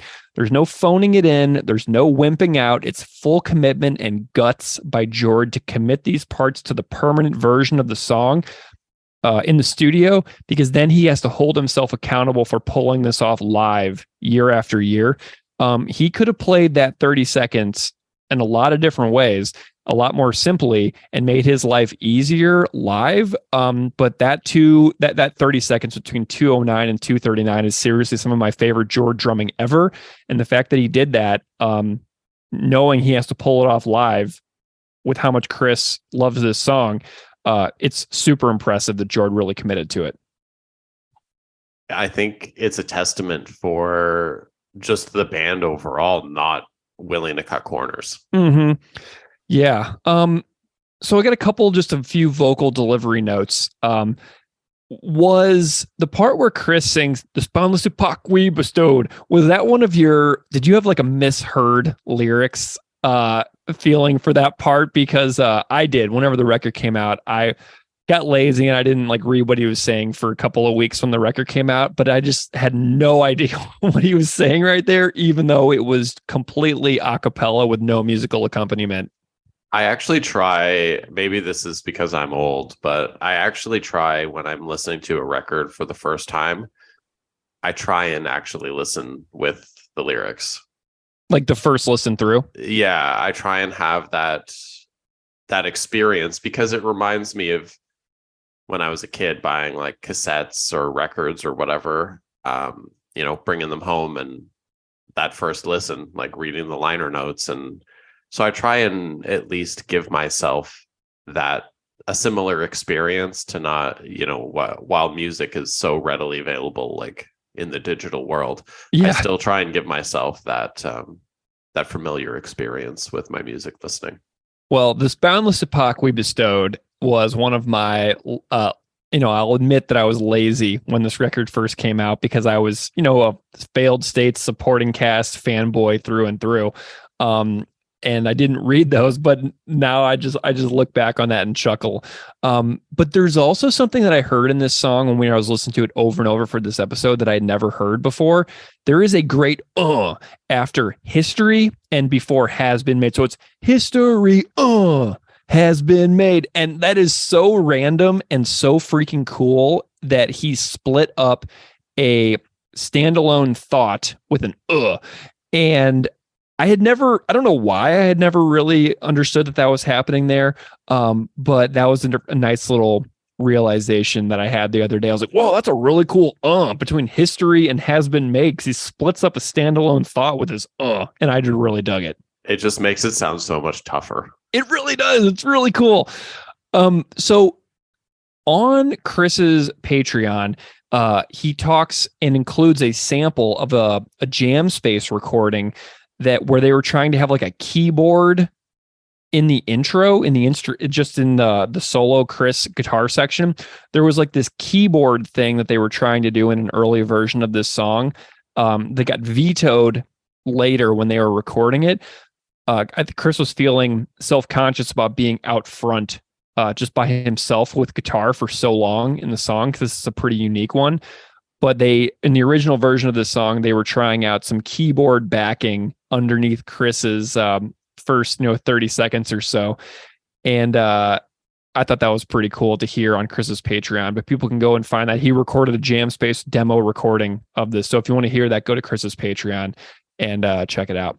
I would love to hear this re-recorded with the keyboards from 1984.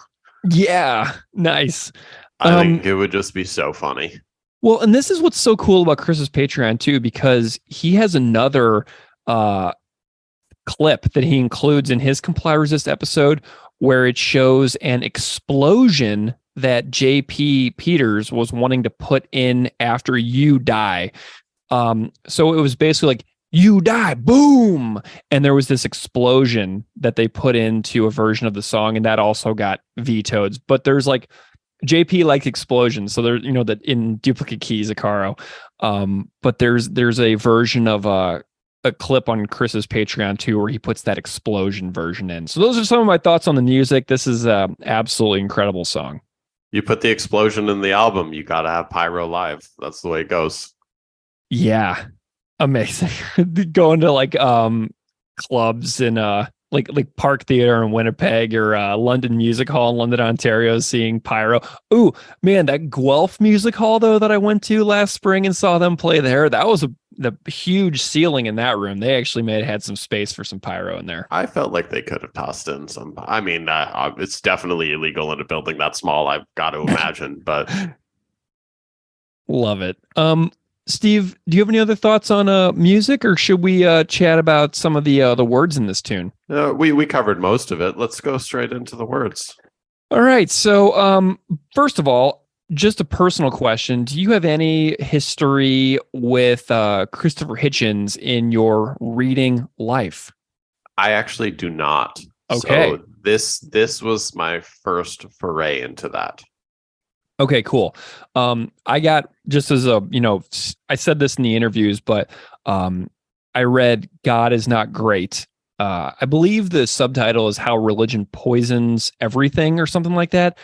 I read that several times when I was an undergrad trying to make sense of, my own lack of religious and conviction and spirituality. And it just is a book that spoke to me at a particular time and place in my life.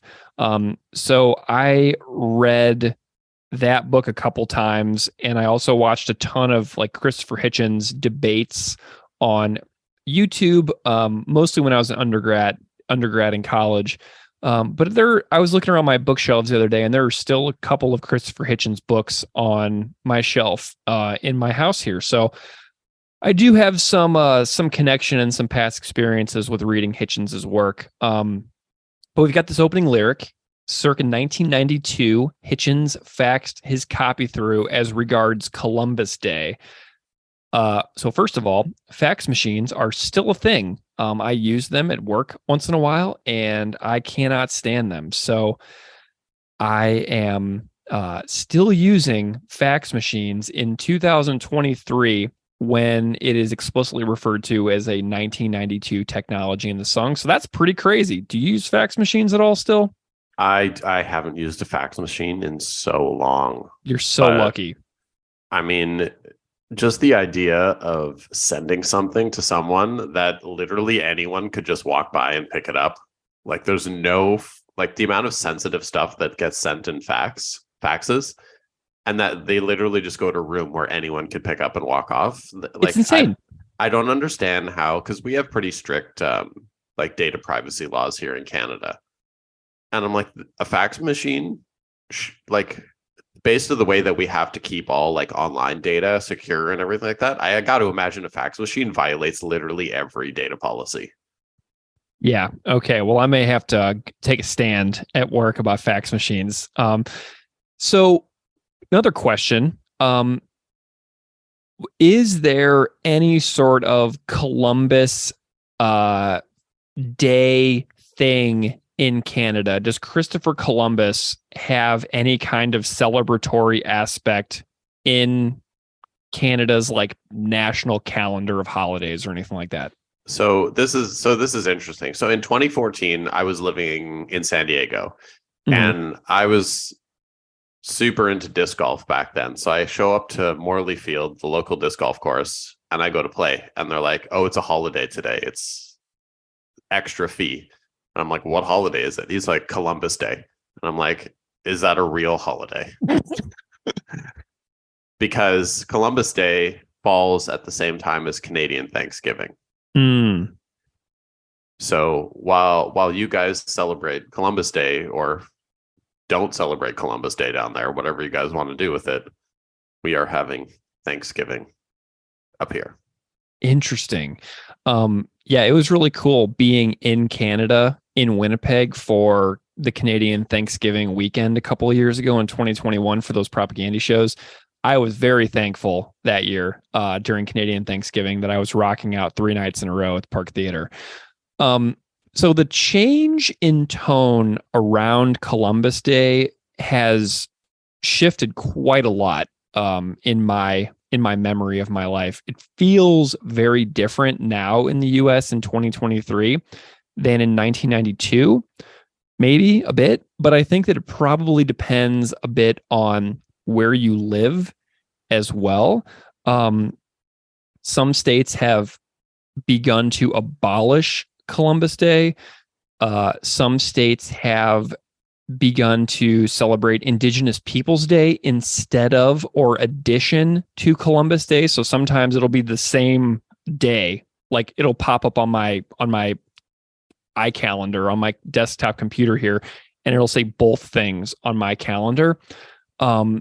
But in 1988, Hawaii adopted Indigenous Peoples Day. In 1989, South Dakota did. In 2015, Alaska did. And then in 2016, Minnesota and Vermont did. And Vermont stopped celebrating Columbus Day entirely in 2019 in favor of only Indigenous Peoples Day. In 2018, Iowa and North Carolina implemented it. In 2019, California, DC, Louisiana, Maine, Michigan, New Mexico, Oklahoma, and Wisconsin added Indigenous Peoples Day. And New Mexico, Maine, and DC celebrate Indigenous Peoples Day instead of Columbus Day now. So those are places that abolished Columbus Day celebrations entirely. In 2020, Nebraska and Virginia added Indigenous Peoples Day. And in 2021, Oregon and Texas did. Notably, missing on that list is New York. I was wondering when you were going to say New York, and it just never happened. Dude, I am fairly baffled, to be perfectly honest with you. But it also kind of makes sense, I suppose, because one of the one of the largest Columbus Day celebrations in the country is in New York City. There is a Columbus Day parade in New York City every year that draws about 1 million people to the parade. So it's huge. And, I don't know if you ever watched The Sopranos. Did you ever watch that? I've not watched it, but I've been trying to convince Zoe that we should watch it. When you do, there is a Columbus Day protest scene in The Sopranos where Paulie and Silvio, characters on The Sopranos, are upset about what they see as people attacking their Italian hero, Christopher Columbus. So there is a Columbus hanging in effigy in a Sopranos episode and about to be burned, and then a scuffle breaks out. And so, that sentiment isn't really all that rare, since apparently New York City has that massive Columbus Day celebration. But is Paulie or Silvio, is one of those guys Steve Van Zandt? Yeah, Silvio is Steven Van Zandt from the Bruce Springsteen E Street Band. And honestly, that's probably why I want to watch The Sopranos most, just to have more Steve Van Zandt time. But you should. Yeah. In terms of New York still celebrating Columbus Day, mm-hmm. Do you think it's a situation where, like, obviously it's come up do you think it's a situation where one guy was like, "Oh, I thought you canceled it," and the other guy's like, "No, I thought you canceled it," and then everyone just thought it was canceled, but it's still happening because they thought someone else did it?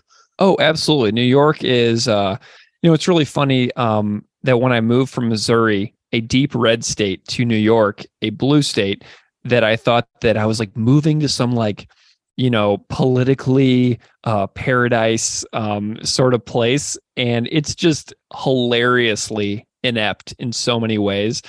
So yeah, I would not even doubt it whatsoever if that was actually the case entirely. I mean, I don't know. I mean, I would much rather celebrate Indigenous Peoples Day than Columbus Day. Yeah, I do too. So New York, get with the program. Maybe I'll have to write some letters and, ignite my civic activism here. So I found there's so many good articles about Indigenous Peoples Day and Columbus Day online. Reuters does really good coverage of it. And in a 2018 article, I found about Los Angeles, how Los Angeles, the city, has entirely replaced Columbus Day. I found a quote that I really liked.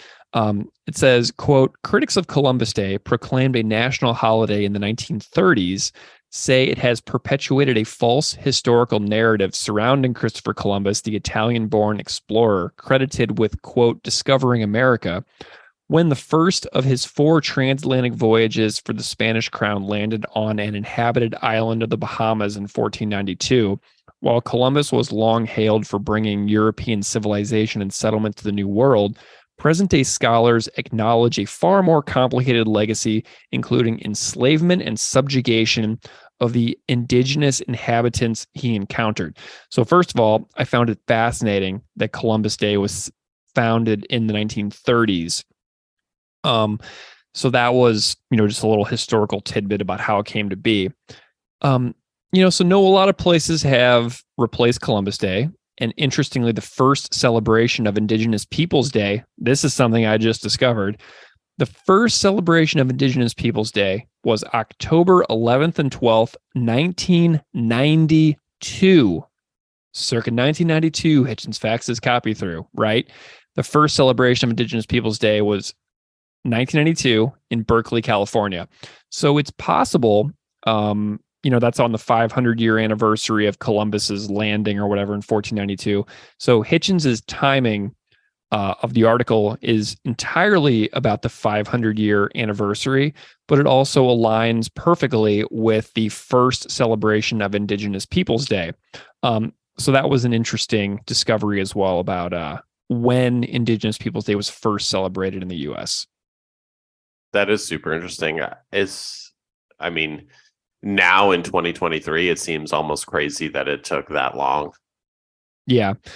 But we're still sitting here in 2023 where there's still places that do not celebrate that, which is even crazier. I know. Well, and earlier I know I said that Hawaii adopted it in 1988, and then I just totally contradicted that by saying that the first celebration was in 92. But Hawaii celebrated it as something called Discoverers Day in 1988, and South Dakota, which celebrated in 1989, celebrated it as Native American Day instead of Columbus Day. So there are instances of it being earlier than 92, but as far as Indigenous Peoples Day, as we now know it, it seems that 1992 is the crucial date and that the first real celebration of it was in Berkeley, California in 92. Maybe you can just help educate me on this here. But so South Dakota was one of the first ones you said, right? Mm-hmm, Is that predominantly a red state or a blue state?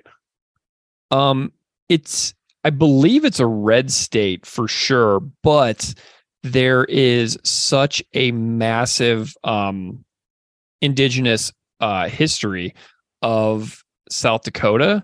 It's such an important state in the history of the United States. So I mean, the tribes of South Dakota are the Cheyenne, the Crow. There's a bunch, and so there are 9 tribes essentially, I think, that are recognized by the state of South Dakota. But everybody's heard about Standing Rock recently with a lot of protests. So I'm fairly certain that Standing Rock is South Dakota as well. So there's just such a massive history of indigenous peoples in South Dakota that I think that's kind of like where it comes from. But politically, I believe it's still red. Yeah, no doubt. I just assumed that politically it would be stomped out like most other things are by red states. Yeah, I mean, so we'll see. History is still ongoing, and we never know where it will go next. Unfortunately, not always towards good things. As we all know. But we've got this next lyric, and so now that we got Chris talking, and if you'll permit me the conceit of a posthumous critique. So Christopher Hitchens dies. So this is after the death of Christopher Hitchens.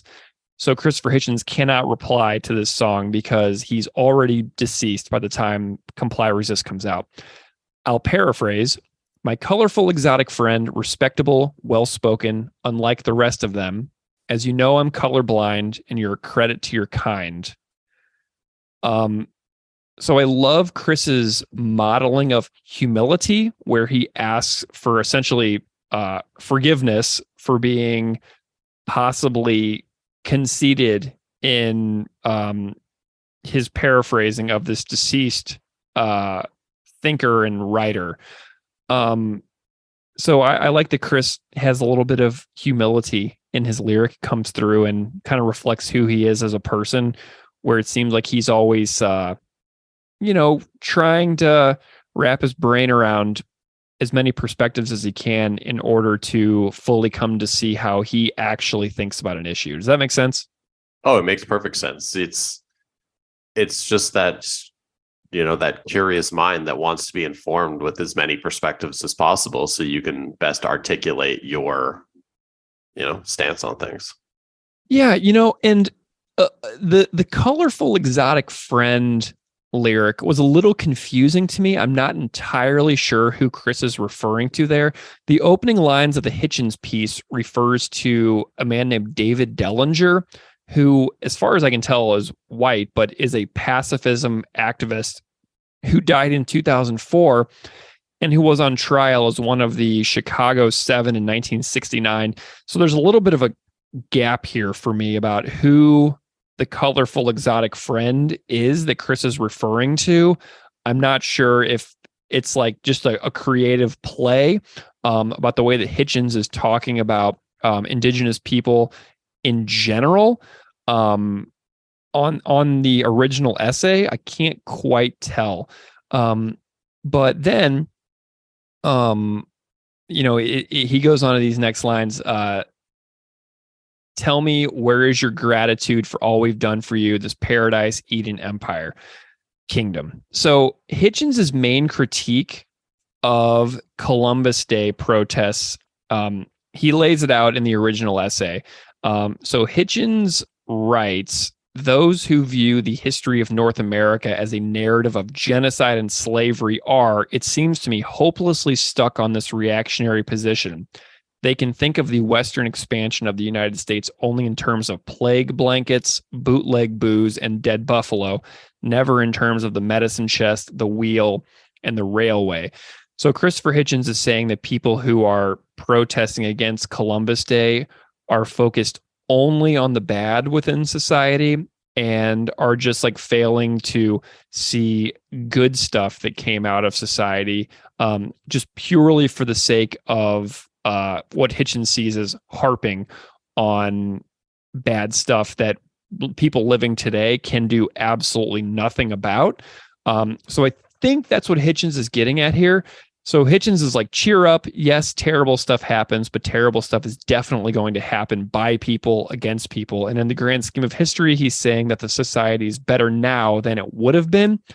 But how in the world can he know that? Do you know what I'm saying? Imagine mass migration to North America never happened, right? Imagine that the people, Steve, who kind of look like me, never arrived in North America and instead just remained on the European continent. So it's completely ridiculous and impossible to suggest we can know what societies would or would not have become had colonial mass migration movements to North America not occurred. So Hitchens is being like, look at all the good. And he's saying that this society was backwards and hopeless, and look at what we've made it. But we have no way of knowing what it would have become had we never arrived. You know what I mean? I mean, I think when he wrote this, I think absolutely. I think now we probably have enough data and information to put together of what type of simulation it would have looked like. But his blanket statement here, absolutely no. I'm calling that out. Yeah. Do you have any thoughts on these on this particular lyric and you'll permit me the conceit through the Eden Empire and Kingdom section? No, we can move on to the next one. We spent enough time on that one. Sounds good. Well then, so that takes us through Chris's opening section of the song, where it's the quieter section of the song, the first minute 20. That's everything that we have up to there for singing, right? And then he dives into this boundless epoch we've bestowed upon your savage, empty lands. Well, of course, mistakes were made, but as far as human progress goes, welcome to a slightly higher plane of innovation and opportunity for your trampled communities. So I found the passage from the Hitchens piece that I think this is based on. So Hitchens writes, as Marx wrote about India, the impact of a more developed society upon a culture or a series of warring cultures, since there was no such nation as India before the British Empire, can spread aspects of modernity and enlightenment that outlive and transcend the conqueror. This isn't always true. The British probably left Africa worse off than they found it, and they certainly retarded the whole life of Ireland. But it is sometimes unambiguously the case that a certain coincidence of ideas, technologies, population movements, and politico-military victories leaves humanity on a slightly higher plane than it knew before. The transformation of the part of the northern part of the continent into America inaugurated a nearly boundless epoch of innovation and opportunity, and thus deserves to be celebrated with great vim and gusto, with or without the participation of those who wish they had never been born. I find it really fascinating that he says that anybody who would dare critique history or the ways that we venerate people in the past who did atrocities, he's like, if you critique these people who were alive long ago that did these terrible things, you clearly wish you had never been born, since your entire purpose of life is just to talk shit all the time. So I found that to be a very, unfortunate line. Like, I have plenty of, great friends and me who we have deep, serious, meaningful critiques about the way society is, but it doesn't mean I wish I wasn't here, you know?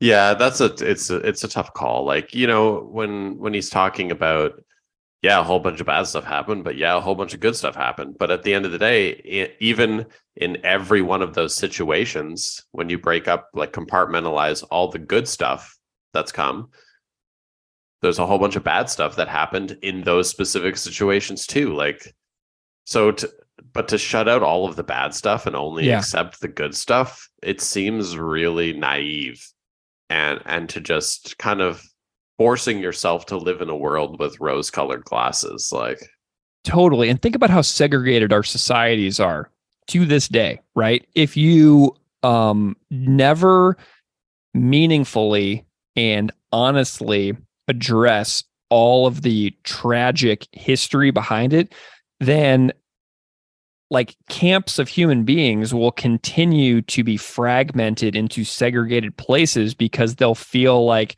there's no way they can reconcile.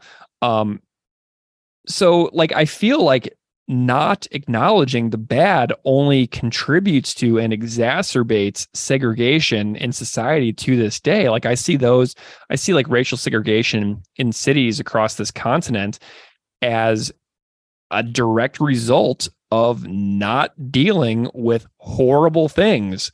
That's kind of the way that I see it. I'm just like, why are people so segregated? And to me, the answer is history and unaccounted for atrocity. That's kind of how I see it. It's interesting because I guess from my slightly different perspective here, but like traveling in the US, I'd never really experienced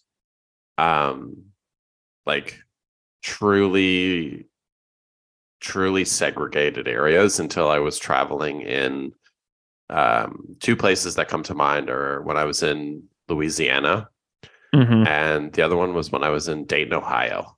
And both they're completely different, but so similar in so many ways, and how the areas are just so segregated. It's awful. Oh yeah, like a mile and a half from my house here in Buffalo is like it's like apartheid, right?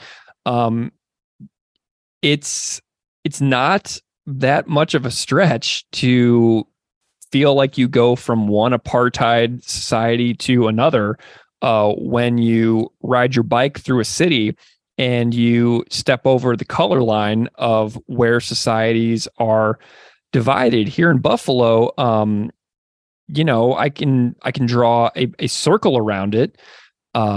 It's to the east of Main Street in Buffalo, and it's to like the south of Kensington Avenue in Buffalo. And on the far east side of it, it would probably be like Harlem Road. So I can visualize exactly where the apartheid system is in place here in Buffalo, where I live. And in St. Louis, I can picture it as well, where I grew up, because there's a street in St. Louis called Delmar. There's a really famous concert hall in St. Louis called the Pageant. And you go south of Delmar and it's Washington University, and it's, turn of the century World's Fair mansions. And then you go north of Delmar, like behind the Pageant, and you step into a totally segregated apartheid system. Quick question about that. Does I'm not familiar with obviously the street names in both of the, like I should be more familiar with Buffalo, but I'm not. But does Martin Luther King Boulevard run through both those areas? Because from my experience, that's usually where it runs. Yeah, I would have to look at exactly where on a map. But St. Louis definitely has Martin Luther King Boulevard for sure. But I can't picture it. I haven't lived in St. Louis in about 20 years, so can't quite picture it off the top of my head. But it definitely exists. But yeah, I mean, the way that Hitchens writes about this stuff is it's just apologism, justification through and through. Very disappointing. It minimizes the extreme amount of suffering that has taken place throughout history. Of which there are countless consequences running through society to this day. It's another thing where I'm sorry to keep going on this, but it's like if we take out all the bad and only accept the good, we're absolutely going to repeat the bad. Mm-hmm. Yeah. And like, let's be real. Like, you look at Florida right now. Oh man, I know. We don't even need to talk about it. Just say Florida. Florida. Just look at me through the camera here, and we're just like Florida, and everybody can, think about it themselves. And what makes me so sad about the ways that political systems and trends in politics develop in states is that there are absolutely amazing people in Florida. Like when I was in Pensacola last summer, I went to this there's like this really super famous punk house and amazing vegan restaurant like right around the corner from it in Pensacola. And I'm just like, wow, this is just the coolest place ever. And I was meeting cool people, and I'm just thinking about like the ways that their political trends develop. And you don't get to like, you people can leave and can move, but moving is so expensive and challenging and time consuming that a lot of people don't have the means or the ability to relocate from certain places that are going in directions that they don't like. A lot of people are completely stuck in Florida who are absolutely incredible and amazing people. But we've got this next one. We've got the treaties that we broke, the lands that we filched, the settlements put to the torch, the children we abused, all for your own good, of course.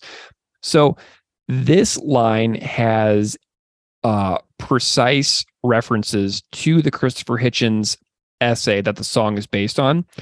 So the full passage from that Hitchens piece that inspired this line reads, quote, "Not long ago, another good man, Ted Solitaroff, sent me a book he had helped edit called Black Hills, White Justice by Edward Lazarus.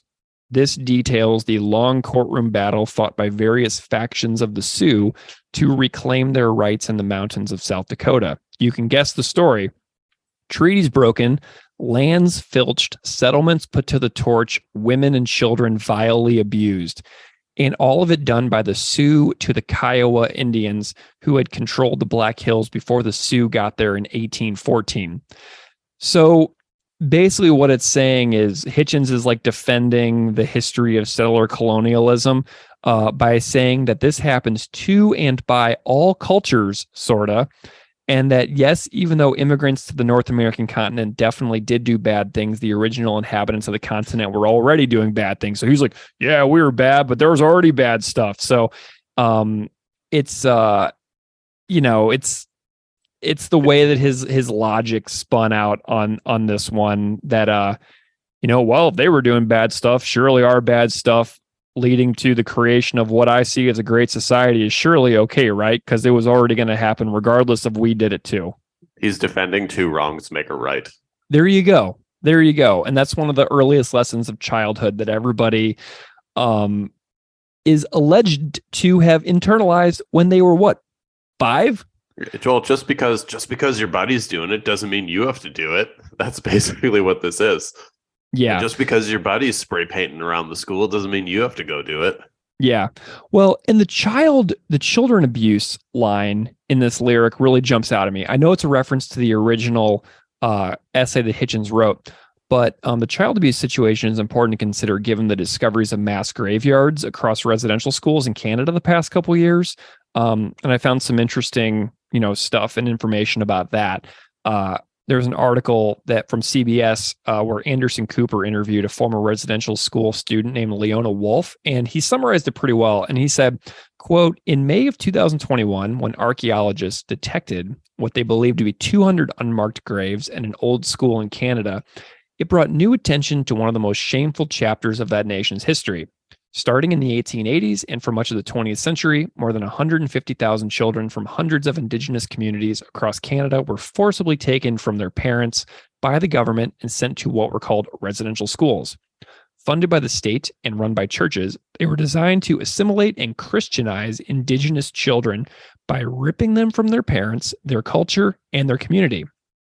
The children were often referred to as savages and forbidden from speaking their languages or practicing their traditions. As Anderson Cooper first reported last year, many were physically and sexually abused, and thousands of children never made it home. So there were 139 residential schools in Canada, and the last one only closed in 1998, which I think is important to know. This is a very important topic here in Canada that we should be talking about far more than we are. There was a period, I think it was around 2 years ago, where every week new graves were being discovered at schools, and like the tally was going up and up, and everyone was talking about it. But since then, the mainstream discussion has fallen off of this topic, and it should have never fizzled out, because it's still such an important thing that needs to be discussed.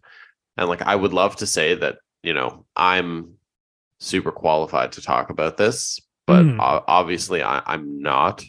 My wonderful and lovely partner, who did her thesis on intergenerational trauma with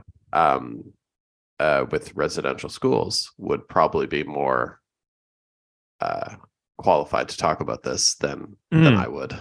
Well, if you want to do a Comply Resist Part 3 with her, where you two just have a conversation and she just tells you what she knows, maybe that could be an interesting accompaniment to this particular episode. You and her having a conversation about sharing what she knows about it. That would be pretty cool, I think.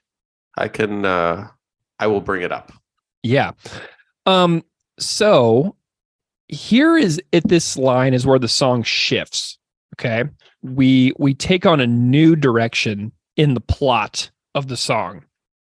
I see all these songs as like microscopic short stories. So here's the plot turn. It just happens to be the way history has been made. Just don't play with a toy gun or change lanes without signaling. So these are direct references. We jump way forward in history here. The toy gun is a reference, in my view, to Tamir Rice, and a child who was shot and killed by a 26-year-old cop who arrived on the scene in a park where Tamir Rice was playing with a plastic gun, and the cop jumped out of the car and basically began shooting within seconds. You can find video footage of it online if you want to see something awful, where a child is in a park and a 26-year-old, very young police officer jumps out of a car, sees what they think is a real gun, and just basically begins shooting. So how dare you be a child in a park with a piece of plastic, essentially, and be black in the United States? And the changing lanes without signaling, to me, is a reference to Sandra Bland, who was driving in Texas, did not use a turn signal, was arrested, and died in police custody in 2015. So to me, these are a couple of very recent specific cultural references that have been, driving a lot of conversation in the U.S. in the last 15 years or so. Man, if police killed every person that didn't use turn signals, there'd be no one left. Oh yeah, I would have been killed this morning. Yeah. I was driving on the highway this morning on my way home, and didn't use a turn signal because I had plenty of space and there was no one around. So it is literally something every person does. Yeah. Yeah. So imagine, and the body cam, or the camera footage, Sandra Bland filmed the entire encounter, and that footage did make it out. And in there, you can be like, "You're pulling me over for not signaling? Are you serious?" Like, you can just hear the disappointment and the disdain for something so banal being the cause for having her day ruined. It's insane. Yeah. So then we get into this next thing where the title of the song comes in. So don't comply, don't resist, because it don't make no difference. Comply, resist, no difference. Resist, comply, you die. Anthony Siracusa and I talked a lot about this particular thing. in our interview, Chris goes into great depth about what he sees as the meaning of the title of the song in his Patreon. And I'm sure that anybody out there can find numerous examples of this type of conundrum where you resist and you get killed, or you don't resist and then something happens and then you die anyway. The no example speaks more highly to me of that conundrum than the story of a man named Kenneth Chamberlain, which is a story that has stuck with me for many years now. And just to kind of tell you a little bit about Kenneth Chamberlain, have you ever heard this story before? I have not. So in November of 2011, at 5 a.m, a man named Kenneth Chamberlain was at home at a public housing building in New York City. He had a medical alert necklace that he was sleeping. He rolled over, activated his medical necklace, right? It sent an alert to the customer service people at his medical pendant company, who called an ambulance and the police to do a wellness check at his apartment. Okay. So this is an old man, also a former Marine, former U.S. Marine, Kenneth Chamberlain. So firefighters, cops, and ambulance crews show up. The cops knock on the door. Chamberlain did not open the door. He told them through the door that he rolled over on the pendant in his sleep. He was not having an emergency. He did not require assistance, and he asked them to leave so he'd go back to sleep. The police do not leave. They insist that he opens the door, and the pendant was recording this entire conversation, right? That there's an audio recording of this. The police become belligerent. They bang on the door. Chamberlain was calling the operator from his medical pendant company to call for help, that he was like going to be attacked in his home and killed by the police for rolling over on his pendant in his sleep and not opening the door, because he knew that the cops were going to do something horrible to him if he opened the door. So they broke open the door. An hour later, they banged on the door for an hour. So we're talking about 5 to 6 o'clock in the morning. They went in the apartment, and the cops say he came at them with a butcher knife. But the family totally, discards that thing. The police tased him. They shot him with a beanbag round fired from a shotgun. And they then shot him twice in the chest with live ammunition.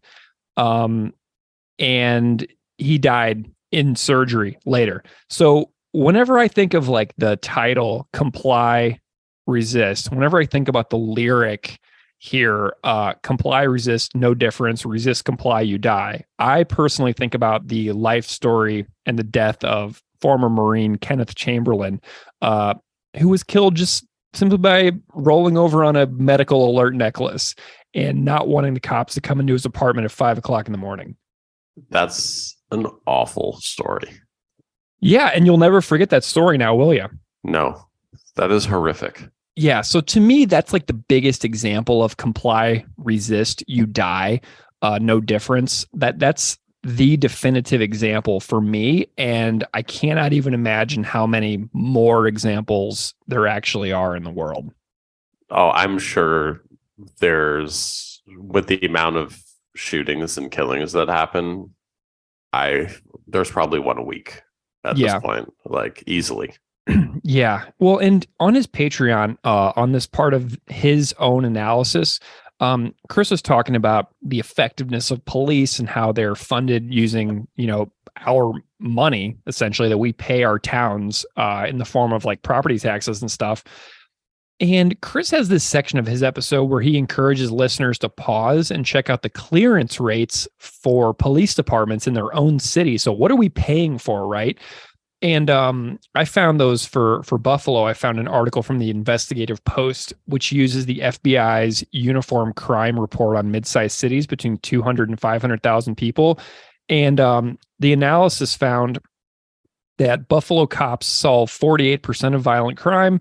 The clearance rate, that is cases resulting in an arrest among the 79 peer cities, is 49%. So Buffalo is about average for their clearance rate for cities of comparable size. Buffalo's clearance rate for murders in mid-sized cities is 26%, which is the fourth worst clearance rate for mid-sized cities in the U.S. The property crime in Buffalo, which is burglary, larceny, and auto theft, declined 46% from 2006 to 2019. But the city's property crime rate was the 36th worst. And with the massive surge in car thefts lately with regards to a problem with Kia and Hyundai cars, the car theft problem in Buffalo is currently skyrocketing. And if you go on Buffalo Reddit, you can read people who are posting comments like every single day, like, hey, my car got stolen. I got this Kia or I got this Hyundai, and they're getting stolen left and right. And people are posting pictures of their cars on Buffalo Reddit saying, hey, if anybody sees my car, it got stolen. So there's a massive problem with that. But those are some of the clearance rates for Buffalo right now. You're making me terrified to drive my Kia to Buffalo. Oh, you have a Kia? I do. Ooh. What does your partner drive? We have one Kia. Just the one car. I'm going to have to invest in the club. No one steal anything with a club on the wheel, right? It's barely a deterrent. So here's what we may have to do. When you come to Buffalo, when you're doing anything with me, we will park your car in my garage and we will take my car. So if we're like going to shows and stuff in Buffalo, we can just figure it out to where we park your car in my house and we'll drive to the show in my car. There's it kind of reminds me of a situation where it's a Seinfeld episode, but it happened to me in real life. Years ago when I went to see Springsteen on Broadway in New York, I had parked my car at like a parking garage, but I didn't realize that I'd visited my buddy in Connecticut a few days before, and I'd grabbed some like shells and stuff from like the beach, and I had them in the car. And after the car sitting for 2 days at the parking garage, I got it back. The car smelled so bad. It smelled like there was rotting fish all in the car. I could not figure out why. And I'm like, I could just leave this car unlocked. No one is taking this. No one is getting in this car. But it was because like the shells they weren't cleaned or whatever, and they were baking in the back of the car in the parking garage. I'm like, if my car just smells terrible, no one is ever going to take it. Yeah. Well, you can funkify your own car and see if that's a deterrent here in Buffalo. So yeah, this is a really powerful lyric whenever you think about an example that any listeners out there have heard of: comply, die, resist, die. And how it doesn't really matter what you do when there is a massive system. We did an episode a ways back about pigs will pay. And I think that I did a big breakdown about the concept of something called killology, which is a training that police officers in the U.S. have gone through for many years, about like when you should be willing to discharge your firearm in a lethal manner. So it's just the way that a lot of the trainings have gone for a long time now. Hilarious. I thought it was a video game when you said killology. I was like, that's got to be a video game. Yeah, there's a great podcast called Behind the Bastards, and they did an amazing episode about killology in that episode, and about what it is, the person who made the training, what the trainings are like, what it does to police officers' minds. So definitely go find Behind the Bastards and listen to that Killology podcast. That sounds great. I will absolutely go listen to that. Really good. So then moving on, we've got this next lyric: the funny names you give your kids, the silly ways you do your hair, the jungle music that you blare, we snicker and we sneer, for they do not revere the incessant gadgetry we incessantly deploy to incessantly extract and incessantly destroy.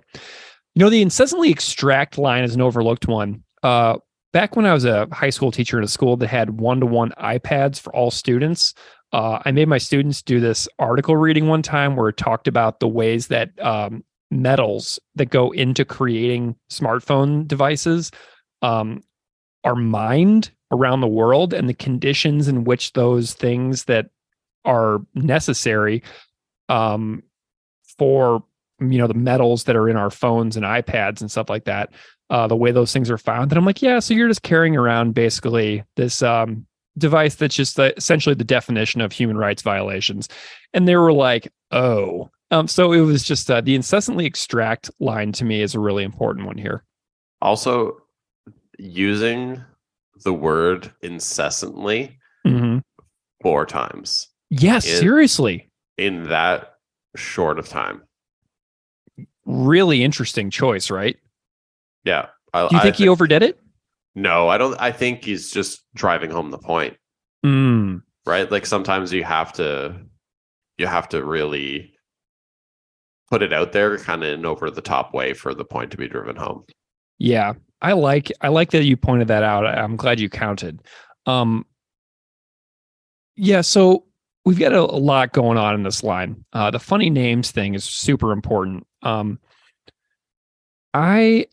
a common thing that used to happen to me as a teacher that used to drive me crazy was when in the beginning of the year, we would get all of our rosters and we'd be in meetings nonstop. And I would have vivid memories of sitting next to teachers, looking at their rosters and sighing with exasperation, like when they were trying to read names of students that they had never even met. So all this person is a name on a screen or on their roster. They haven't even met the kid yet, and they're sitting there trying to read the names out and like having like a crisis, like of like being like, I don't know how to say this name. And you can just watch them come to these like negative judgments and conclusions in real time for students that they've never even met yet, that are going to be in their classroom for a full year, and they're already coming to judge these students in a negative way before meeting them, just based on how easy or how easy their name is to say when reading it off of a screen. That happened to me like a whole bunch of times as a teacher.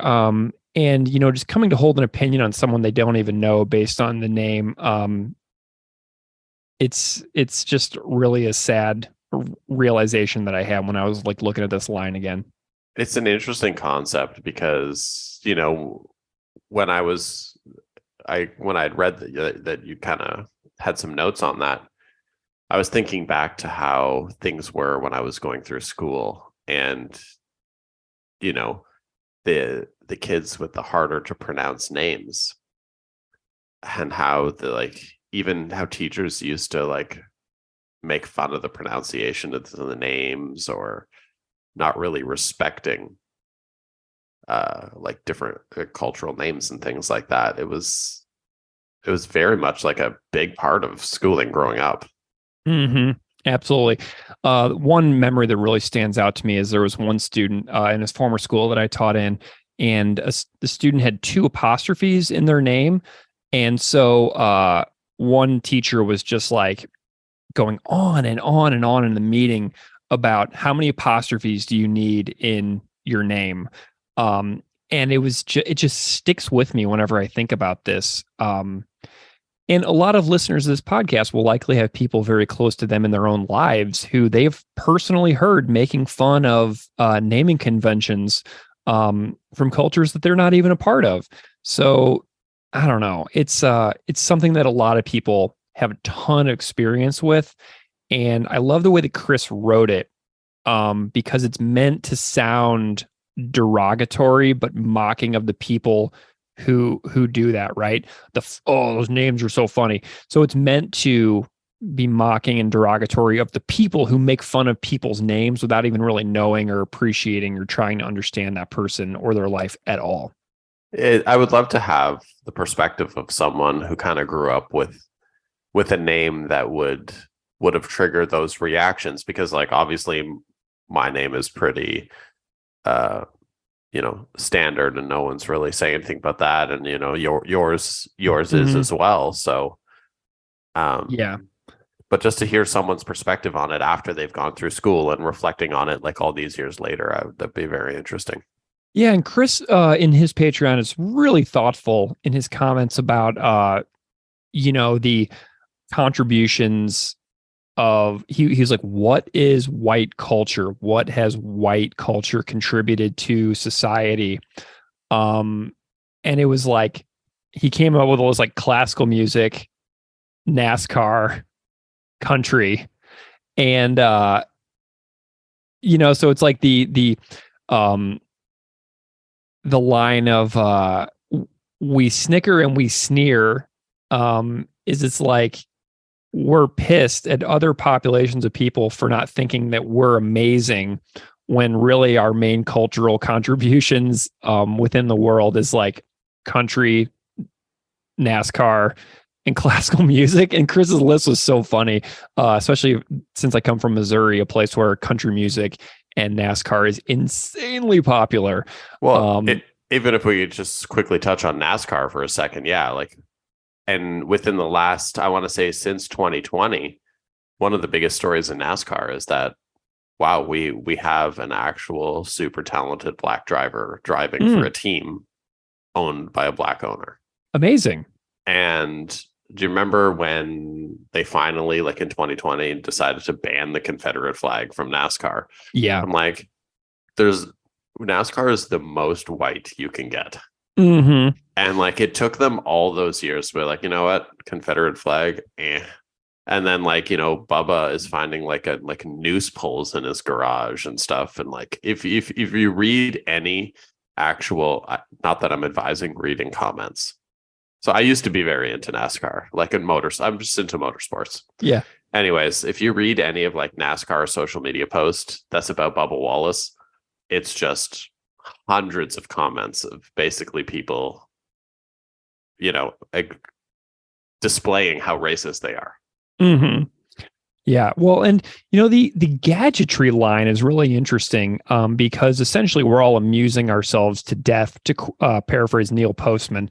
But what our society now is everybody staring at their phones, on TikTok, on Snapchat, on Instagram, on Twitter, filling up our days with an endless stream of gadgetry distraction. And I looked up the cultural demographic breakdown of Apple, because I was like, I wonder what the corporate demographics are for a place like Apple that is like creating this new society where no one is capable of doing anything but like sit on their phones all day. And Apple currently is 55% white, 62% male, and Apple's global workforce was 70% male in 2014, and now it's 62%. The racial breakdown of Apple was 55% white in 2014 and remains 55% white today. I know that Steve Jobs was half Syrian, but it feels as if the gadgetry line is about the technologies that is like a major contributor to the world by, like the white culture of North America. I'm not 100% sure here, but I really enjoyed the gadgetry line, and I enjoyed digging into some of the corporate demographics for Apple itself. Oh, when you look at just even tech companies and the demographics of most tech companies, they don't skew much more different than that. Yeah. Then the other lyric, or the other line in here, is the jungle music that you blare lyric to me. To me, that's a clear reference to Jordan Davis, the Florida 17-year-old that was killed in 2012 by a guy who was basically enraged that teenagers would listen to music he doesn't find enjoyable at loud volumes in gas station parking lots. Even the murderer's own girlfriend testified in court that he said that he hates thug music and he dislikes rap crap before getting into an argument with Jordan Davis and firing shots through the side of the car. Davis's friends then drove away from the shooting, and they found Davis like wheezing to death, and he later died of his injuries. And the guy that shot him in the parking lot basically went about his night. He was like going to his like son's wedding or something, and he winds up shooting at a teenager's car in a parking lot because they had their music loud. And he was like, turn that down. So then they turned it down, but then they turned it back up because they're teenagers, and they were just like messing with this like old square who was just like boring as hell and like yelling at them in a gas station parking lot, and they died. So the jungle music line to me is a clear reference to the shooting of Jordan Davis in 2012. Yeah, that's horrific. I mean, you got like, I understand how, it's the same thing of like when you're riding on public transit, and like maybe this is a new thing. I haven't ridden public transit in a while since I haven't been living in Toronto, but like the amount of people that listen to their phones on like full volume, like watching, like listening to music or whatever, and I'm like, it's really not hard to ignore. Mm-hmm. And like for people to take that large of a stance with regards to music, the harmless activity that someone else is committing is awful. Mm-hmm. Yeah. Well, and then we've got the "You don't worship us. Oh, why don't you worship us? Resist, comply, you die." The price for not just total adoration and fawning over us is death. And like our country music, like our NASCAR, use our naming conventions, name your kids Greg and Steve, structure your families like ours, even though I'm divorced. So now I have a broken home or whatever. Continue to rely on us for our endless humoring and pacifying through our, LED backlit doom boxes that we all carry around. Use our gadgets to amuse yourselves into complacency so you don't protest the things that you care about that are based on the history of subjugation. Sit down, shut up, stop protesting, use our gadgets, worship us, go to NASCAR, or maybe you'll die. I mean, that's so sad. Yeah. Well, this is a hard song. Like I said at the very beginning, I procrastinated the living heck out of this one because talking about it is daunting, and this is what this band does. They're just masters of getting you to rack your brain and think about it and connect it to stories in society. Every song is just a massive black hole of information. But it's important that they're doing that, because it's giving so many people, like we'll discuss on this more when we do the How to Clean anniversary episode. Mm-hmm. But it's giving so many people who may not have been exposed to these ideas an outlet to be exposed to these topics and ideas in a very, a digestible way. Mm-hmm. Yeah, I went on YouTube too, and I found some comments. So one comment I liked was, "I've listened to this album likely over 100 times, but I keep coming back to this song. Every time I come back, gives me goosebumps and brings me to literal tears, along with Lower Order. Propagandhi is the most underrated band in rock history, and every album gets better." Love that. Another is the best song I have heard in at least a decade. Another one says, "I found Propagandhi by seeing a roller coaster in the water." So that's cool. Another one said, "The riffs on this one coming from Chris's axe is harder than Creator," which I thought was really cool. And then another one said, "My favorite from the album, with wish Christopher was still alive to be able to respond to the message carried by the lyrics. It would surely make for an interesting debate. I guess we'll never know," referring to Christopher Hitchens. I mean, I love the Creator comment. Yeah. Especially because the riffs on this song are so hard. Mm-hmm. They're amazing. Do you have any, kind of takeaway concluding thoughts here for our very long conversation about Comply Resist? Like I said, I think this song is in the upper tier of Propagandhi songs. I think they would agree. And that's why I would love if this, if I'm putting together the ultimate Propagandhi album, I'm putting this towards, obviously, Fear in a Hall of Fame is the ultimate closing song, but I think this song could have closed this album for sure. Nice. Yeah, I like the clearly and sobering assessing of history and how this continent came to be inhabited by the people who inhabit it. That story matters to me. I'm glad that I've spent time in my life learning some of those stories, even though there's so much more to learn. Times change, and what we admire and revere from here on out is allowed to change, in my view. I think that we should be able to remove the adoration of people in the past who we've revealed historically and accurately to be not amazing. I think that times should be allowed to change. And so I like that this song refers to Columbus Day trends in the US. I like it that it holds a public thinker, Christopher Hitchens, accountable for something that a lot of fans of Christopher Hitchens don't even know that he wrote. And this is an absolutely wonderful song. And it's it's one of them 5 out of 5 Propagandhi tunes. Is that your official rating? I'm ranking it at 5 out of 5. I was going to rank it lower. I was going to give it a 4.75 out of 5 because I thought that the intro was a little long. And a couple times in the past, I have skipped this song to go right to Cop Just Out of Frame because I want to get to the rock.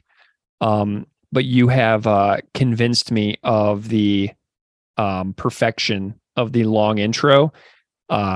So yes, I was going to do 4.75, but instead I'm going 5. That's hilarious because I love this song and I'm rating it a 4.5. Wow. Okay. I'm still going 5. I'm sticking with it. Why did you go 4.5? Well, because Pure in a Hall of Fame is my favorite Propagandhi song. And if I'm Pure in a Hall of Fame is my 5.5 out of 5. Mm-hmm. And the way I look at I guess I'm extremely harsh about critiques and stuff in that I find it very not difficult, but also maybe improbable for a band to have, 10 5 out of 5 songs. Like to me, a 5 out of 5 song is like a once in a generational song that a band can put out. Like, I don't know if bands that are not named Bruce Springsteen can have a lot of songs that are not 5 out of 5. All right. Well, here's the thing. I'm going back to 4.75 out of 5 then. That's fair. I'm going back. I'm removing the 5 and I'm going 4.75. I will gladly receive the ire and rage of listeners who will be very frustrated by my jumping around on this. Well, because you just have to look at it, like if you take your favorite song and if that's a 5, where does this rank in relation to your favorite song? You have to have a scale somewhere, right? True. My favorite Propagandhi song is Supporting Cast. And that's a fairly recent revelation of mine. But I've decided that's my favorite song. So this one, it's a 0.25. You like it 0.25 less? Less. Yep. 0.25 less than Supporting Cast. I think that's fair. Perfect. So that's why I'm coming at 4.5. Like, love the song. I don't think that's a shot at the song. I think it's an unbelievable song. Yeah, I agree. All right. Well, Steve, this has been an absolute joy. We have, I feel like we've done this song justice. Great conversations with our guests, Aukai, Anthony, and Jeremy. A great couple of covers from Aukai and Anthony as well. Love this tune. I'm definitely open to doing a part 3 if people out there, if anybody ever sends me any tips on a reason to revisit this tune, I would do it. You can find us on Instagram and Twitter at PropagandhiPod. Email us at propagandhipod@gmail.com. Steve, it's been a real pleasure today hanging out and chatting Comply Resist. It's been fun. I'm glad that we finally did this one.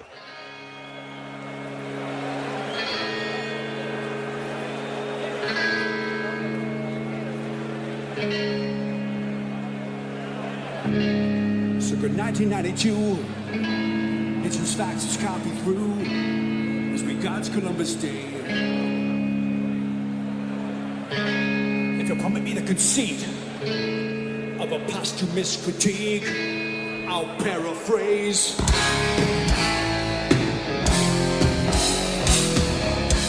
My colorful exotic friend, respectable, well-spoken, unlike the rest of them.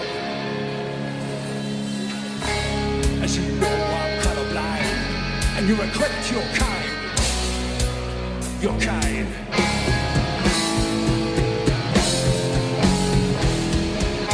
The silly talk of resurgence, ceremony communion with an unconquered natural world.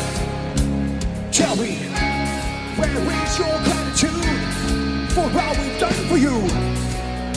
This paradise Eden Empire Kingdom.